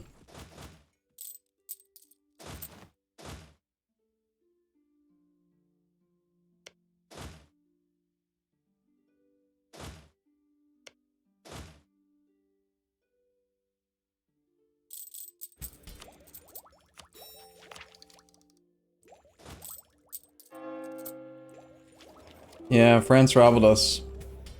What are we gonna do? We're in trouble. Help. I'm in danger.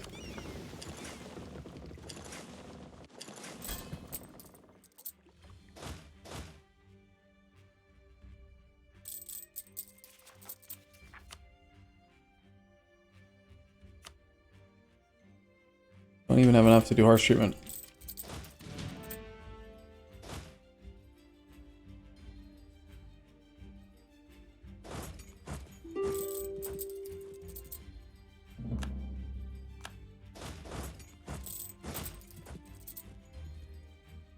I think we actually have to send this army down as well.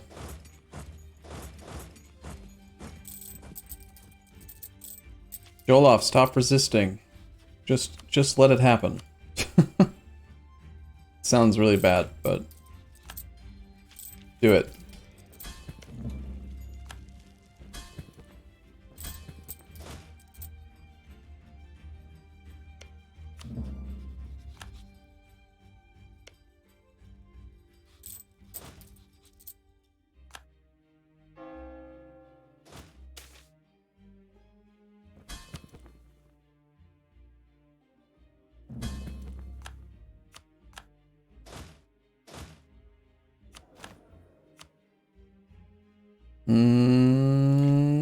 Sure, missionary.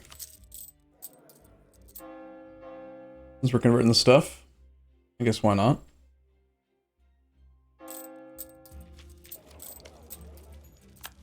Ugh, they might actually take that fort back quickly. They're so close. We had like 80-ish war score. Just needed a tiny bit more.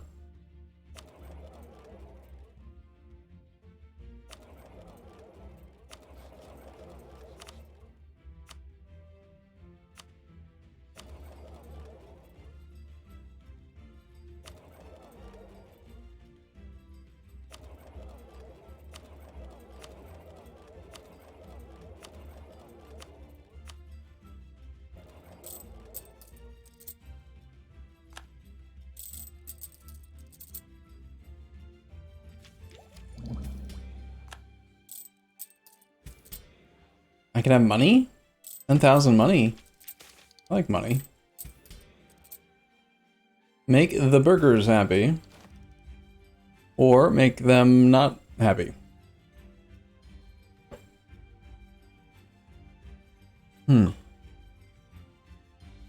Well, pretty easy choice for me. Not making them happy enough, but we're about to get to 22,000 money, so we might have a little tiny window where they're happy.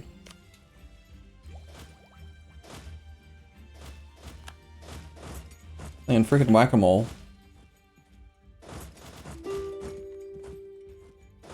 With these occupations.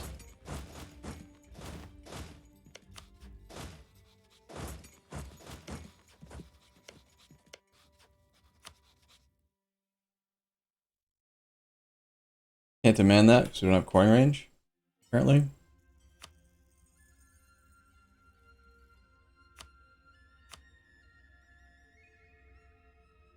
Yeah, it's just barely out of range. Alright, in that case, this guy can just go.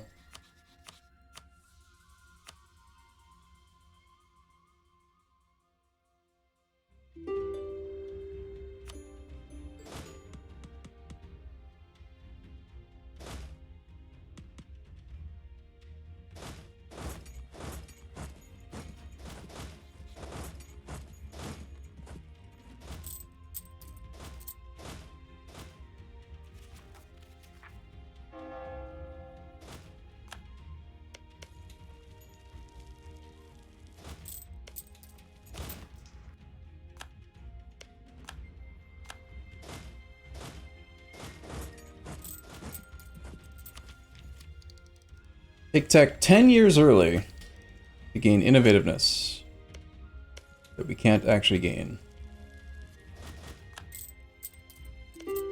Yeah, if we wanted to, we could have taken this land and then cored it and then waited. But I don't really want to wait.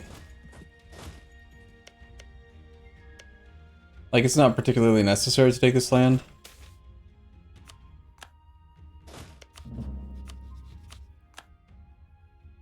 He is willing to give us the coastline. And then some.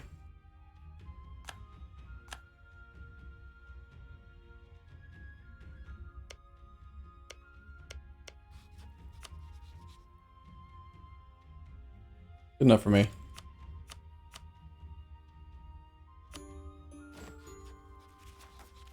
Don't really want to convert this land, so we're going to just say trade company.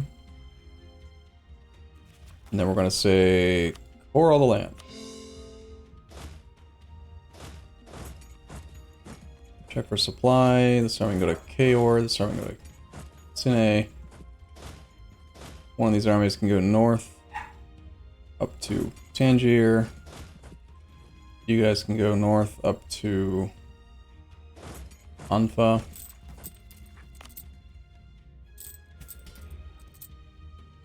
We already did the mission, so we don't have to worry about spending money anymore. Build a church.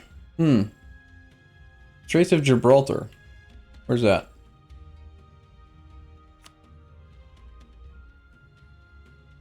%20 or more. We can probably do that.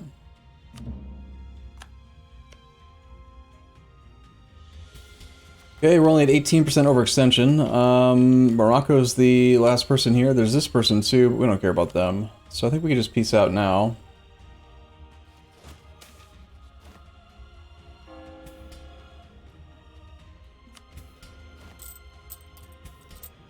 Crown land allows us to sell titles if we want. It's going to cause a rebellion again when we seize land though. We have to pretty much stop clicking this button if we want to increase absolutism cap, which is kind of a motivator. Not really, though.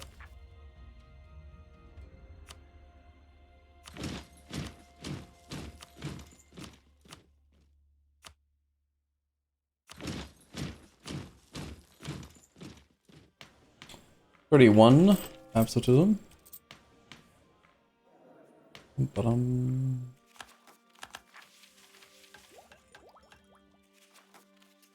29 admin efficiency. We have money. We can do the monuments. Petra was a good one.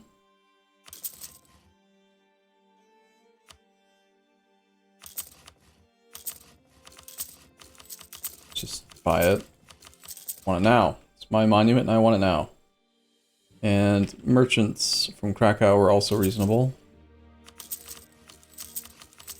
I should probably be spending this money on centers so kids who can't read good, but this is less work. Kind of. Rip 30,000 ducats.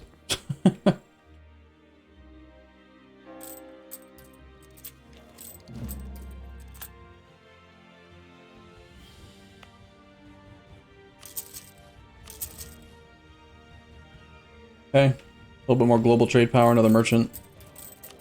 You can give me... We want... So we can't make this into a trade company because it's in the same region. Same subcontinent as the capital. So whichever capital, whatever subcontinent your capital province is on is what determines which lands can be made into trade companies. Everything that's in Western Europe cannot be a trade company, but everything that's not can. So we can make this land into a trade company, which would help for getting control of this node. So we definitely want to take from Morocco this whole state. Taking this does also help, but it's not going to do as much for like forcing trade power. And then we want to establish, make sure that we're getting a merchant out of the Safi node, which is called... What? I don't know that we actually have a trade company established there yet.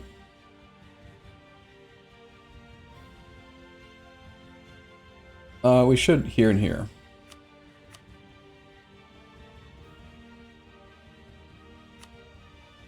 The Tuscan Maghreb. We're at 24.7, so we do care about more trade company land in this node. Take their coast.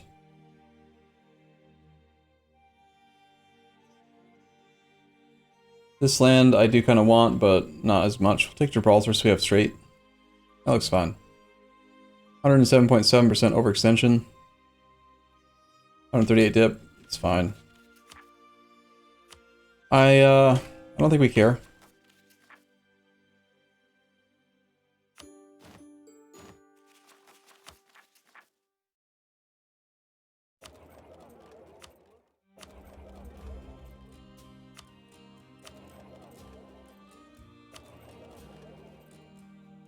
This one I don't want to click the button on because we have merchants or missionaries that are actively converting land. We'll do those after. Or everything. Be overextended. Whatever.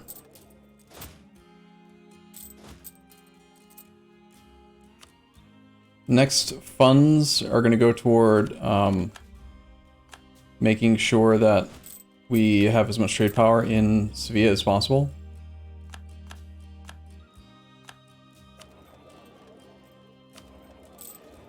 Gained 2 merchants.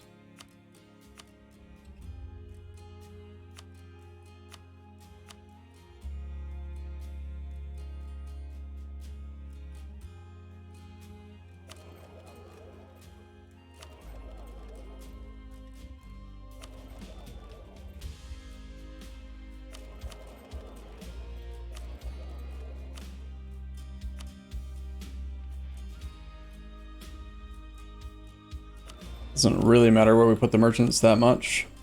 Although one should be probably down here after one of our cores gets done. Just to help ensure that it's going in the right direction. There's still half of the money or more is getting lost.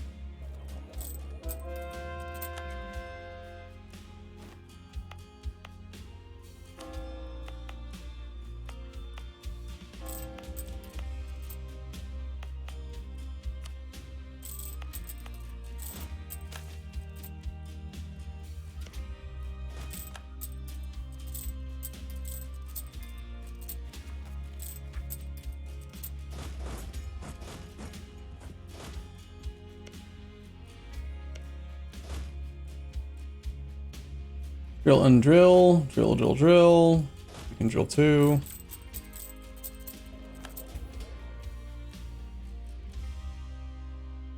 Seizing land is going to piss off the nobles quite a bit.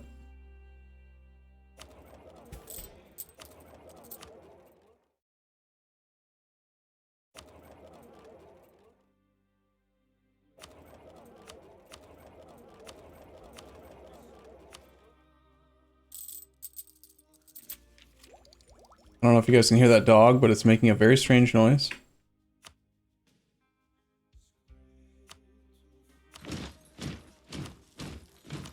Oops, that one was an 80 cost. Yikes. Didn't mean to do that. I paid 4 times as much as I needed to for those. That absolutism. Whoopsie. Why are we converting land to be trade company? I just could. It sort of annoys me how the list includes all your trade company lands, so like, if it's a reasonably fast conversion, sometimes I'll just do it anyway. It makes no functional difference, like, the land it's just as stable as if it wasn't converted, but then the list is smaller. Sometimes the bigger dogs can actually pierce the noise gate, so... Yeah, there's a yippy, whiny dog in the background for some reason. I don't know why. Gafsa. Constantine. Yeah, we don't need to do these ones. Once these other ones are done...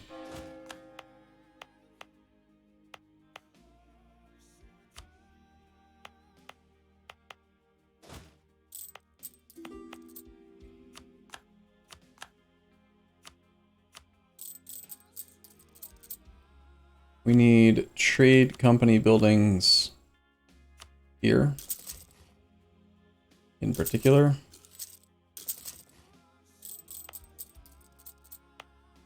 Need to upgrade these as well.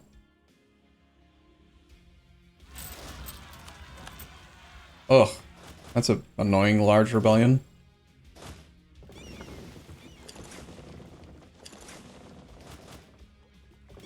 Ooh, that's dangerous too.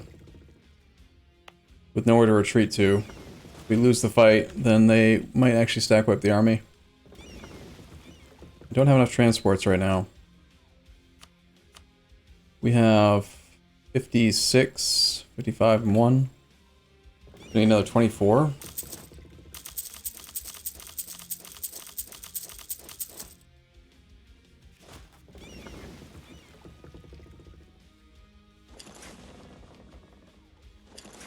We have the straight there, don't we?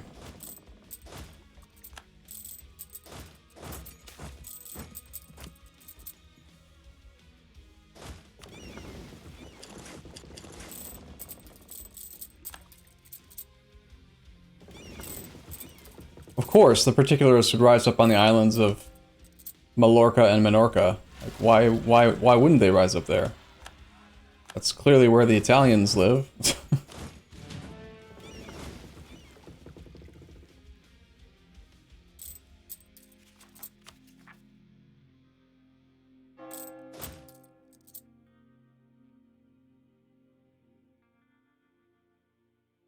I heard a rebellion. There it is.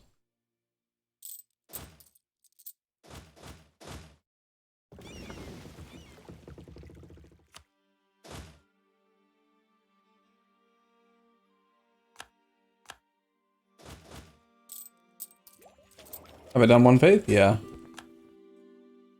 I think so. I don't actually know. There's a link somewhere that you can check all the achievements that I've earned. I feel like it's something we have. We haven't? Well, that's dumb.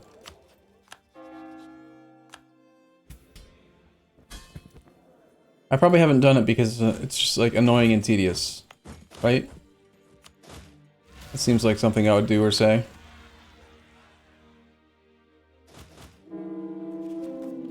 Our Empress has died.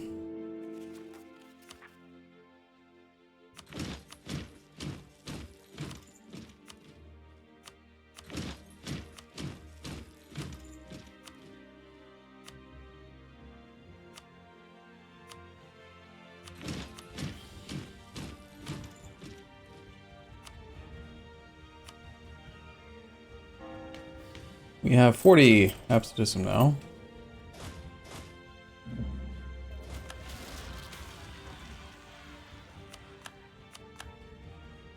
Settle down, people.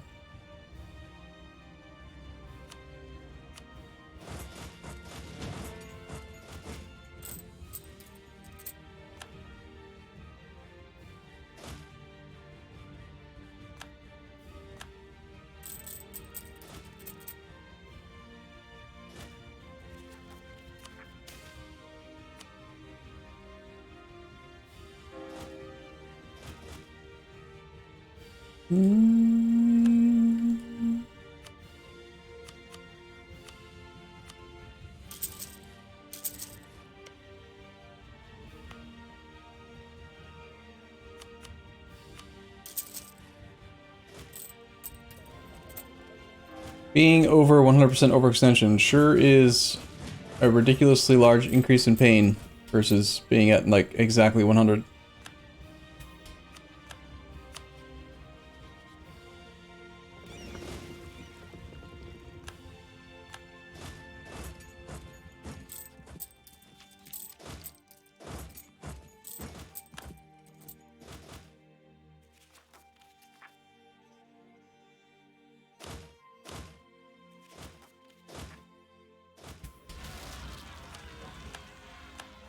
Ugh. Freaking island. Ah. I hate that. Oh, we have military access to Great Britain. Excellent. Never mind. Not nearly as bad as I thought. Stop barking!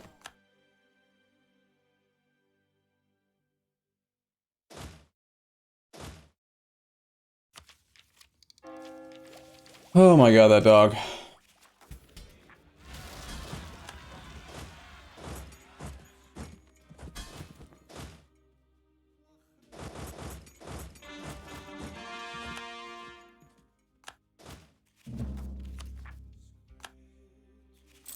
The pain is over.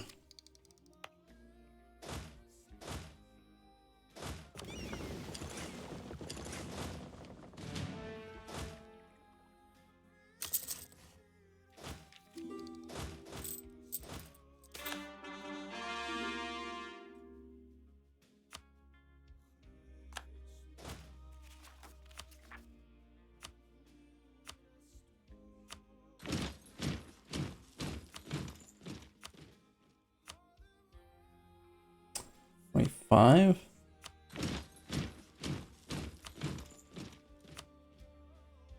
They're out of points.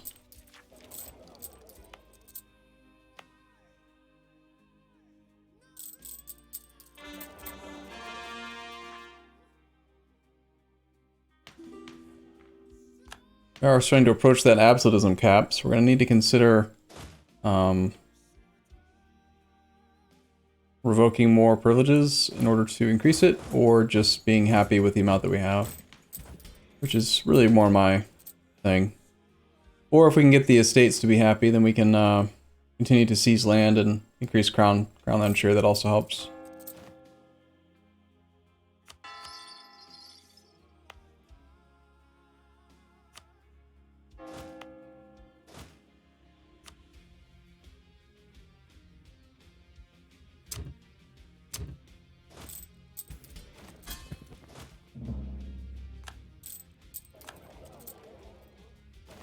We'll see. Let's see how our income goes after all the overextension's gone.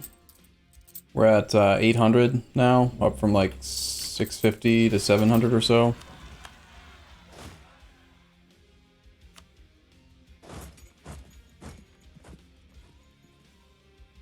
Probably reevaluate where the ships are.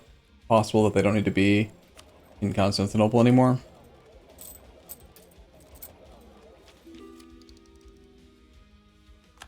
We can get a lot more trade company investments that we can do as well.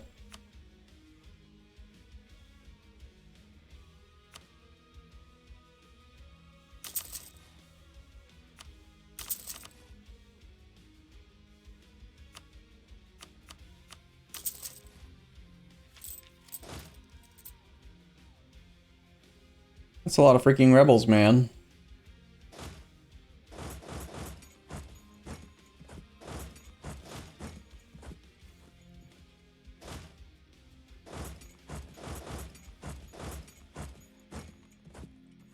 Can't even keep track of like whether we've put them all down or not. I keep on hearing that sound, but I know that there are rebels, but then I don't see them anywhere. We don't have any subjects. We can't be subject rebellion. Probably reestablish some subjects. That is a thing as well.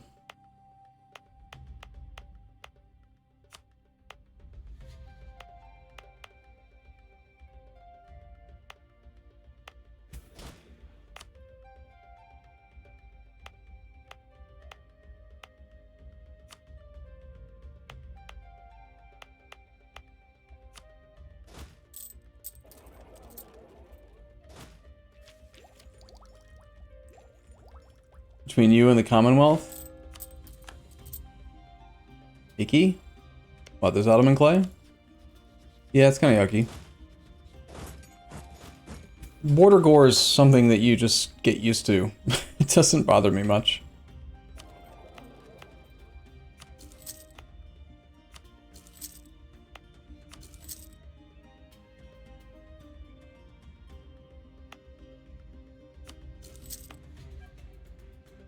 I'm gonna upgrade that one. Not enough development. I'll check for marketplaces though. Gabu needs one.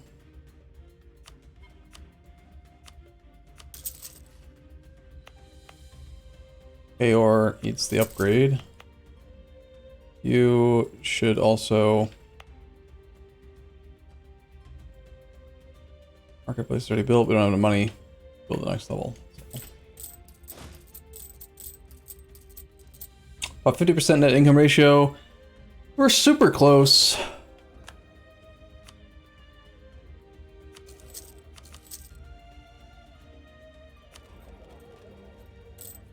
Oh, it's so like, it's not hard to go from 800 to 1,000. It's just a matter of, you know, a little bit more. Just a little bit more.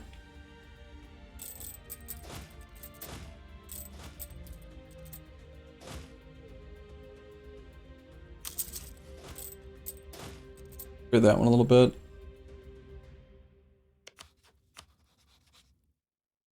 I wonder if trade dispute would be enough. If we get war ups from Spain and Commonwealth, that might be enough. How much money do they make? 10% would be 30, and Spain has... Spain? Whoa, Spain's weak. Why are forces on Corsica? Corsica? Here? For zone of control?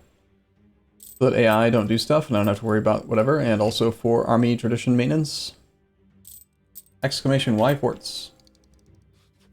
Yeah, the thing is, once you've done a 3 mountains run, you realize that literally every campaign is a world conquest. Like, literally every campaign. Doesn't matter who you're playing as, you can do it with anyone. It's just a question of whether you want to or not. I'm thinking that the next war should be...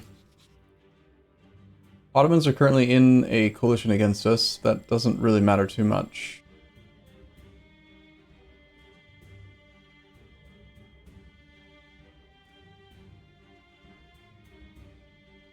Attacking Spain isolates the Commonwealth from the coalition. We don't necessarily need to take land from Spain because we don't have any claims on the land and whatever, but pretty reasonable. But and then while we're doing that, we could attack France.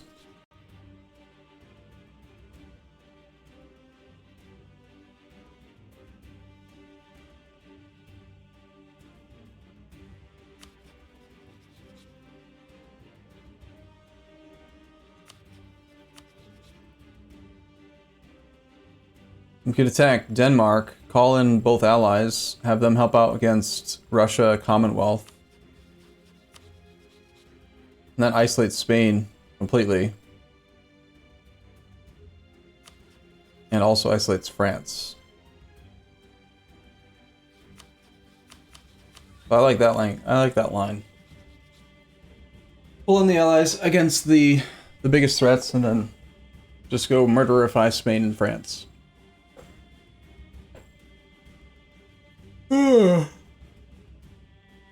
This is the point where you stop playing a campaign because it's too easy and world conquest is too much effort. That's exactly what happens in 99% of campaigns for me. Like, yep. World conquest is only fun the first time.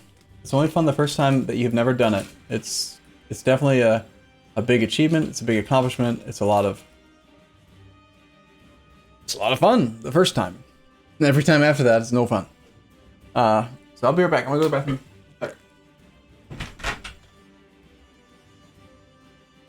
Good cat.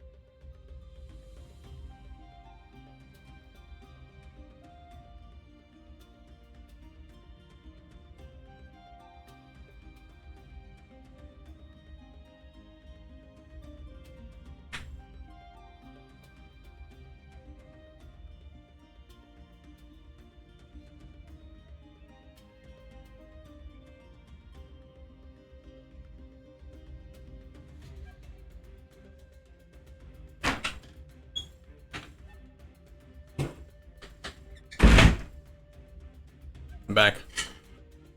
Monument.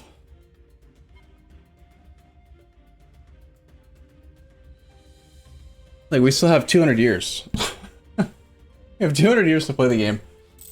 Just... You know what we can accomplish in 200 freaking years? Like, holy crap. That's so much time. Alright, how close are we? 800 income. I'm gonna drink a New Holland Spirits rum punch, by the way. So, I need it. I need it to get through this.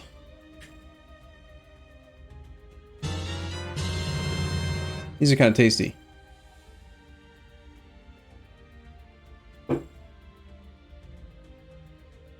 Take over the world, Brian?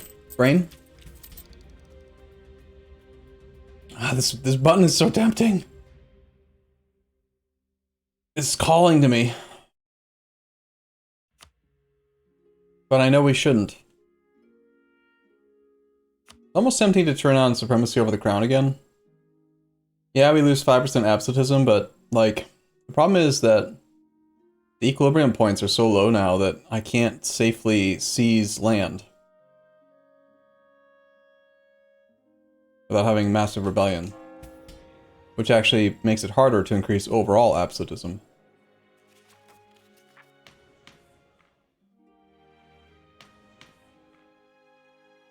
Aminar, worst shit there is. Really? It's the worst? You're sure? Well, none of my armies are in position. Guess we should fix that.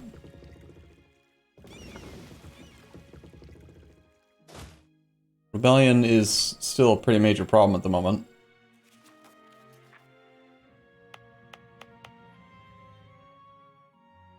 Bum, bum, bum.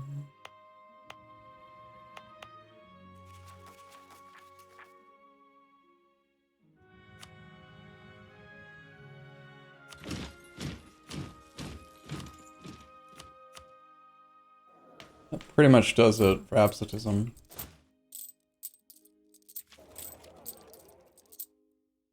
Ugh. Do I want to do this war? I don't know if I want to do this war.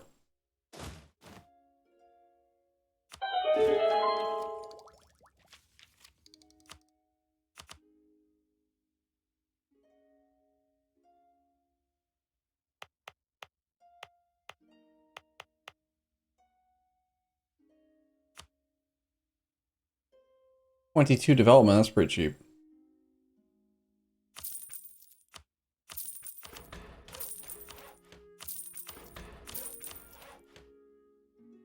$22 monarch points, whatever. You know what I meant. I meant the words.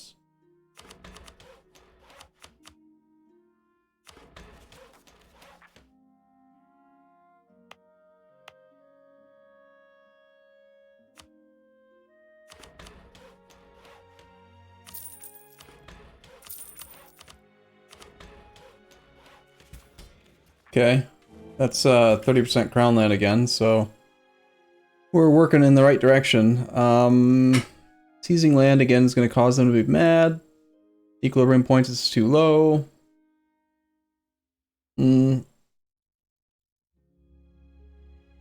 Oh, Don, thank you for your resub. Ave Kaiserumba.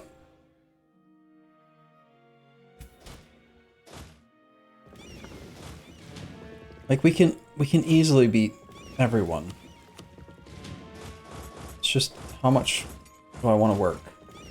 Just gotta decide. Let's bring this stack up as well. Print some more stacks. We need more force limit. Now's a good time to consider building more regimental camps if we've got building slots in places that don't need them. Some places have a lot of building slots. You can afford to add them.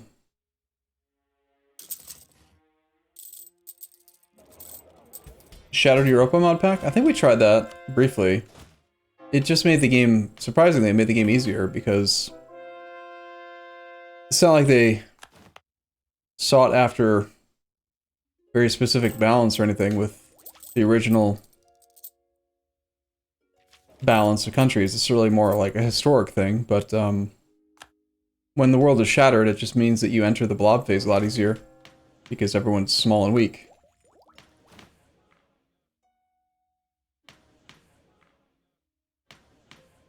Absolutism caps up to 65. We are still behind on Miltech and still not done with our ID group. The ID group would be nice to have, but getting Absolutism maxed out is definitely more important. You gotta take advantage of this 20% or this harsher treatment discount while you can. It's even stronger when you're a non-fancy nation and you have the minus 33% mission as well. I decline.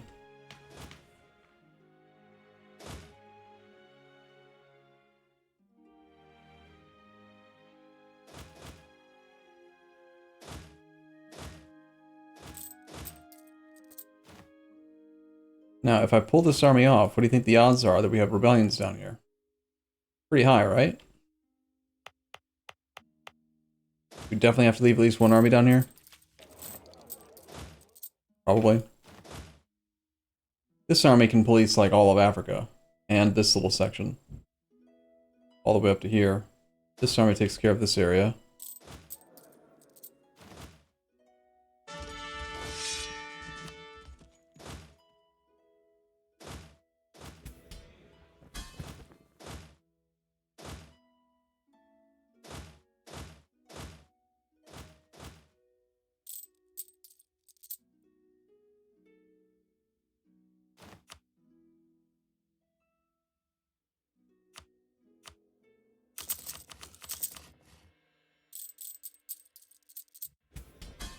Not going for Parliament? No, Parliament's quite bad now.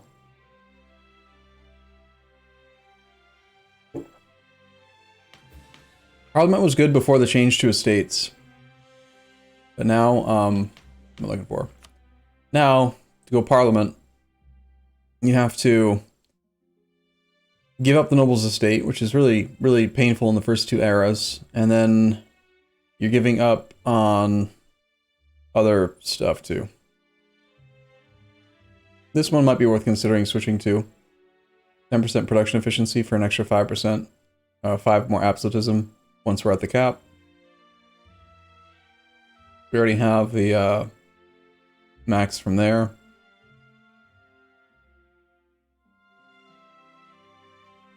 Wouldn't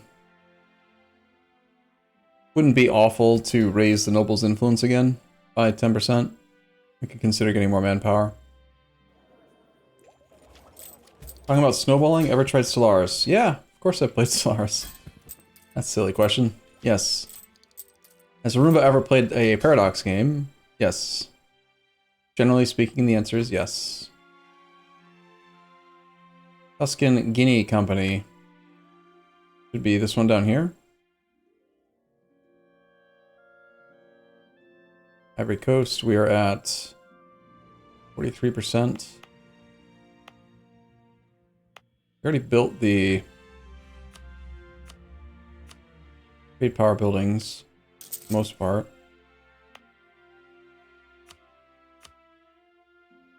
Build more.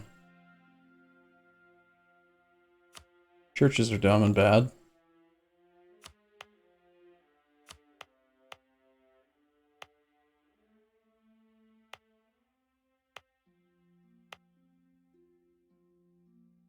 A little tricky to get all the way up there, though.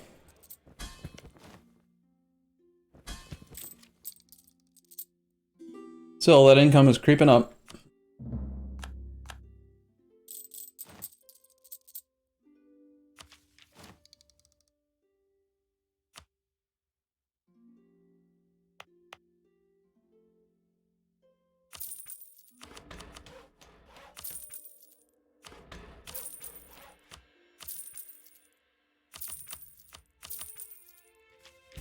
There, all the monarch points are gone.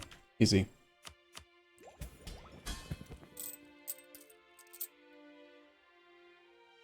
That's a lot of questions in a few minutes. Am I looking forward to... Okay, sorry. Am I looking forward to Victoria 3? I mean, I'm always interested in new Paradox titles when they come out, so yeah. I'm looking forward to it as in there's a new Paradox title to try. Nothing specific about Victoria 3 is calling my attention. I just hope that it's better than the previous and that they are taking the time to develop it well and that it's not another Imperator release, that it's not another, you know, shameless DLC spam release. We'll see. Favorite mod? I still think Common Universalis is one of the best overall mods, but Aminar is probably up there. It actually is probably the best mod that I've played for EU4. Aside from, of course, UI a la Artemis. Am I excited for Minecraft? No. No. Do I think that the Balkans and Ottomans will be the target for the next update after the Baltic? I don't think that the Ottomans need an update, do you? I think the Ottomans are just fine.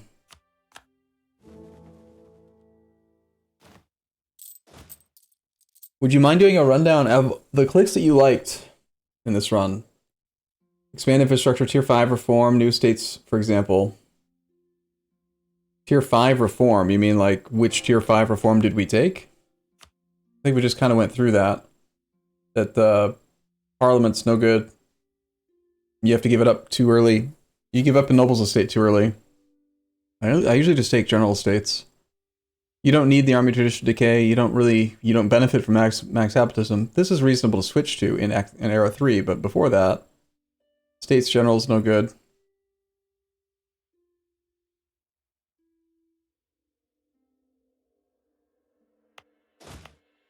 We did click, I think in a few places, we did do expand infrastructure. It's definitely better than it used to be. There's at least one, and this is probably the most important argument against it. The biggest problem with it is that it clears it when you change tag, which is complete bullshit. Like, you spend tons of monarch points and potentially hundreds, if not thousands of gold to build extra manufactories using the extra manufactory slots. And if you change tag, then they just disappear. The buildings are instantly wiped. You lose all the monarch points. The expanded infrastructure is gone. So, seems like a bug to me, but it's the biggest reason against using it. If that weren't a thing, it's pretty good. Sometimes. In very, very unique circumstances. I like it, especially for like stacking great project upgrade cost discount.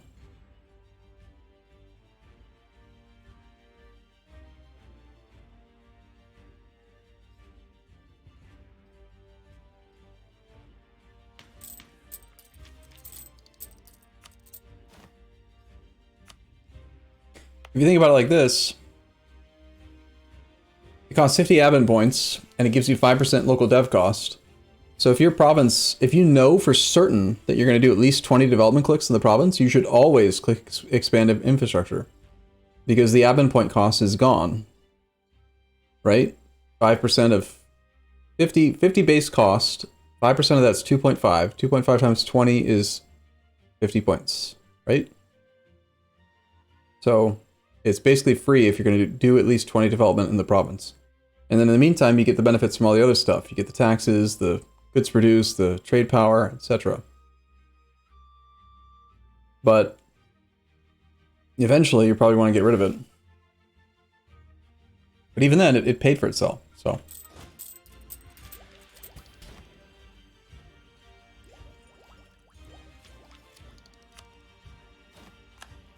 Inspiring leader. Wow.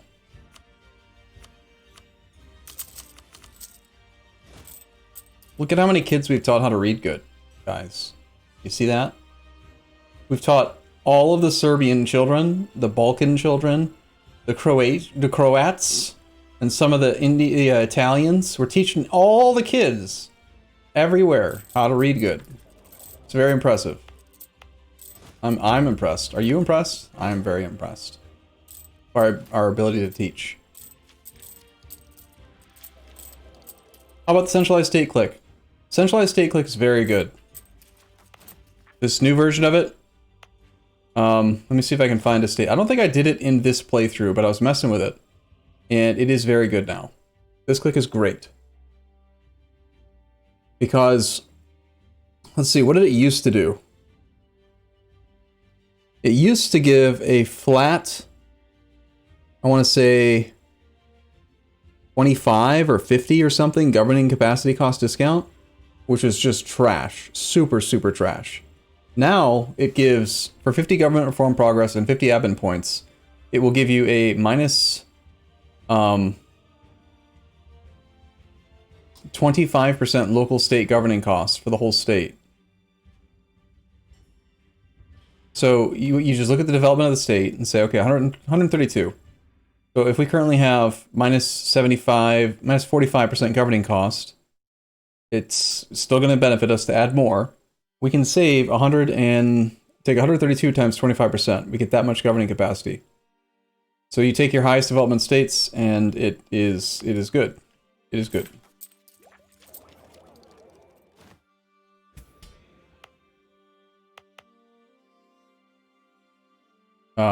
Yeah, I think in this playthrough, we haven't actually needed to use it, but I can tell you from some solo play that I did that it is good. The local prosperity growth of 0.1 per month is confusing. Do they mean like 10% chance? I would assume that's what they mean. But we are almost right up against the governing capacity penalty again. And we've only begun to blob. Like, our former capital state has 171 development and 101 total governing cost. If we were to build the centralized state thing here, it would again be very good. Once you've gone through all your government reforms, that's basically what this is for.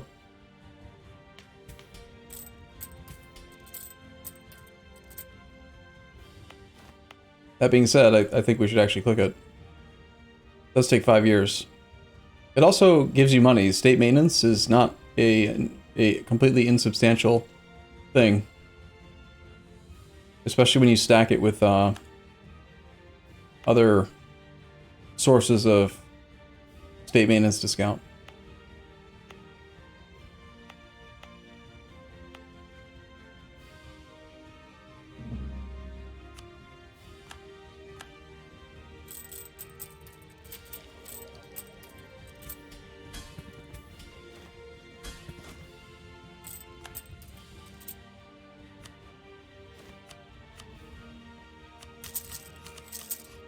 Learn how to read, kids.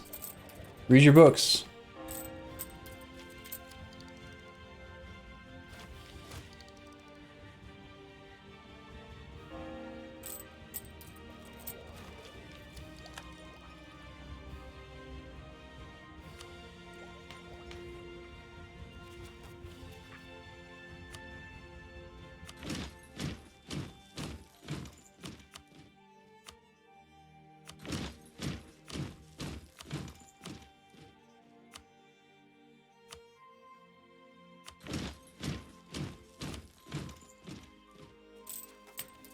'61 Absolutism.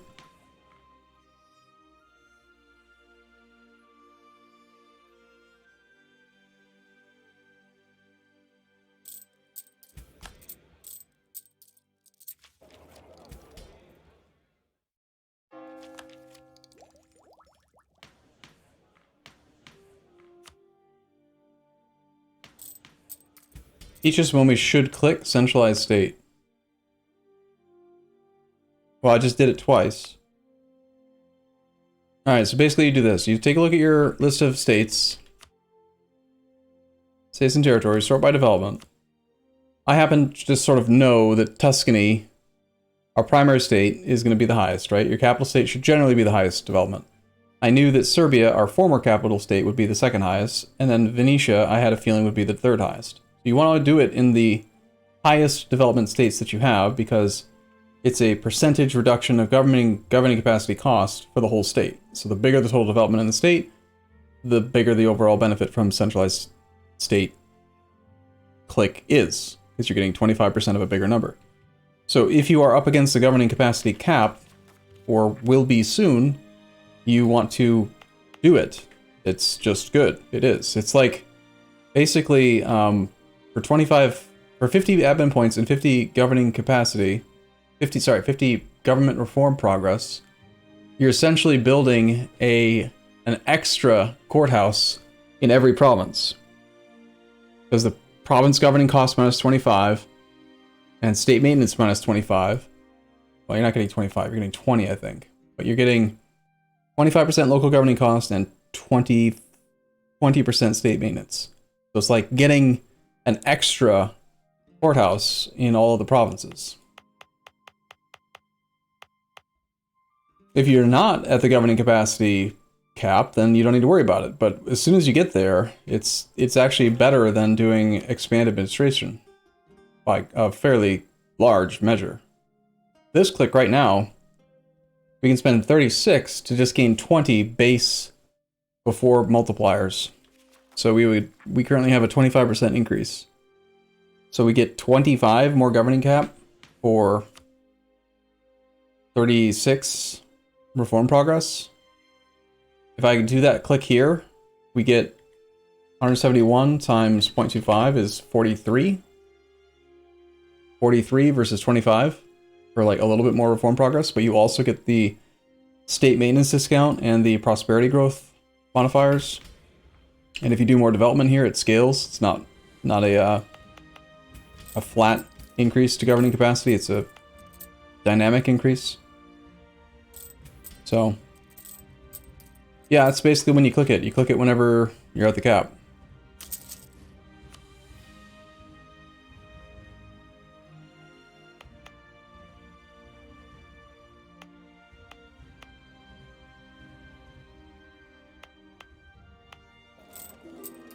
Should you click it a second time in the same state?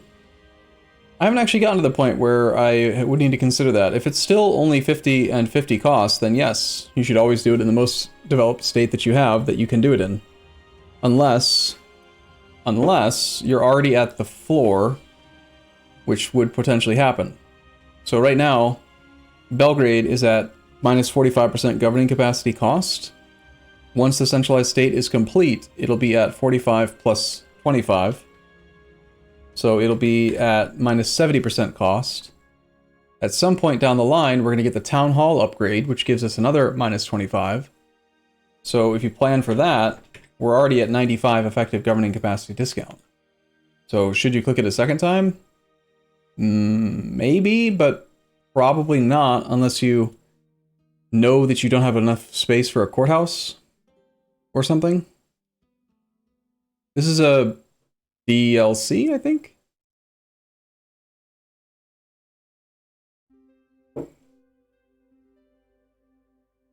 Yeah, Court of the Villain. I think that I would, rather than clicking it 4 times though, I think you'd be better off doing it at most twice. And then having a tier 2 government building to handle the extra minus 50.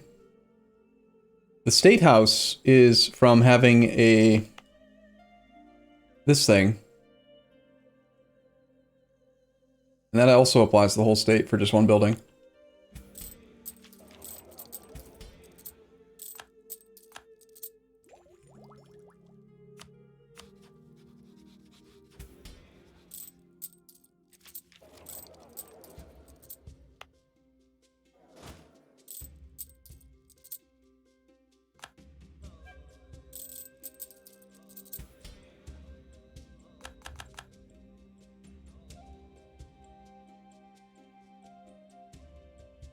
I could click this button right now. I could do it. I could do it. I shouldn't, technically, but I want to.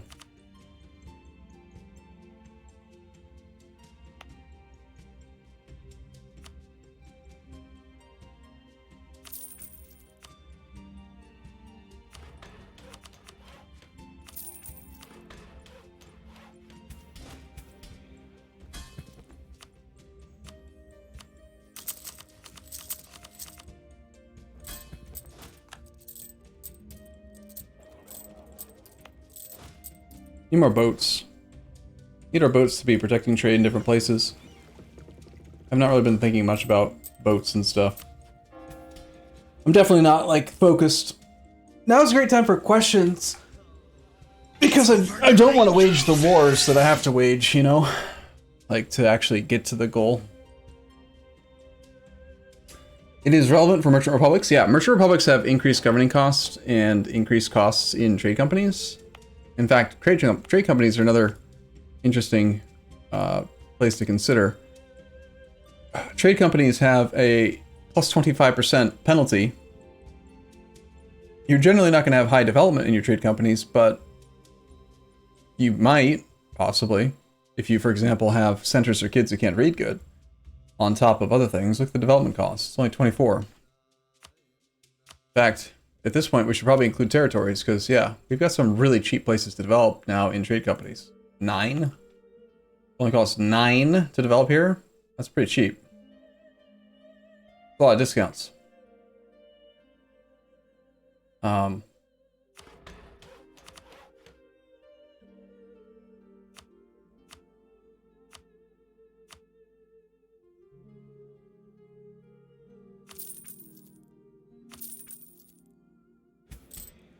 Are trade cities still bad? So you're talking about playing as a plutocracy, meaning Venice or Novgorod or Genoa or Lubeck. Those are the four plutocracy type governments. Although technically Novgorod is a Vichy republic and Venice is a special type of republic as well. They are all technically a type of plutocracy, republican government. They're the type that increase goods produced based on the percentage of the trade node that they control for everyone except for themselves. And they have the ability to create a trading city.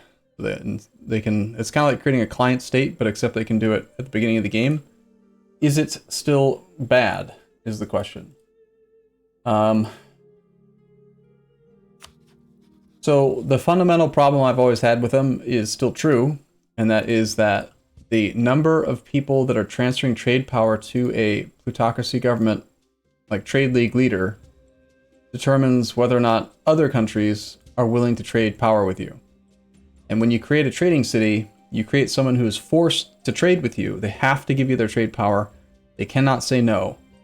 But that person still counts as a person that's transferring power to you. So then when you're trying to bring other people in peacefully, they will say, no, you're already getting trade power from too many different people.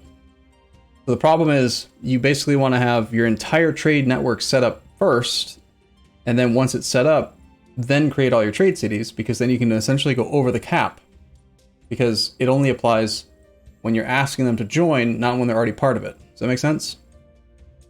So, is it still bad? Yes. Trade cities are still bad. That's the primary reason that I have against it. The other reason is that, yeah, it's independent. They're not a real subject. Things can change. Weird stuff can happen, like a province can rebel and go to the trade city, and now it has 2 provinces, and now it can't be a trade city, so now it's just an independent nation. Or another AI will sell them a province because they've got the personality that makes them, what's it called? They're an embezzler, so they try to sell a province to somebody. Or someone uses return core in a different war, and they like make your trade city somehow gain land. I don't know. Trade cities shouldn't have any other cores, but just weird shit happens, and then they break free. It's like having, they're not even the same as a tributary. A tributary is at least technically your subject, but a trade city is fully independent.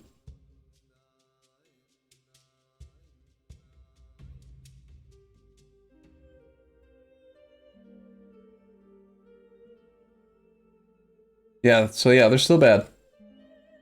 Wouldn't use them. That being said, there is a button that most people probably forget about when you're playing as a Merchant Republic, and it's on the same topic as trade cities. It's right here.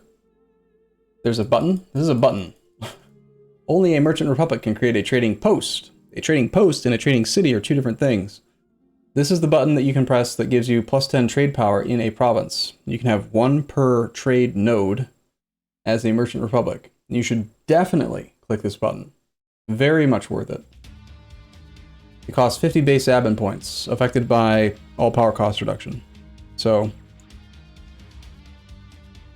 if you want to see an example, I don't know if there are any trade companies, trade cities left in the game. think everyone's dead. I think we killed them all, but...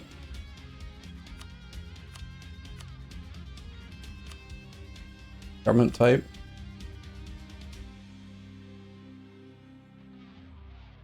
Yeah, I think that we killed all of the plutocracies. So I can't show you in the save. But trade posts are good. Alright. I don't think we're going to get to 1,000 income today. I need to do another war, and I just don't want to. It's been about 4 hours. I think I'm going to call it here for the day. And tomorrow, we will wrap this part up, and we'll do our sponsored portion, and then go from there. So, enjoy the rest of your Saturday.